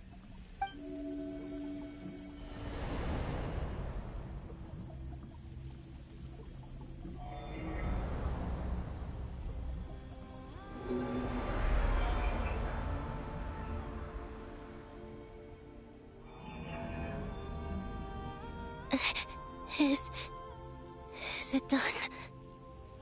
Yes. We have transferred the authority over all 3 moons to Columbina Hyposelenia. From this moment on, she is the Tri-Lune Goddess, the one and only moon goddess of this world.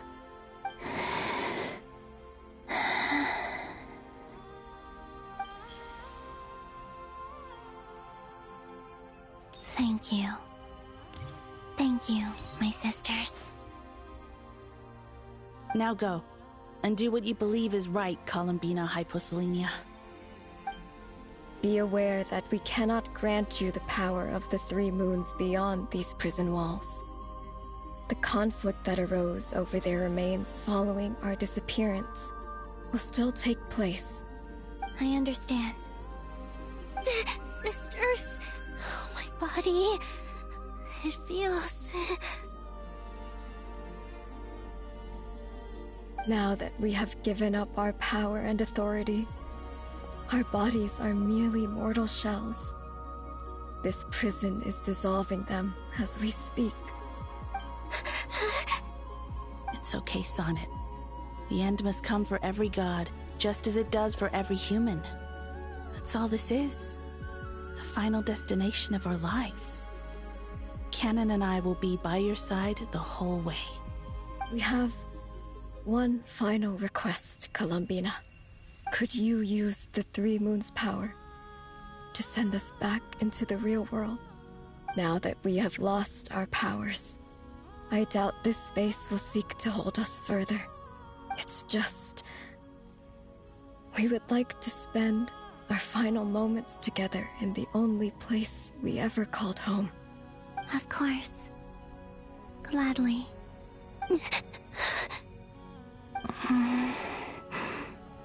Sonnet? Yes? Don't... I wish I could tell her not to give in to the abyss. Not to be afraid. But is this really what I should say at this moment? Don't forget.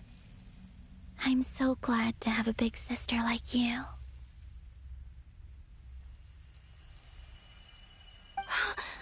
No, Hypo... Thank you. I'm okay. I'm not afraid. As long as my sisters are with me, I won't be afraid.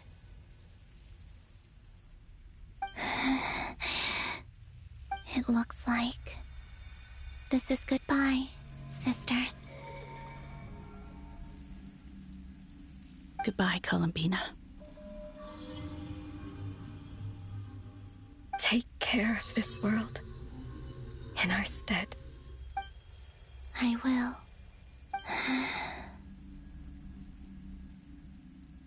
And now, it's time for me to bid farewell to my body, too.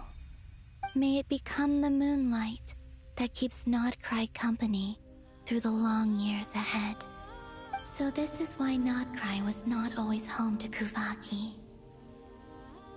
It only appeared after I poured my body out upon this land, and only this land. Kuvaki responds to me because it is me, my body, answering the call of my soul. And the golden energy I've encountered on my way here was, in fact, that very soul, which I am about to leave here to guide me.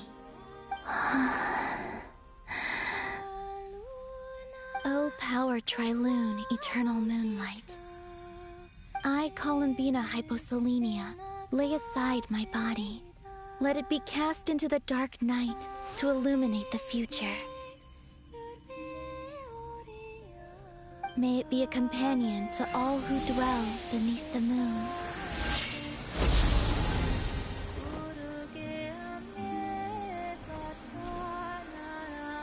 Until the time comes for me to return home.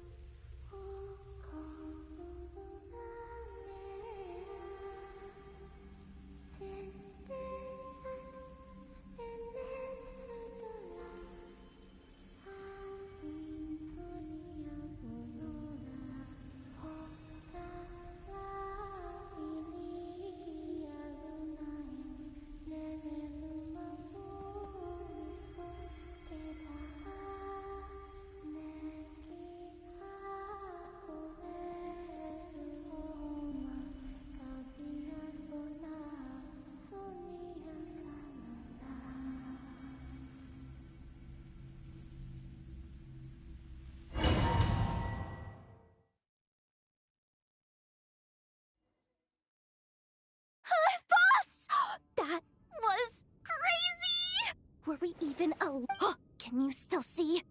I see 2 fingers. Truly astounding, Miss Nefer. Your eyes have glimpsed the very ends of the world, and yet they remain as sharp as ever. Or is the credit for this miracle due to Miss Lauma? It seems that even time itself is no match for your medical skills. Surely you jest, Mr. Flins. I suspect we have Columbina to thank. She must have realized the immense toll that the ritual would take and purposely set aside some of her power in the past to protect Nefer's eyes when this moment arrived. There is always a great price to pay for witnessing the truth, but it seems that this time, Columbina has shouldered that burden on our behalf. She chose the perfect method of getting a message to us. Though her eyes were always shut, she was clearly so perceptive. She knows us well. Despite being separated by time and space, we're seeing this. We still don't even know if she's okay right now. But as long as there's... We'll get you back somehow, Colin.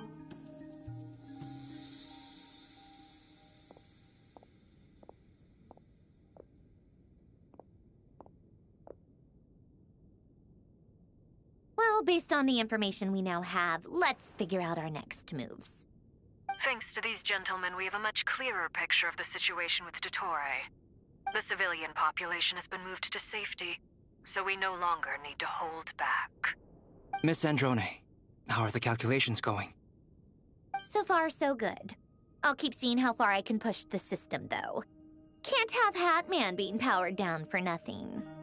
There's still a long road ahead. Where should we begin?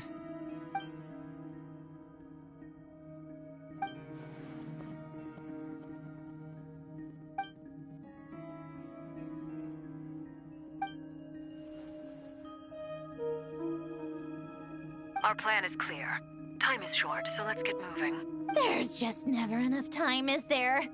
Time is the bane of my existence. Ugh. Alright, we'll do our part too. Yeah. Take this. Receive the blessing of the new moon.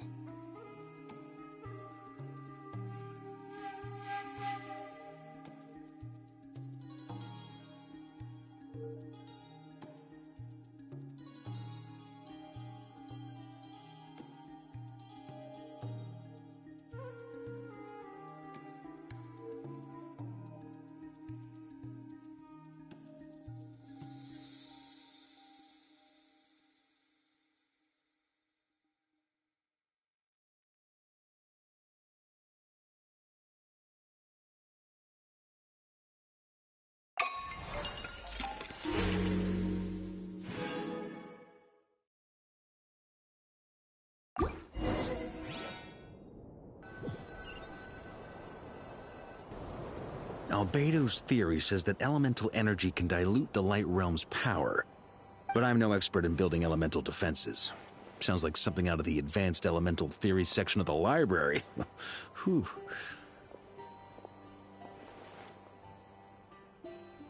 You seem quite troubled. Well, yeah. I mean, who doesn't get a little flustered when they're completely out of their depth?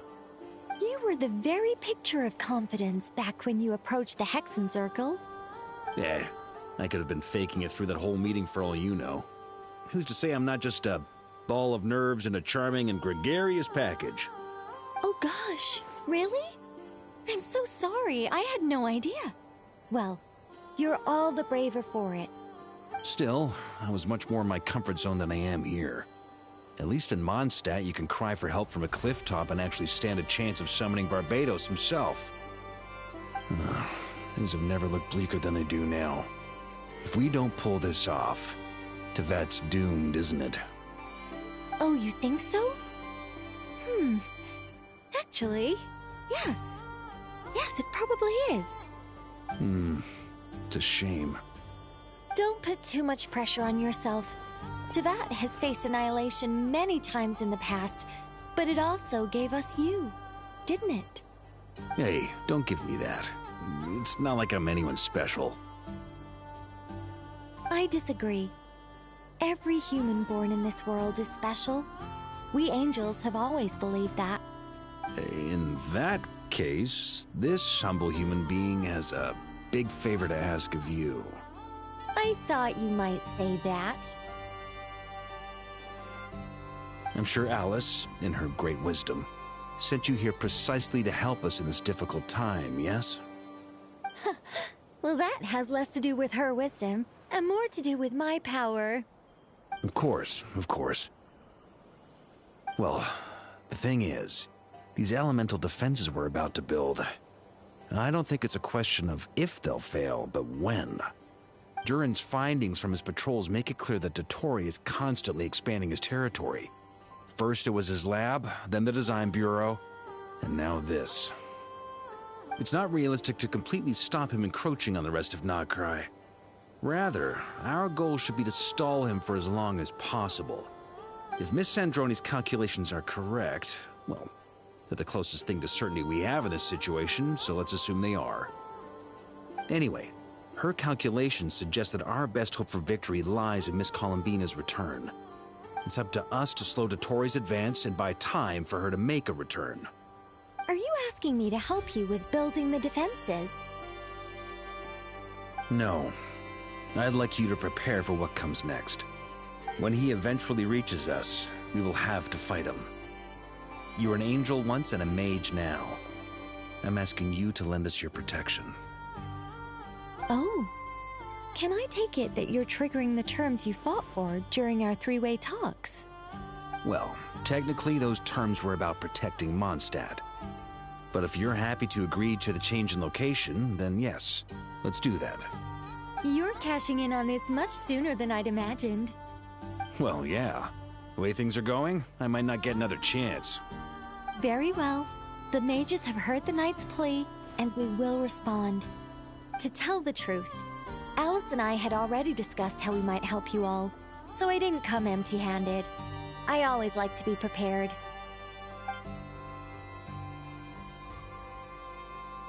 This is... wow. Yeah. This is great. Seriously, thank you. It's been many long years since I had a chance to dazzle humanity with a little divine intervention. To humbly serve as a reliable and responsible guide.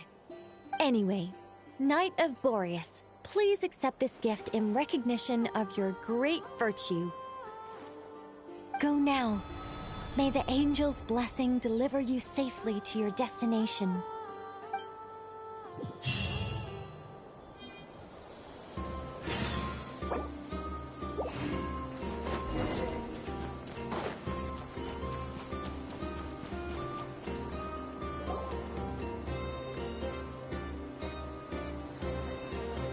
You're here.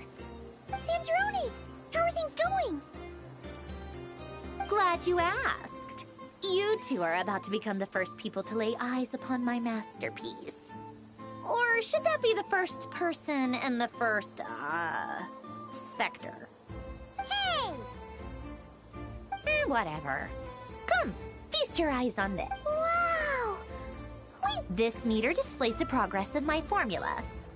Once it's finished running, I'll deliver it right to your... What do you mean, deliver it? Can't you just tell us over the... You're such a greenhorn. This isn't the kind of form... Whatever. We'll be here all day if I start trying to I'll share the data with you. Nicole's agreed to let me use her information channel. There. Now... Wow! Look at that! You're amazing, Sand... About time you recognize... Anyway, that's all for me. You should check on the... That might sound harsh to you, but close supervision is a common practice in a Fatui. I'm kinda stuck here while the formula's running, so I need...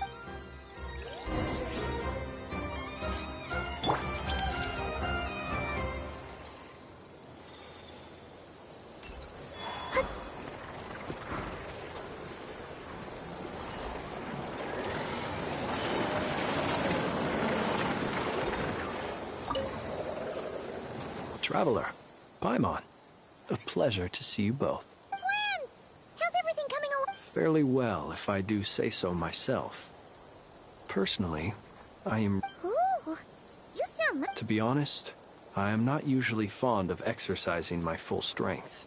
For one thing, it's hardly conducive to maintaining a low profile. Besides, I believe one should have the right to choose when to show their hand. I am conserving my strength until the moment of battle is upon us. Anything to boost our chances of victory. Seeing you get into the zone like this really puts Paimon at ease. I consider it an honor to have your trust. Rest well. I look forward to seeing you both in your element during the battle.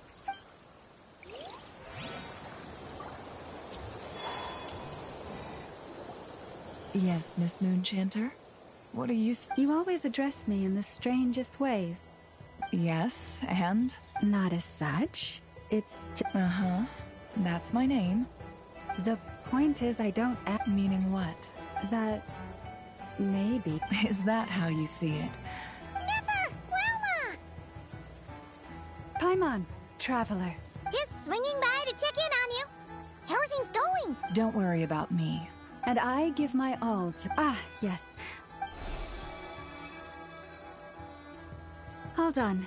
You're both in good shape. You're welcome. You'll have your work cut out for you. Paimon will keep an eye on her. I'm glad to hear it. Sure thing.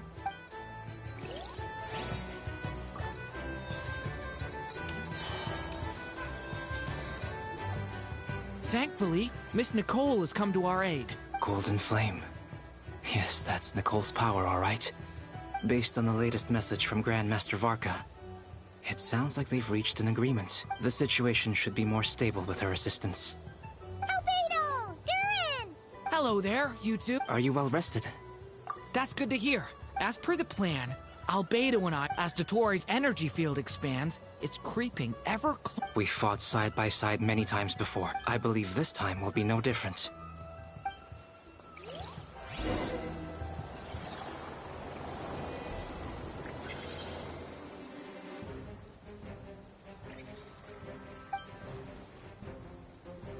Here they come. That's quite a horde. As we expected. Get ready, everyone. Take your positions and prepare to engage. Let's begin. I'm at the ready.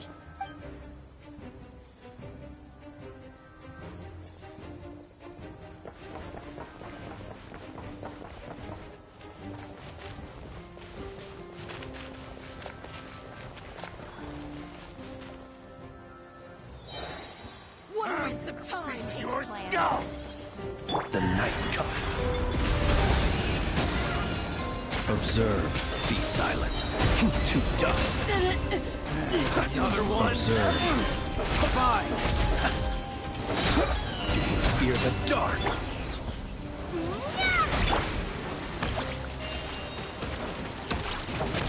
Close your eyes.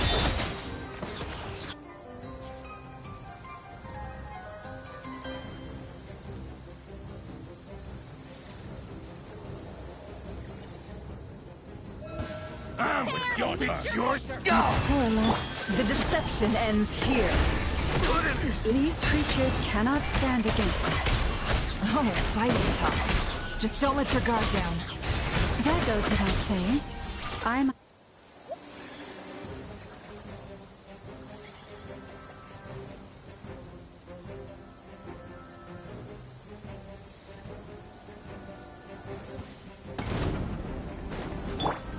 Watch out!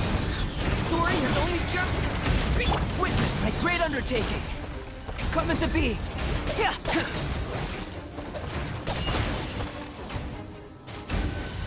That was easier than I thought. Naturally. What do you mean? Is it because as created beings...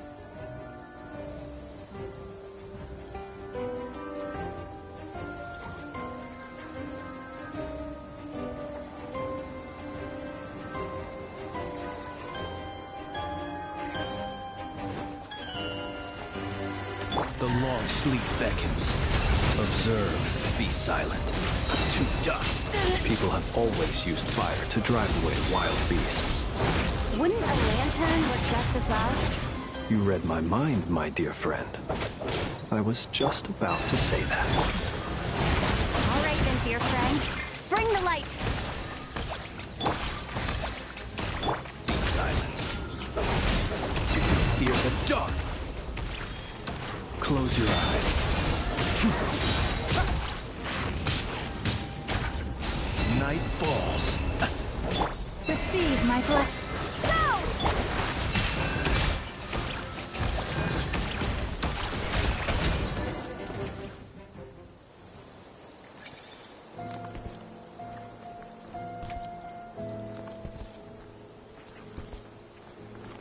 You're looking well.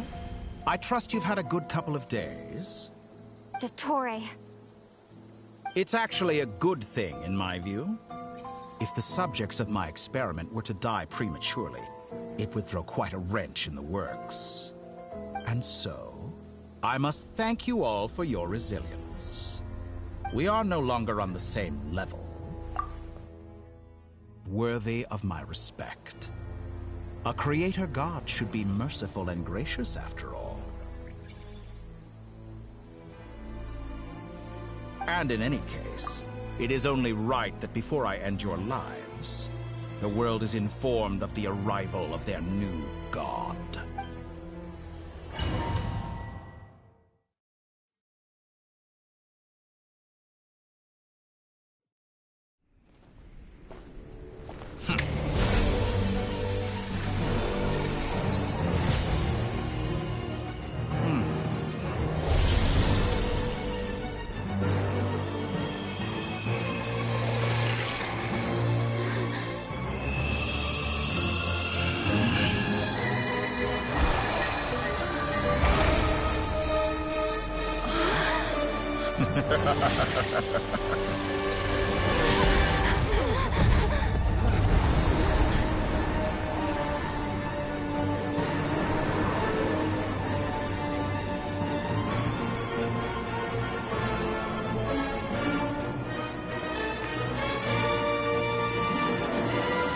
The experiment begins.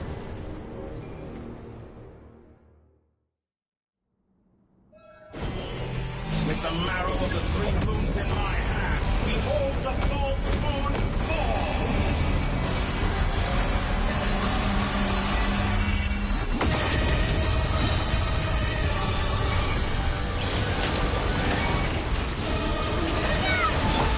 Beware the creatures of the night. Observe.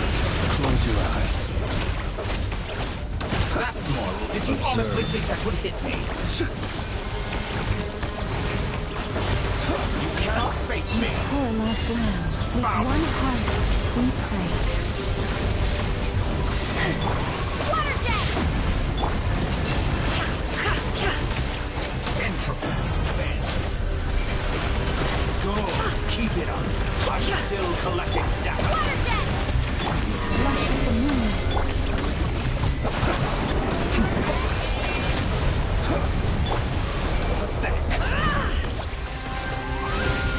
Can I disprove?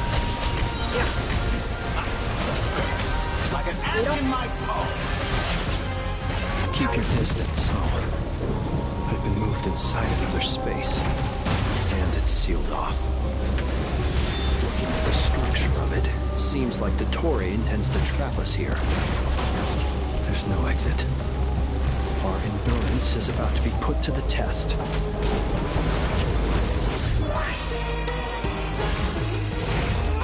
How dumb!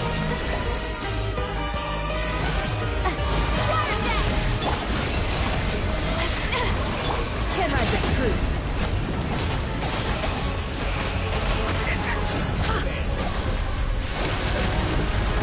No more lies. Here I thought you'd dodge that. Receive my blessing. Stay your hand. By the frost moon of old. Can I get through?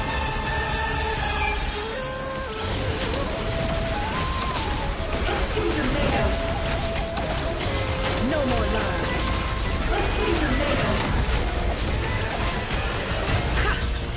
Did you honestly think that would hit me? Bombs away! Flesh is the moon. Good. The Keep it mystery up. unravels. I'm still collecting data. Of the three moons in my hand. Behold the false moon's fall.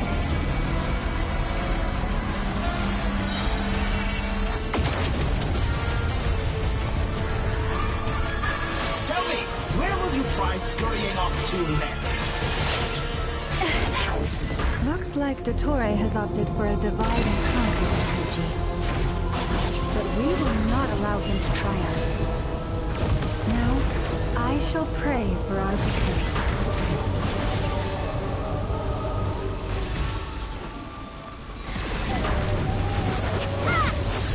Entropy bends to me. Can I get through? It all adds up.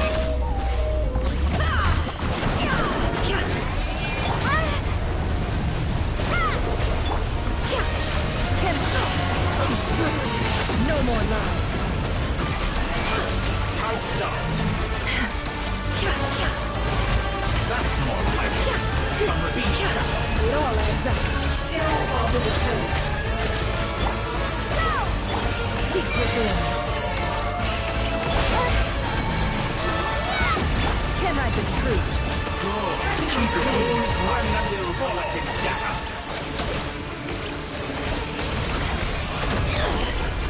The deception ends here.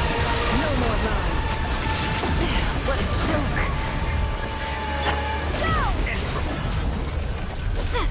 Water jet! Can I get Such through? a simple attack. And you're all excellent. You barely managed to touch my level.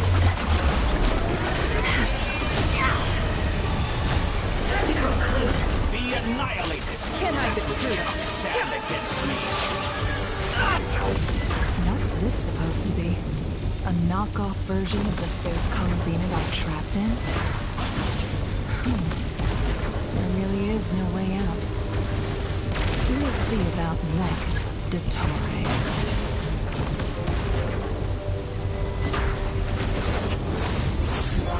My apologies. I had not intended to take your teammates from you. But you have a choice. Release them. Pathetic. An excellent deal, if you ask me. Won't you consider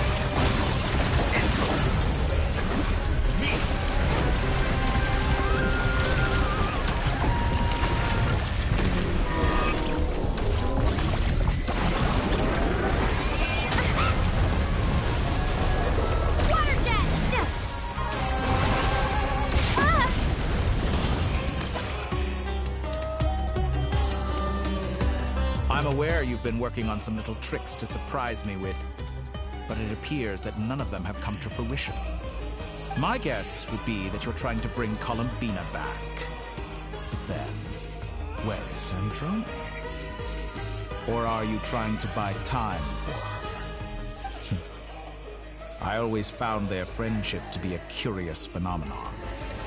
Too highly incongruent. Speaking of Columbina, I once saw her as like a younger sister. We got along quite amicably while she was with the VIII. But then one day she suddenly decided she would refuse to take part in any further experiments.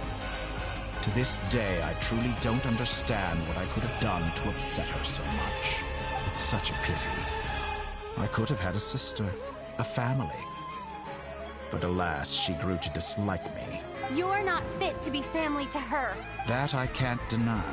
So many people, all obsessed with playing out the same tired old dramas. This world is rotten to the core. And then there's you. You had every opportunity to reach the right conclusion. The thought of killing you off like this? But I maintain that I approached you in good faith, so I will offer you another chance. Will you work with me? You have until I count to 10 to make your choice. 1, 2, 3. Not in a million years.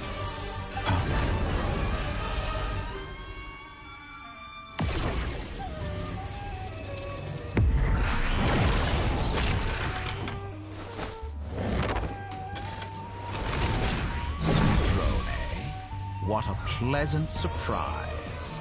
I didn't think you'd join us all the way up here. You're as sick and twisted as ever. Don't fool yourself into thinking anyone's grateful for the chances you're offering them. Sandrone, the formula hasn't finished running yet. Funnily enough, I was just discussing a collaboration opportunity with the Traveler, and then I see you, who I must say is a good example of an opportunity gone to waste. Gone to waste? I said that everyone would get one chance. And you've used yours to march right back into the lion's den. So yes, it's an utterly wasted opportunity. And what makes you think I believe a word that comes out of your mouth? I was planning on disposing of your little formula after wrapping up more urgent business here.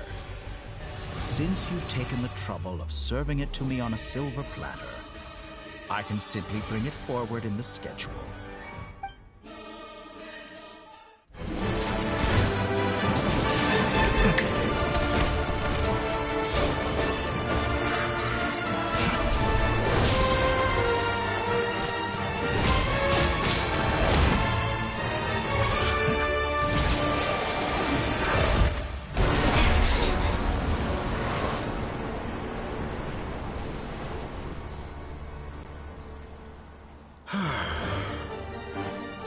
Is this your life's work? This piece of trash?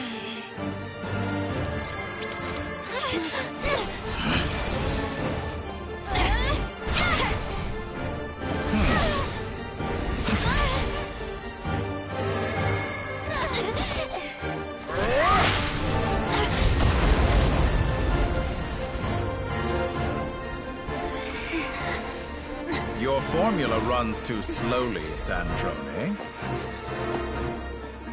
You put your hope for success on others instead of fighting dirty. That is why you have failed. Now, whom should I slay first? Any volunteers? No one? How nice of you to leave the decision to me.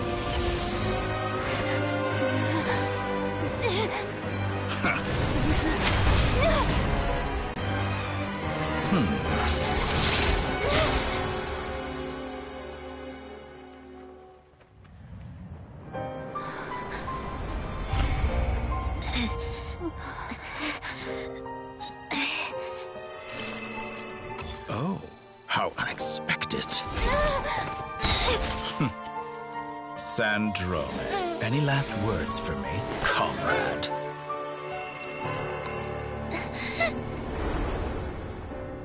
Is there anything you wish for? Not really. But I've always known what I don't want. Go to hell, Dottore.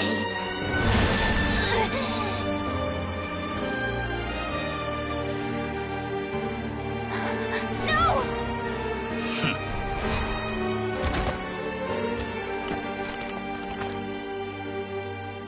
And now, you have failed.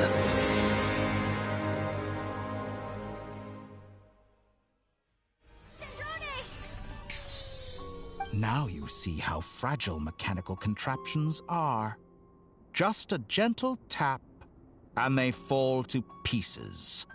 However keen of an inventor Sandrone may have been, her death spells the end of the formula that was running inside her body. Of course, I have to commend her for making it this far. As her colleague, I have to admire her stubborn tenacity. Now, it is time for you to take your place by my side. My count was interrupted, but the second chance I extended to you still stands. Once again, you are welcome to join me. By now, I'm sure you have gained a greater appreciation for the power and authority I wield. What is stopping you from embracing a new world of endless possibilities? Not in the mood to talk? As you wish. You seem less talkative than usual today. I'll change the topic to something more apropos. Sandrone was always like this, never trusting anyone, always so reluctant to share her research with them. Objectively speaking, she had her strengths. It is remarkable how she extracted and even optimized the world formula from so much data. But her inability to trust was her undoing. Had she allowed someone else to monitor or run the formula for her, you might still have a chance at victory even now. But regrettably, she was a stubborn fool. As much as it pains me, she had to go. Dottore. Maybe this is news to you, but people can change. Columbina surprised you when she escaped, and I think Sandrone would surprise you too. Change? You can twist the truth however you want, but I see it clear as day. You're the one who can't trust other people. Is that how you see me? By this point, what can you hope to do about it?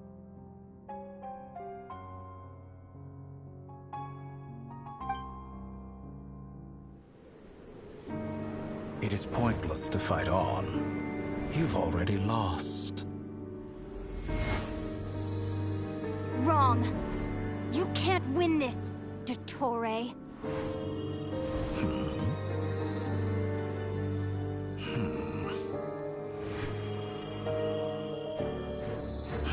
What?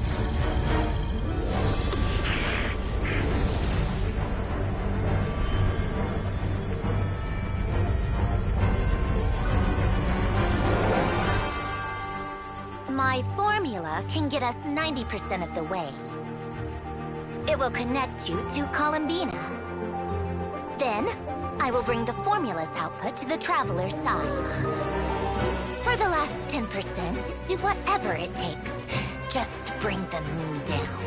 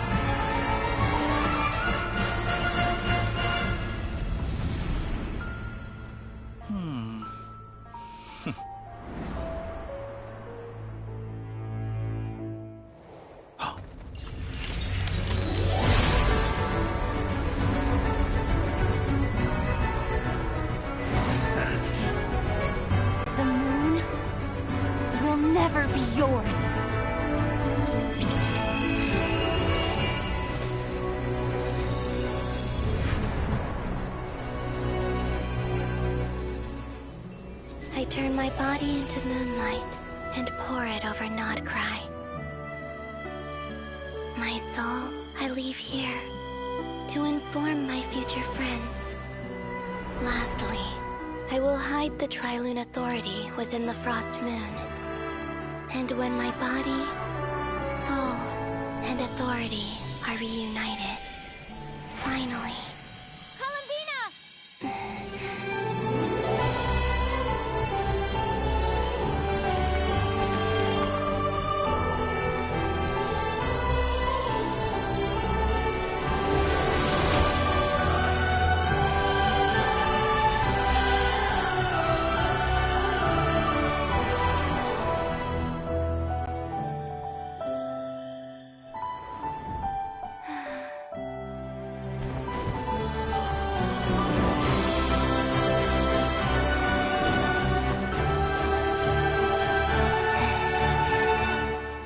It's been too long.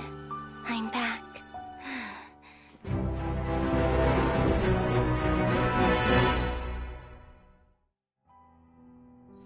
Stay focused on the battle, Traveler. What a touching reunion. Though I personally find myself repulsed by the sight of weaklings huddled together for war. Now, quite finished patting yourselves on the back. Show me how long you can stand before you drown. Watch out, Krai! He can manipulate space itself! I know. Wait for the right moment. Strike together. Moon's remedy. Water jet! Why? Pathetic.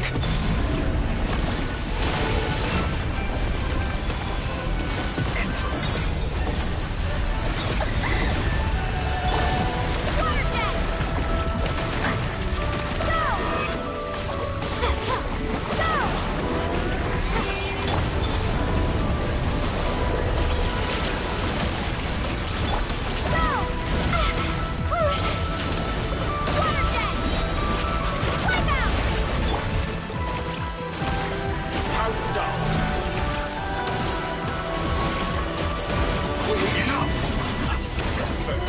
Like an ant in my palm.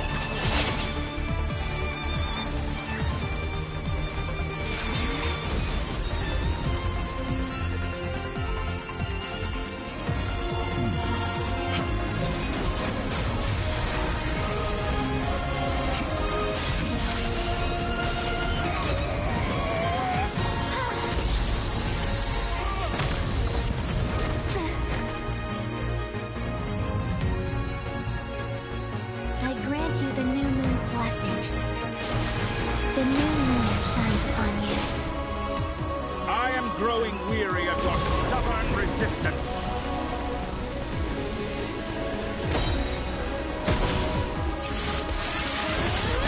It's over, Dottore!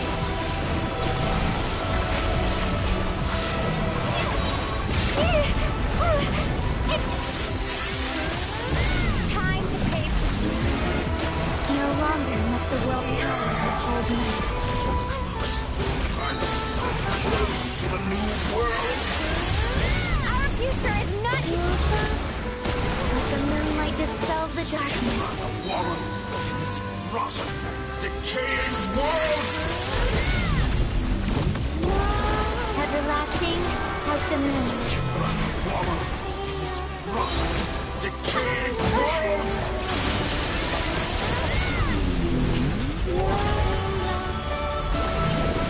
Rather wallow in this rotten, decaying world.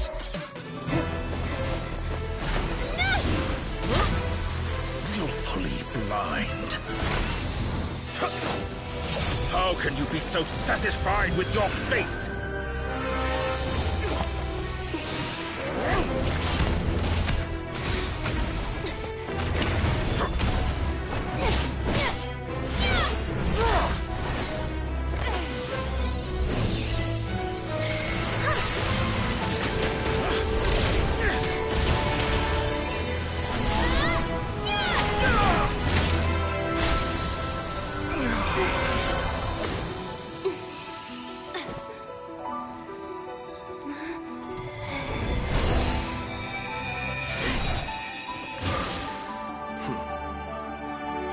This battle was never about fate.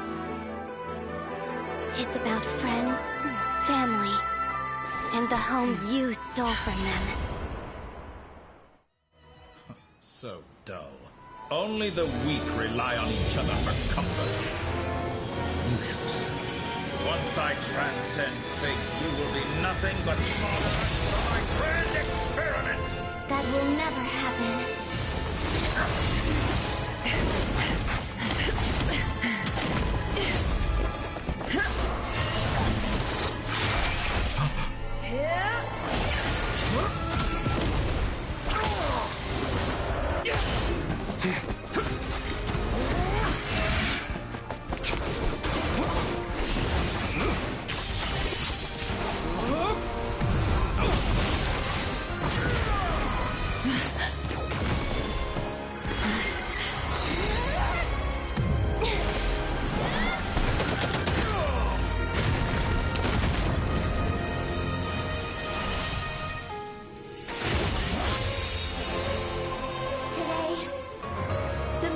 touch this world once more!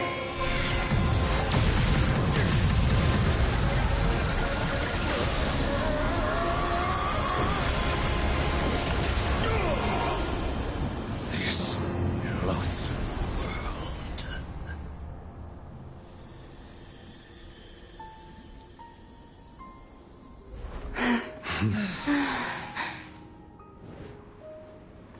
No. This world is our home.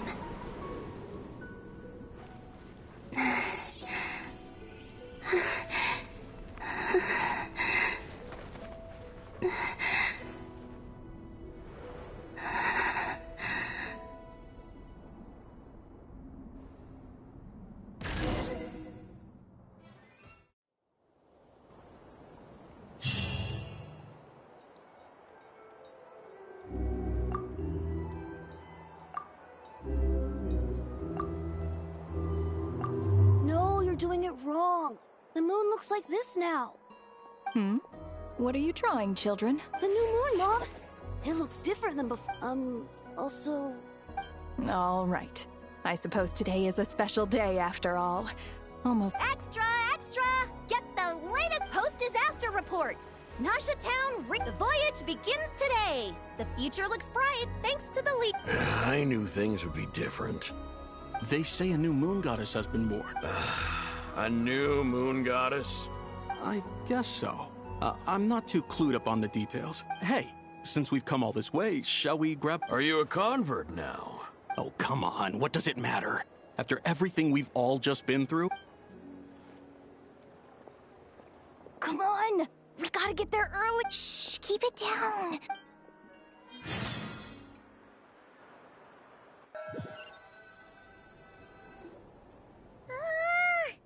Why is it so...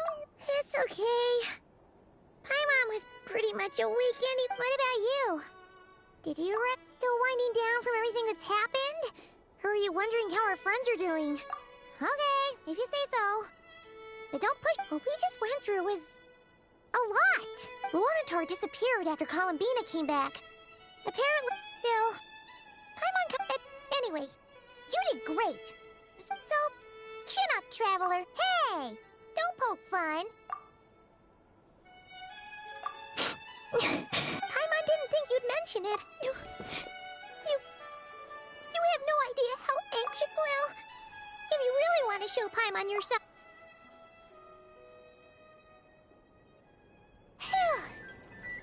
Okay. Huh? Oh. Hey there, Traveler and Paimon. Good morning. Morning, Yehuda. Here for some breakfast? Oh, I've already eaten. Just need some water. Careful there, Paimon. Yeah, she'd probably be safe. True. Well, nothing like a raging white...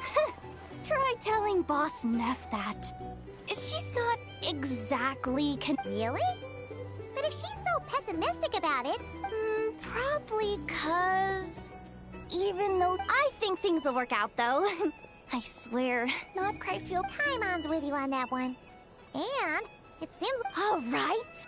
Everyone's been rebuilding these last... Life's slowly returning back to normal. Were you about to head out? Yeah. We were gonna take a... Sounds good.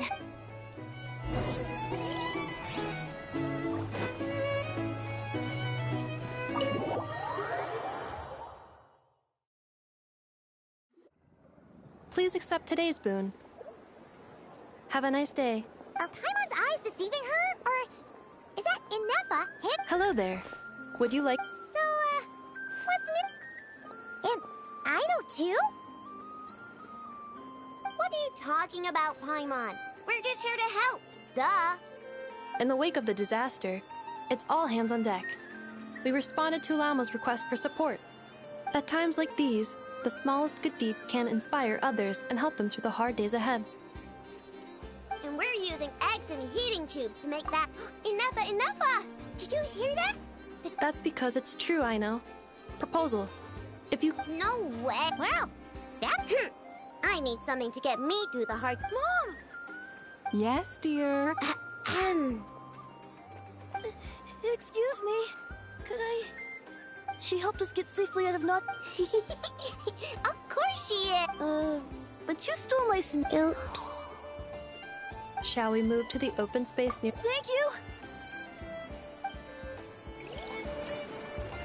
Aren't you the better pick for this job, Flint? You underestimate yourself yet again, Master Ilua. Not at all. I rarely come by Nasha Town. I don't know any of the big shots here. All in good time. Socializing is a step-by-step journey. But you're much further ahead on that road, aren't you? You're not seeing the full picture. You know the truth now. My friends do not understand my habits. There is no question about it. The Lightkeepers need a representative in the League. Someone who is upright, cares about other people, and can realize their self-worth through group action. You say it like you wouldn't make the cut. I am most flattered that you think I would. Sigh a little less, Master Ilua, and have more faith in yourself. All the Lightkeepers agree that you're a very promising young man. That is precisely why Starshina and Nikita felt safe delegating such important work to you. I'm sure we all also agree that we would sooner die of dehydration than manage to wrangle anything out of you in a discussion. My apologies. I am not in the habit of bringing water with me when I go out. Whatever. I'll take the job. Oh, it's quite the who's who of Krai. There's the Moon Chanter of the Frostmoon Scions.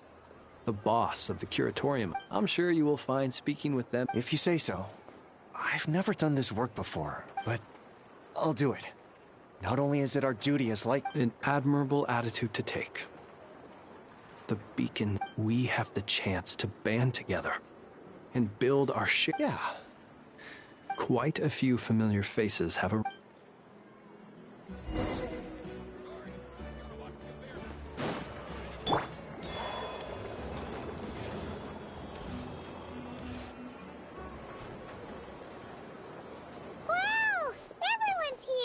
You seem well rested. I know no one's asked, but I'm sure you all want to know, so let me just say, well, great, but not perfect. Starting to lose my mind. I'm sure you had a sneaky... Wait, how'd you find out?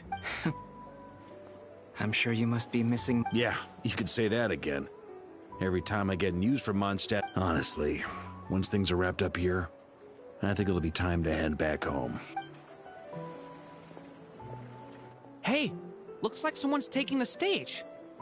Can everyone see okay? Anyone need a boost? I'll just listen from the back. You're taking this pretty seriously, huh? Well, it's not every day that I get the chance to see how people soak it up like a sponge. I'll make sure you get a chance to practice for yourself later down the line.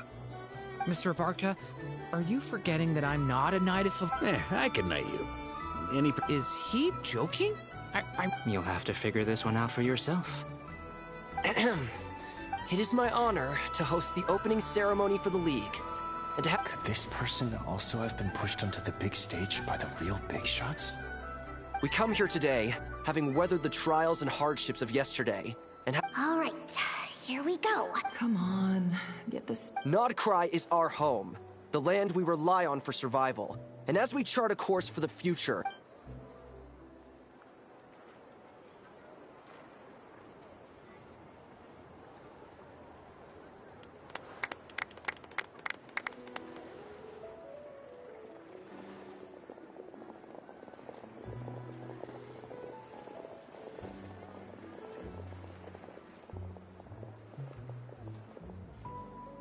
Looks like we'll have more opportunities to try. I'm sure you'll cope, Lady Moonchanter. Unfortunately, I suspect I'll be too busy. It'll be all right. I thought you'd approve. Columbina's as for the Frostmoon Scions, it is up to us to make our... I like the word I'm just not... The Frostmoon Scions should count themselves lucky, but Nod Krai's a big place. Well, that... Unless... For now, yes. What would make it worth... Getting out more than I put in. Then maybe it's worth it. All right, you can stop now. Or... You... Hey, you two! Congrats on all your... Nefer was trying to dissuade me from adding... Sorry, What? Your conversations are always... Would you two care to join me for some tea?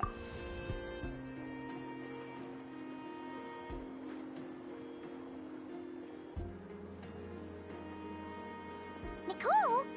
Wait. Sadly not. I'm otherwise occupied right now. If it's any consolation, let me say that how things appear, perhaps you'll feel better if you focus on the fact you... Okay. No, or... Well, that's not ominous at all. Not for the time being. Just think of this as a general check-in to make sure this communication system is still running smoothly. You could have just said so. Still, the best friendships are built through... It's never gonna stop being weird having tea with you when you're not... Alright, fair point. I'll bear that. Yeah. Any update on... Alice just informed me that they had their work cut out for them. And now everyone's thoroughly exhausted. The disruption caused by this disaster has made Teyvat easier to detect. She plans to wait for things to stabilize, then reschedule. As for me, I agree with Hat Guy's perspective. This is a time when many new variables are emerging. We have to remain vigilant and ensure that the Ember... I did notice that the energy in Krai changed somewhat after the War of Funerary Flame. But since it was still aligned with the light... It looks like I'll have to examine the connections between phenomena I observed. Just doing my duty. It's more or less second. Of course. To give you the full picture, I'd have to start with the substance from which angels were formed. Never mind. Paimon's right. By the way, you did receive the gifts from the Hexen Circle, yes? They're quite similar to the protective talisman that Alice gave Dory. Oh, so that's what kept... Indeed. We went to great lengths to make sure... I'm so happy they came in handy. Still, not fishing for gratitude. Anyway, I'll contact you if anything else... Oh, my angelic instincts are... You should head to the docks next. Your friends are about...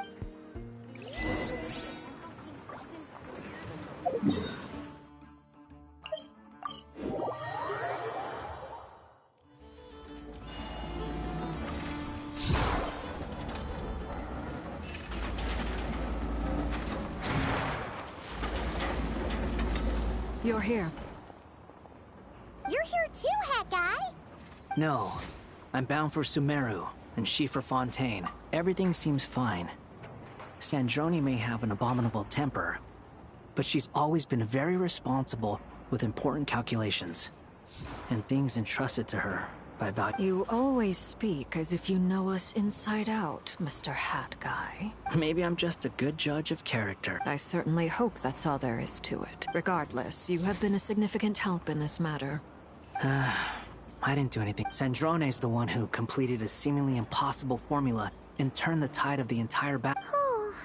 Even we were unaware that Sandrone had hidden the real formula inside Polonia's body. She managed to fool Dottore into thinking the formula was running in her system. She probably realized that she didn't have the strength to stop Dottore. She always worked. Well, that's why I'm traveling to Fontaine. She made a request of me. She said that should she ever fail in a mission, she'd like me to deliver her core and she also mentioned that she had made arrangements for people there to... Some of her personal effects, such as her notes, were left to me. I've decided to take them back to the House of the... However, there is one book among them that I'd like to leave in your care. I'll have someone deliver... No. I was This is her last wish, and I will abide by it. I can only hope so. But none... I bade farewell to Columbina earlier today. As promised, she spent a long time with Sandrone's body. Is she alright? Sandrone's passing has left a great wound in all of our hearts. But Columbina surprised me. She offered me some words of comfort before I departed. She never used to act like this. Clearly, she has grown. After these recent events, the Tsaritsa has revoked the Pale Star Edict. Snezhnaya now realizes that the arrest warrant for Columbina was just a ploy by I shall return to Krai to see her as soon as I find the time. I hope that for Columbina Hyposelenia's journey is only... My ship is here. Traveler, Paimon, we shall meet again. What are you still bumming around for? I thought today was the day you'd agree with her to go You're afraid you won't like the truth when you see...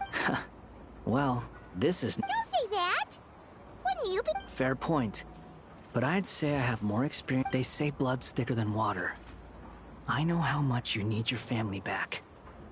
More than you need any of you. No matter what the truth turns out to be, finding the truth is important.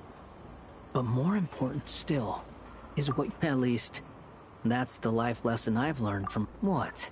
Now that Dottoro's dead and gone? A little, I get. Maybe I regret not getting to end his life with my own hands. Either way, I'm going back to Sumeru. Lesser Lord Kusanali is gonna need help dealing with all the You should continue with your journey, as you've always done. So, what should we do now? After all, it hasn't been all that long since we were last apart, sure. Ain't no biggie. I'm unsure you'd prefer to, but, no matter what, if you can't make sense of something, let's give it some thought together. Glad? Feel better now? Alrighty.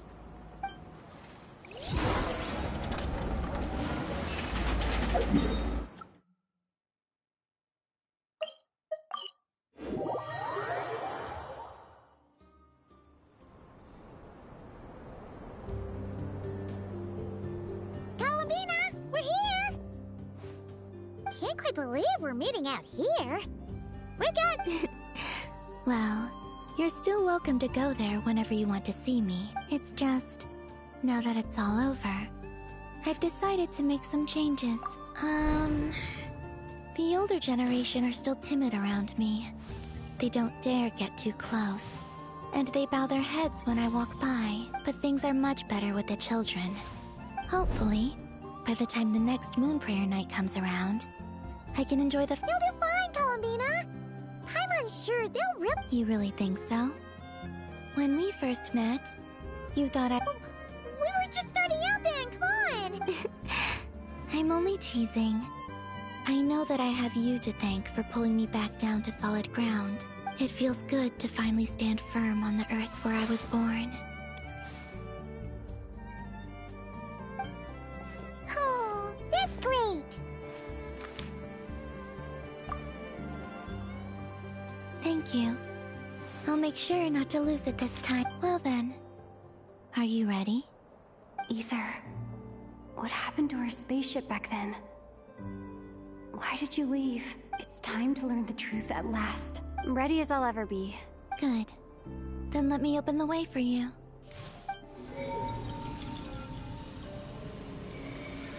Where does this lead? To our shared destination. Huh?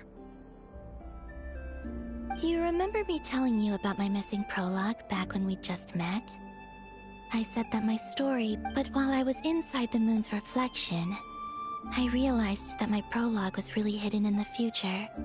The story of the time before I was born was in fact the story of my distant future.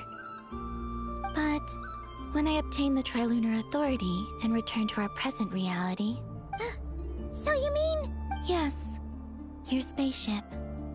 All this time, it has been hidden on the great ruler of the firmament. The heavenly principles. Wait, them? Why would they do that? I don't know.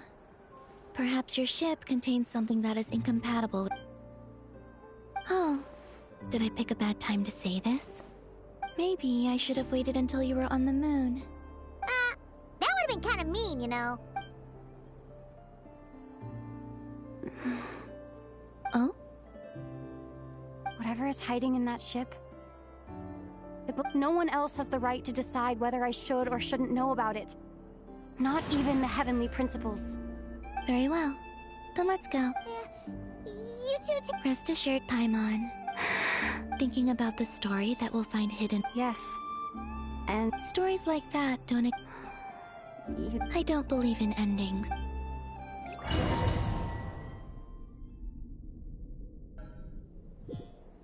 Where am I? This is the pathway I built between Teyvat and the Frost Moon. The moon is very far away from us, so it could be a long journey.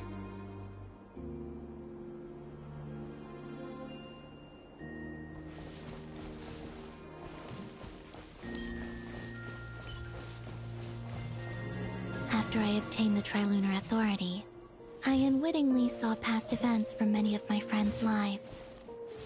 One was Lauma. She was so young when they chose her to be the Moon Chanter. From then on, the Frost Moon Scions looked to her to bring messages from their goddess. But, for better or worse, I had left Hisi Island before she was ever born. It was not until much, much later that she met me. I think it's for the best.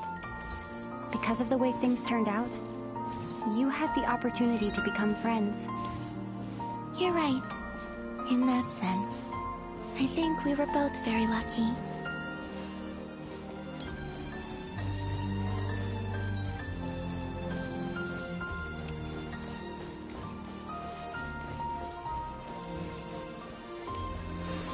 Oh, and about that mage, Nicole. I only recently learned that she has lived in VIII since the time of the Three Moon Sisters. The Moon Goddesses always had a good relationship with the angels. I suppose our friendship continues that tradition.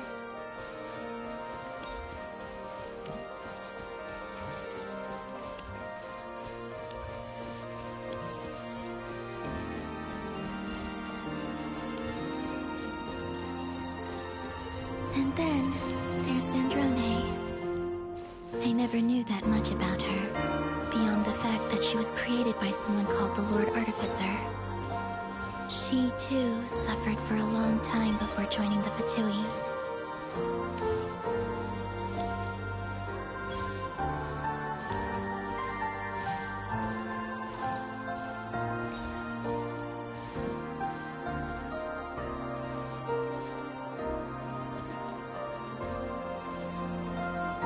How I wish I could talk to her again, even if only to hear her say nasty things to me.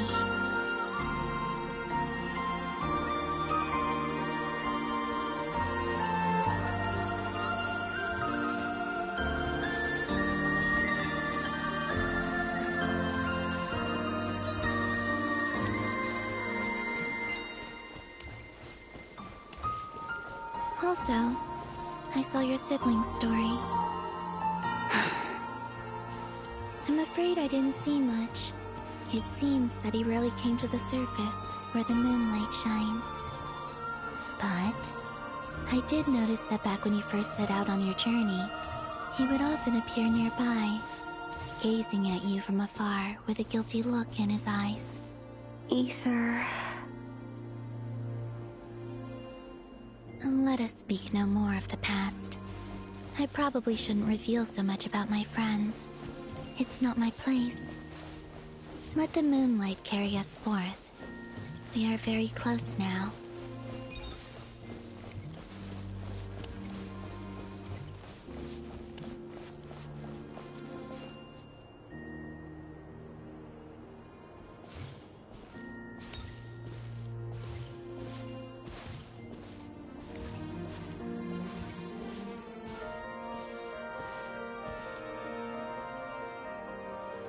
After this, I'd like to bring some Kuhenki to the moon as well. If they're willing, of course. What about your other friends? Will you bring them to visit too? Certainly. But I'll need to tidy the place up first. This home hasn't received any guests in a long, long time.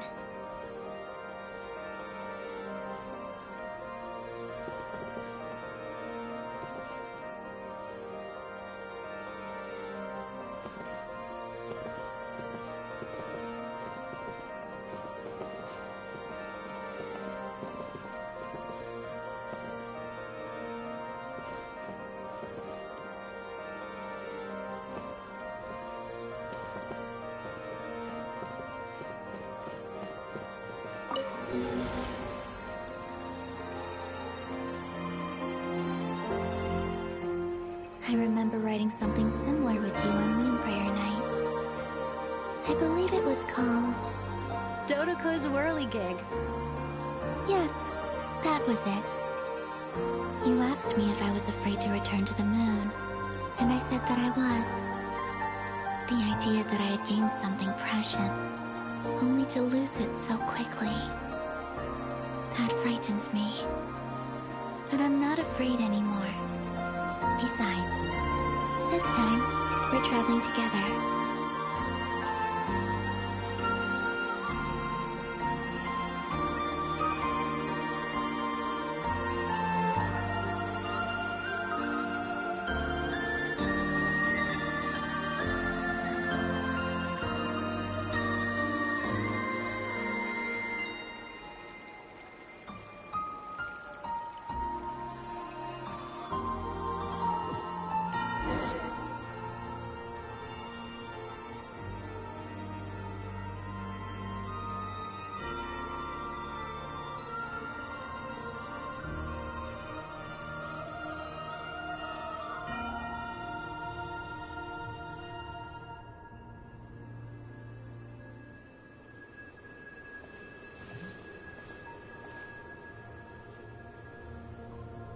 We're here.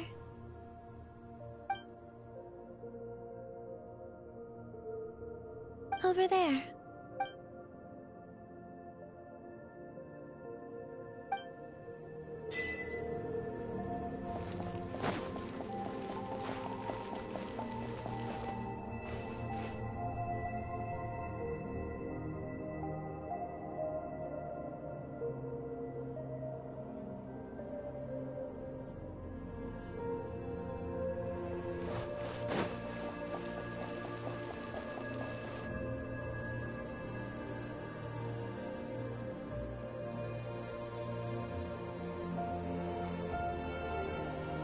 Our spaceship. It's huge. I suppose that the moon is the only place one... It'll be alright. Huh? The way you feel in this moment, I went through it too. On moon, solitude for me once meant living a life in which even I was absent. But that night, solitude meant throwing a... Columbina. Go. Retrieve the part of your life that was once lost. Trust me, you will lose nothing by doing so. Look, Tevat is right there. All of our friends are down there, waiting for us. You're right. Thanks, Columbina.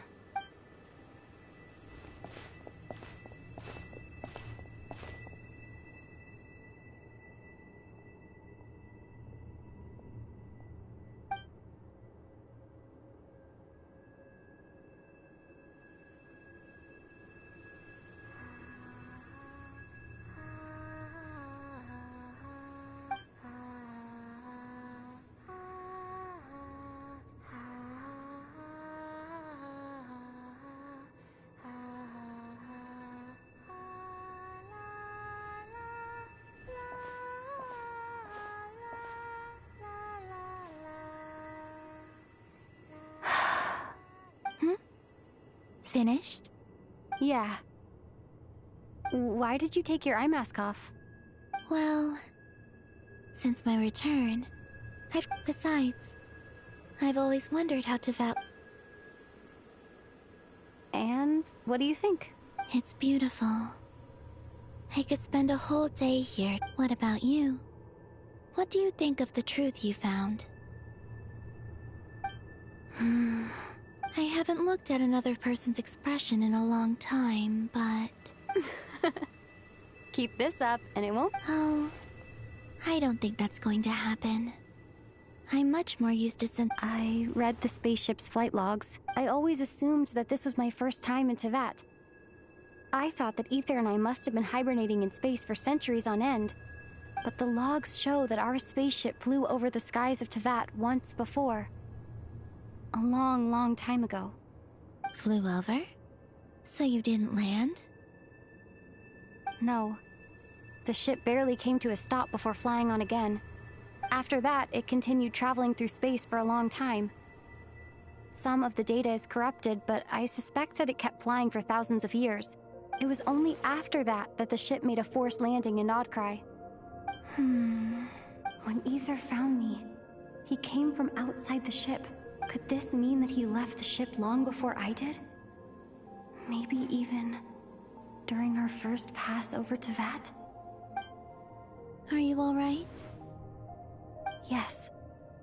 I can feel that the truth is coming together. I remember Ether telling me that when he first arrived in Conria, he could not recall the past.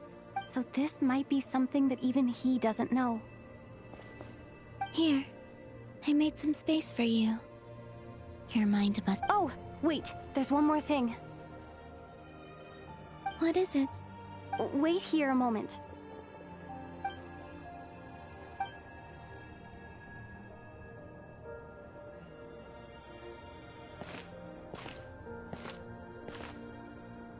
Hey, Columbina.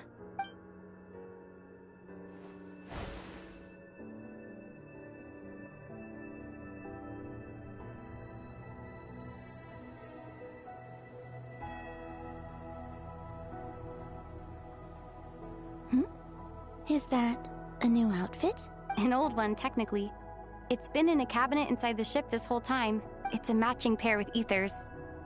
He always liked this set more. Huh. I don't think there's a huge difference. Really? Yes. It's still the same you. Traveler, do you consider Teyvat your home? Home is wherever Ether is. But then, after all Yes, I'd say it's my home. Would you change your answer if Teyvat changed appearance? I mean, if the truth about Teyvat turned out to be different than what you thought. I don't know. The truth is not what matters most to me about Teyvat. When I was first born, I longed for a home.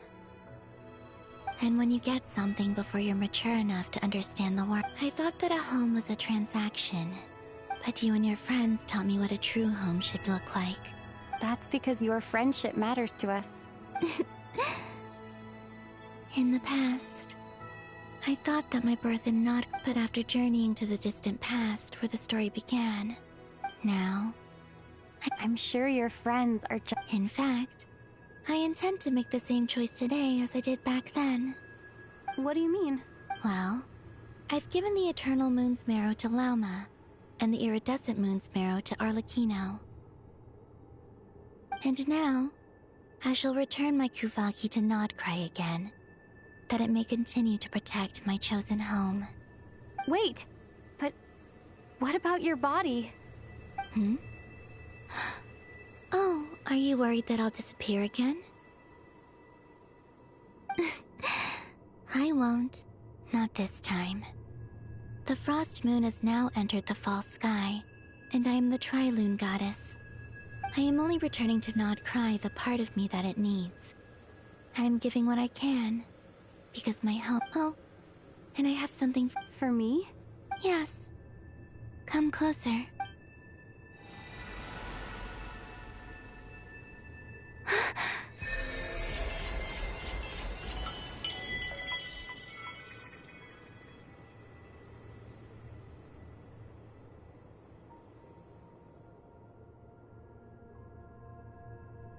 What was that? I lifted some of the restrictions this world placed on you. I trust this will help in your future adventures. My power. It feels like it's grown. I can use the elements more freely now. Thank you. This will be a great help. You're welcome. I see you as family, and after everything you've— Here, this flower.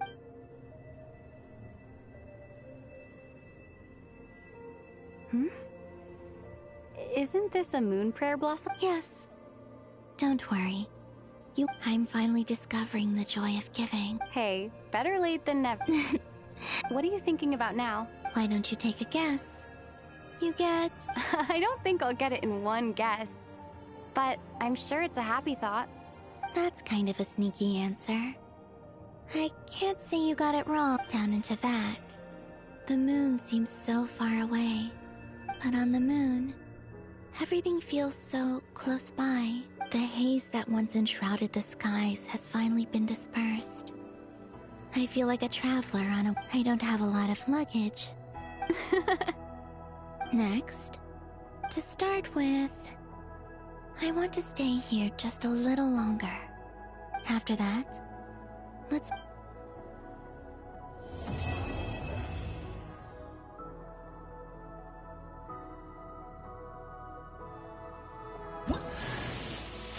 clothes bring back so many memories.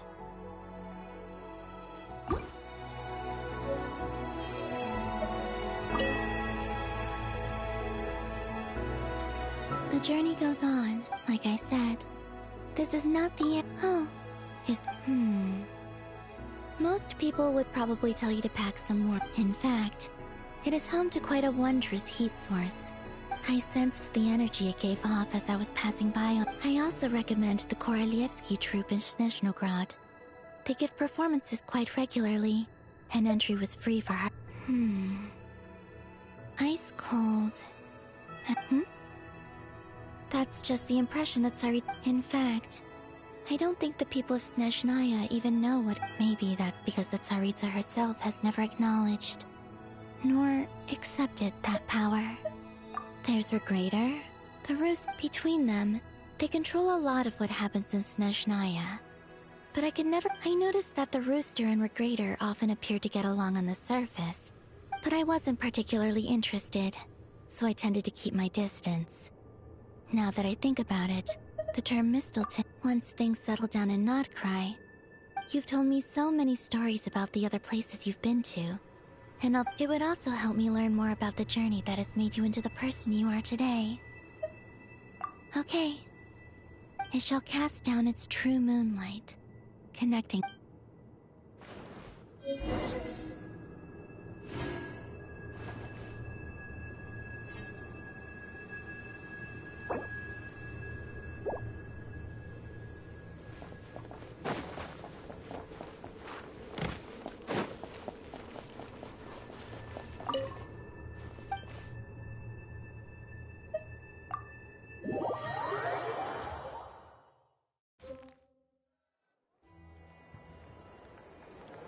To Jean, Acting Grand Master. This preamble is such a pain to write. It's probably high time I trust that Dern has updated you all on... The good news is, we managed to come together and put a stop to the doctors. As for the Fatui, not counting the damselette, we found ourselves allied in this instance with both the Knave. As ever, we find ourselves better off for making friends rather than enemies.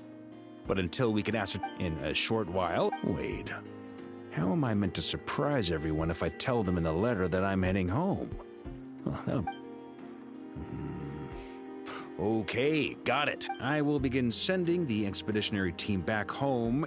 I hope they won't gloss over the details of my many heroic deeds. I think of Mondstadt daily. P.S. The honorary knight went above and beyond this time. P.P.S. Please be extra nice to Klee for the foreseeable future. I cashed in on the last favor that the Hexen Circle owed us. Whew. And that, as they say, and with the moon shining down brighter than ever, I think everyone is going to sleep well tonight.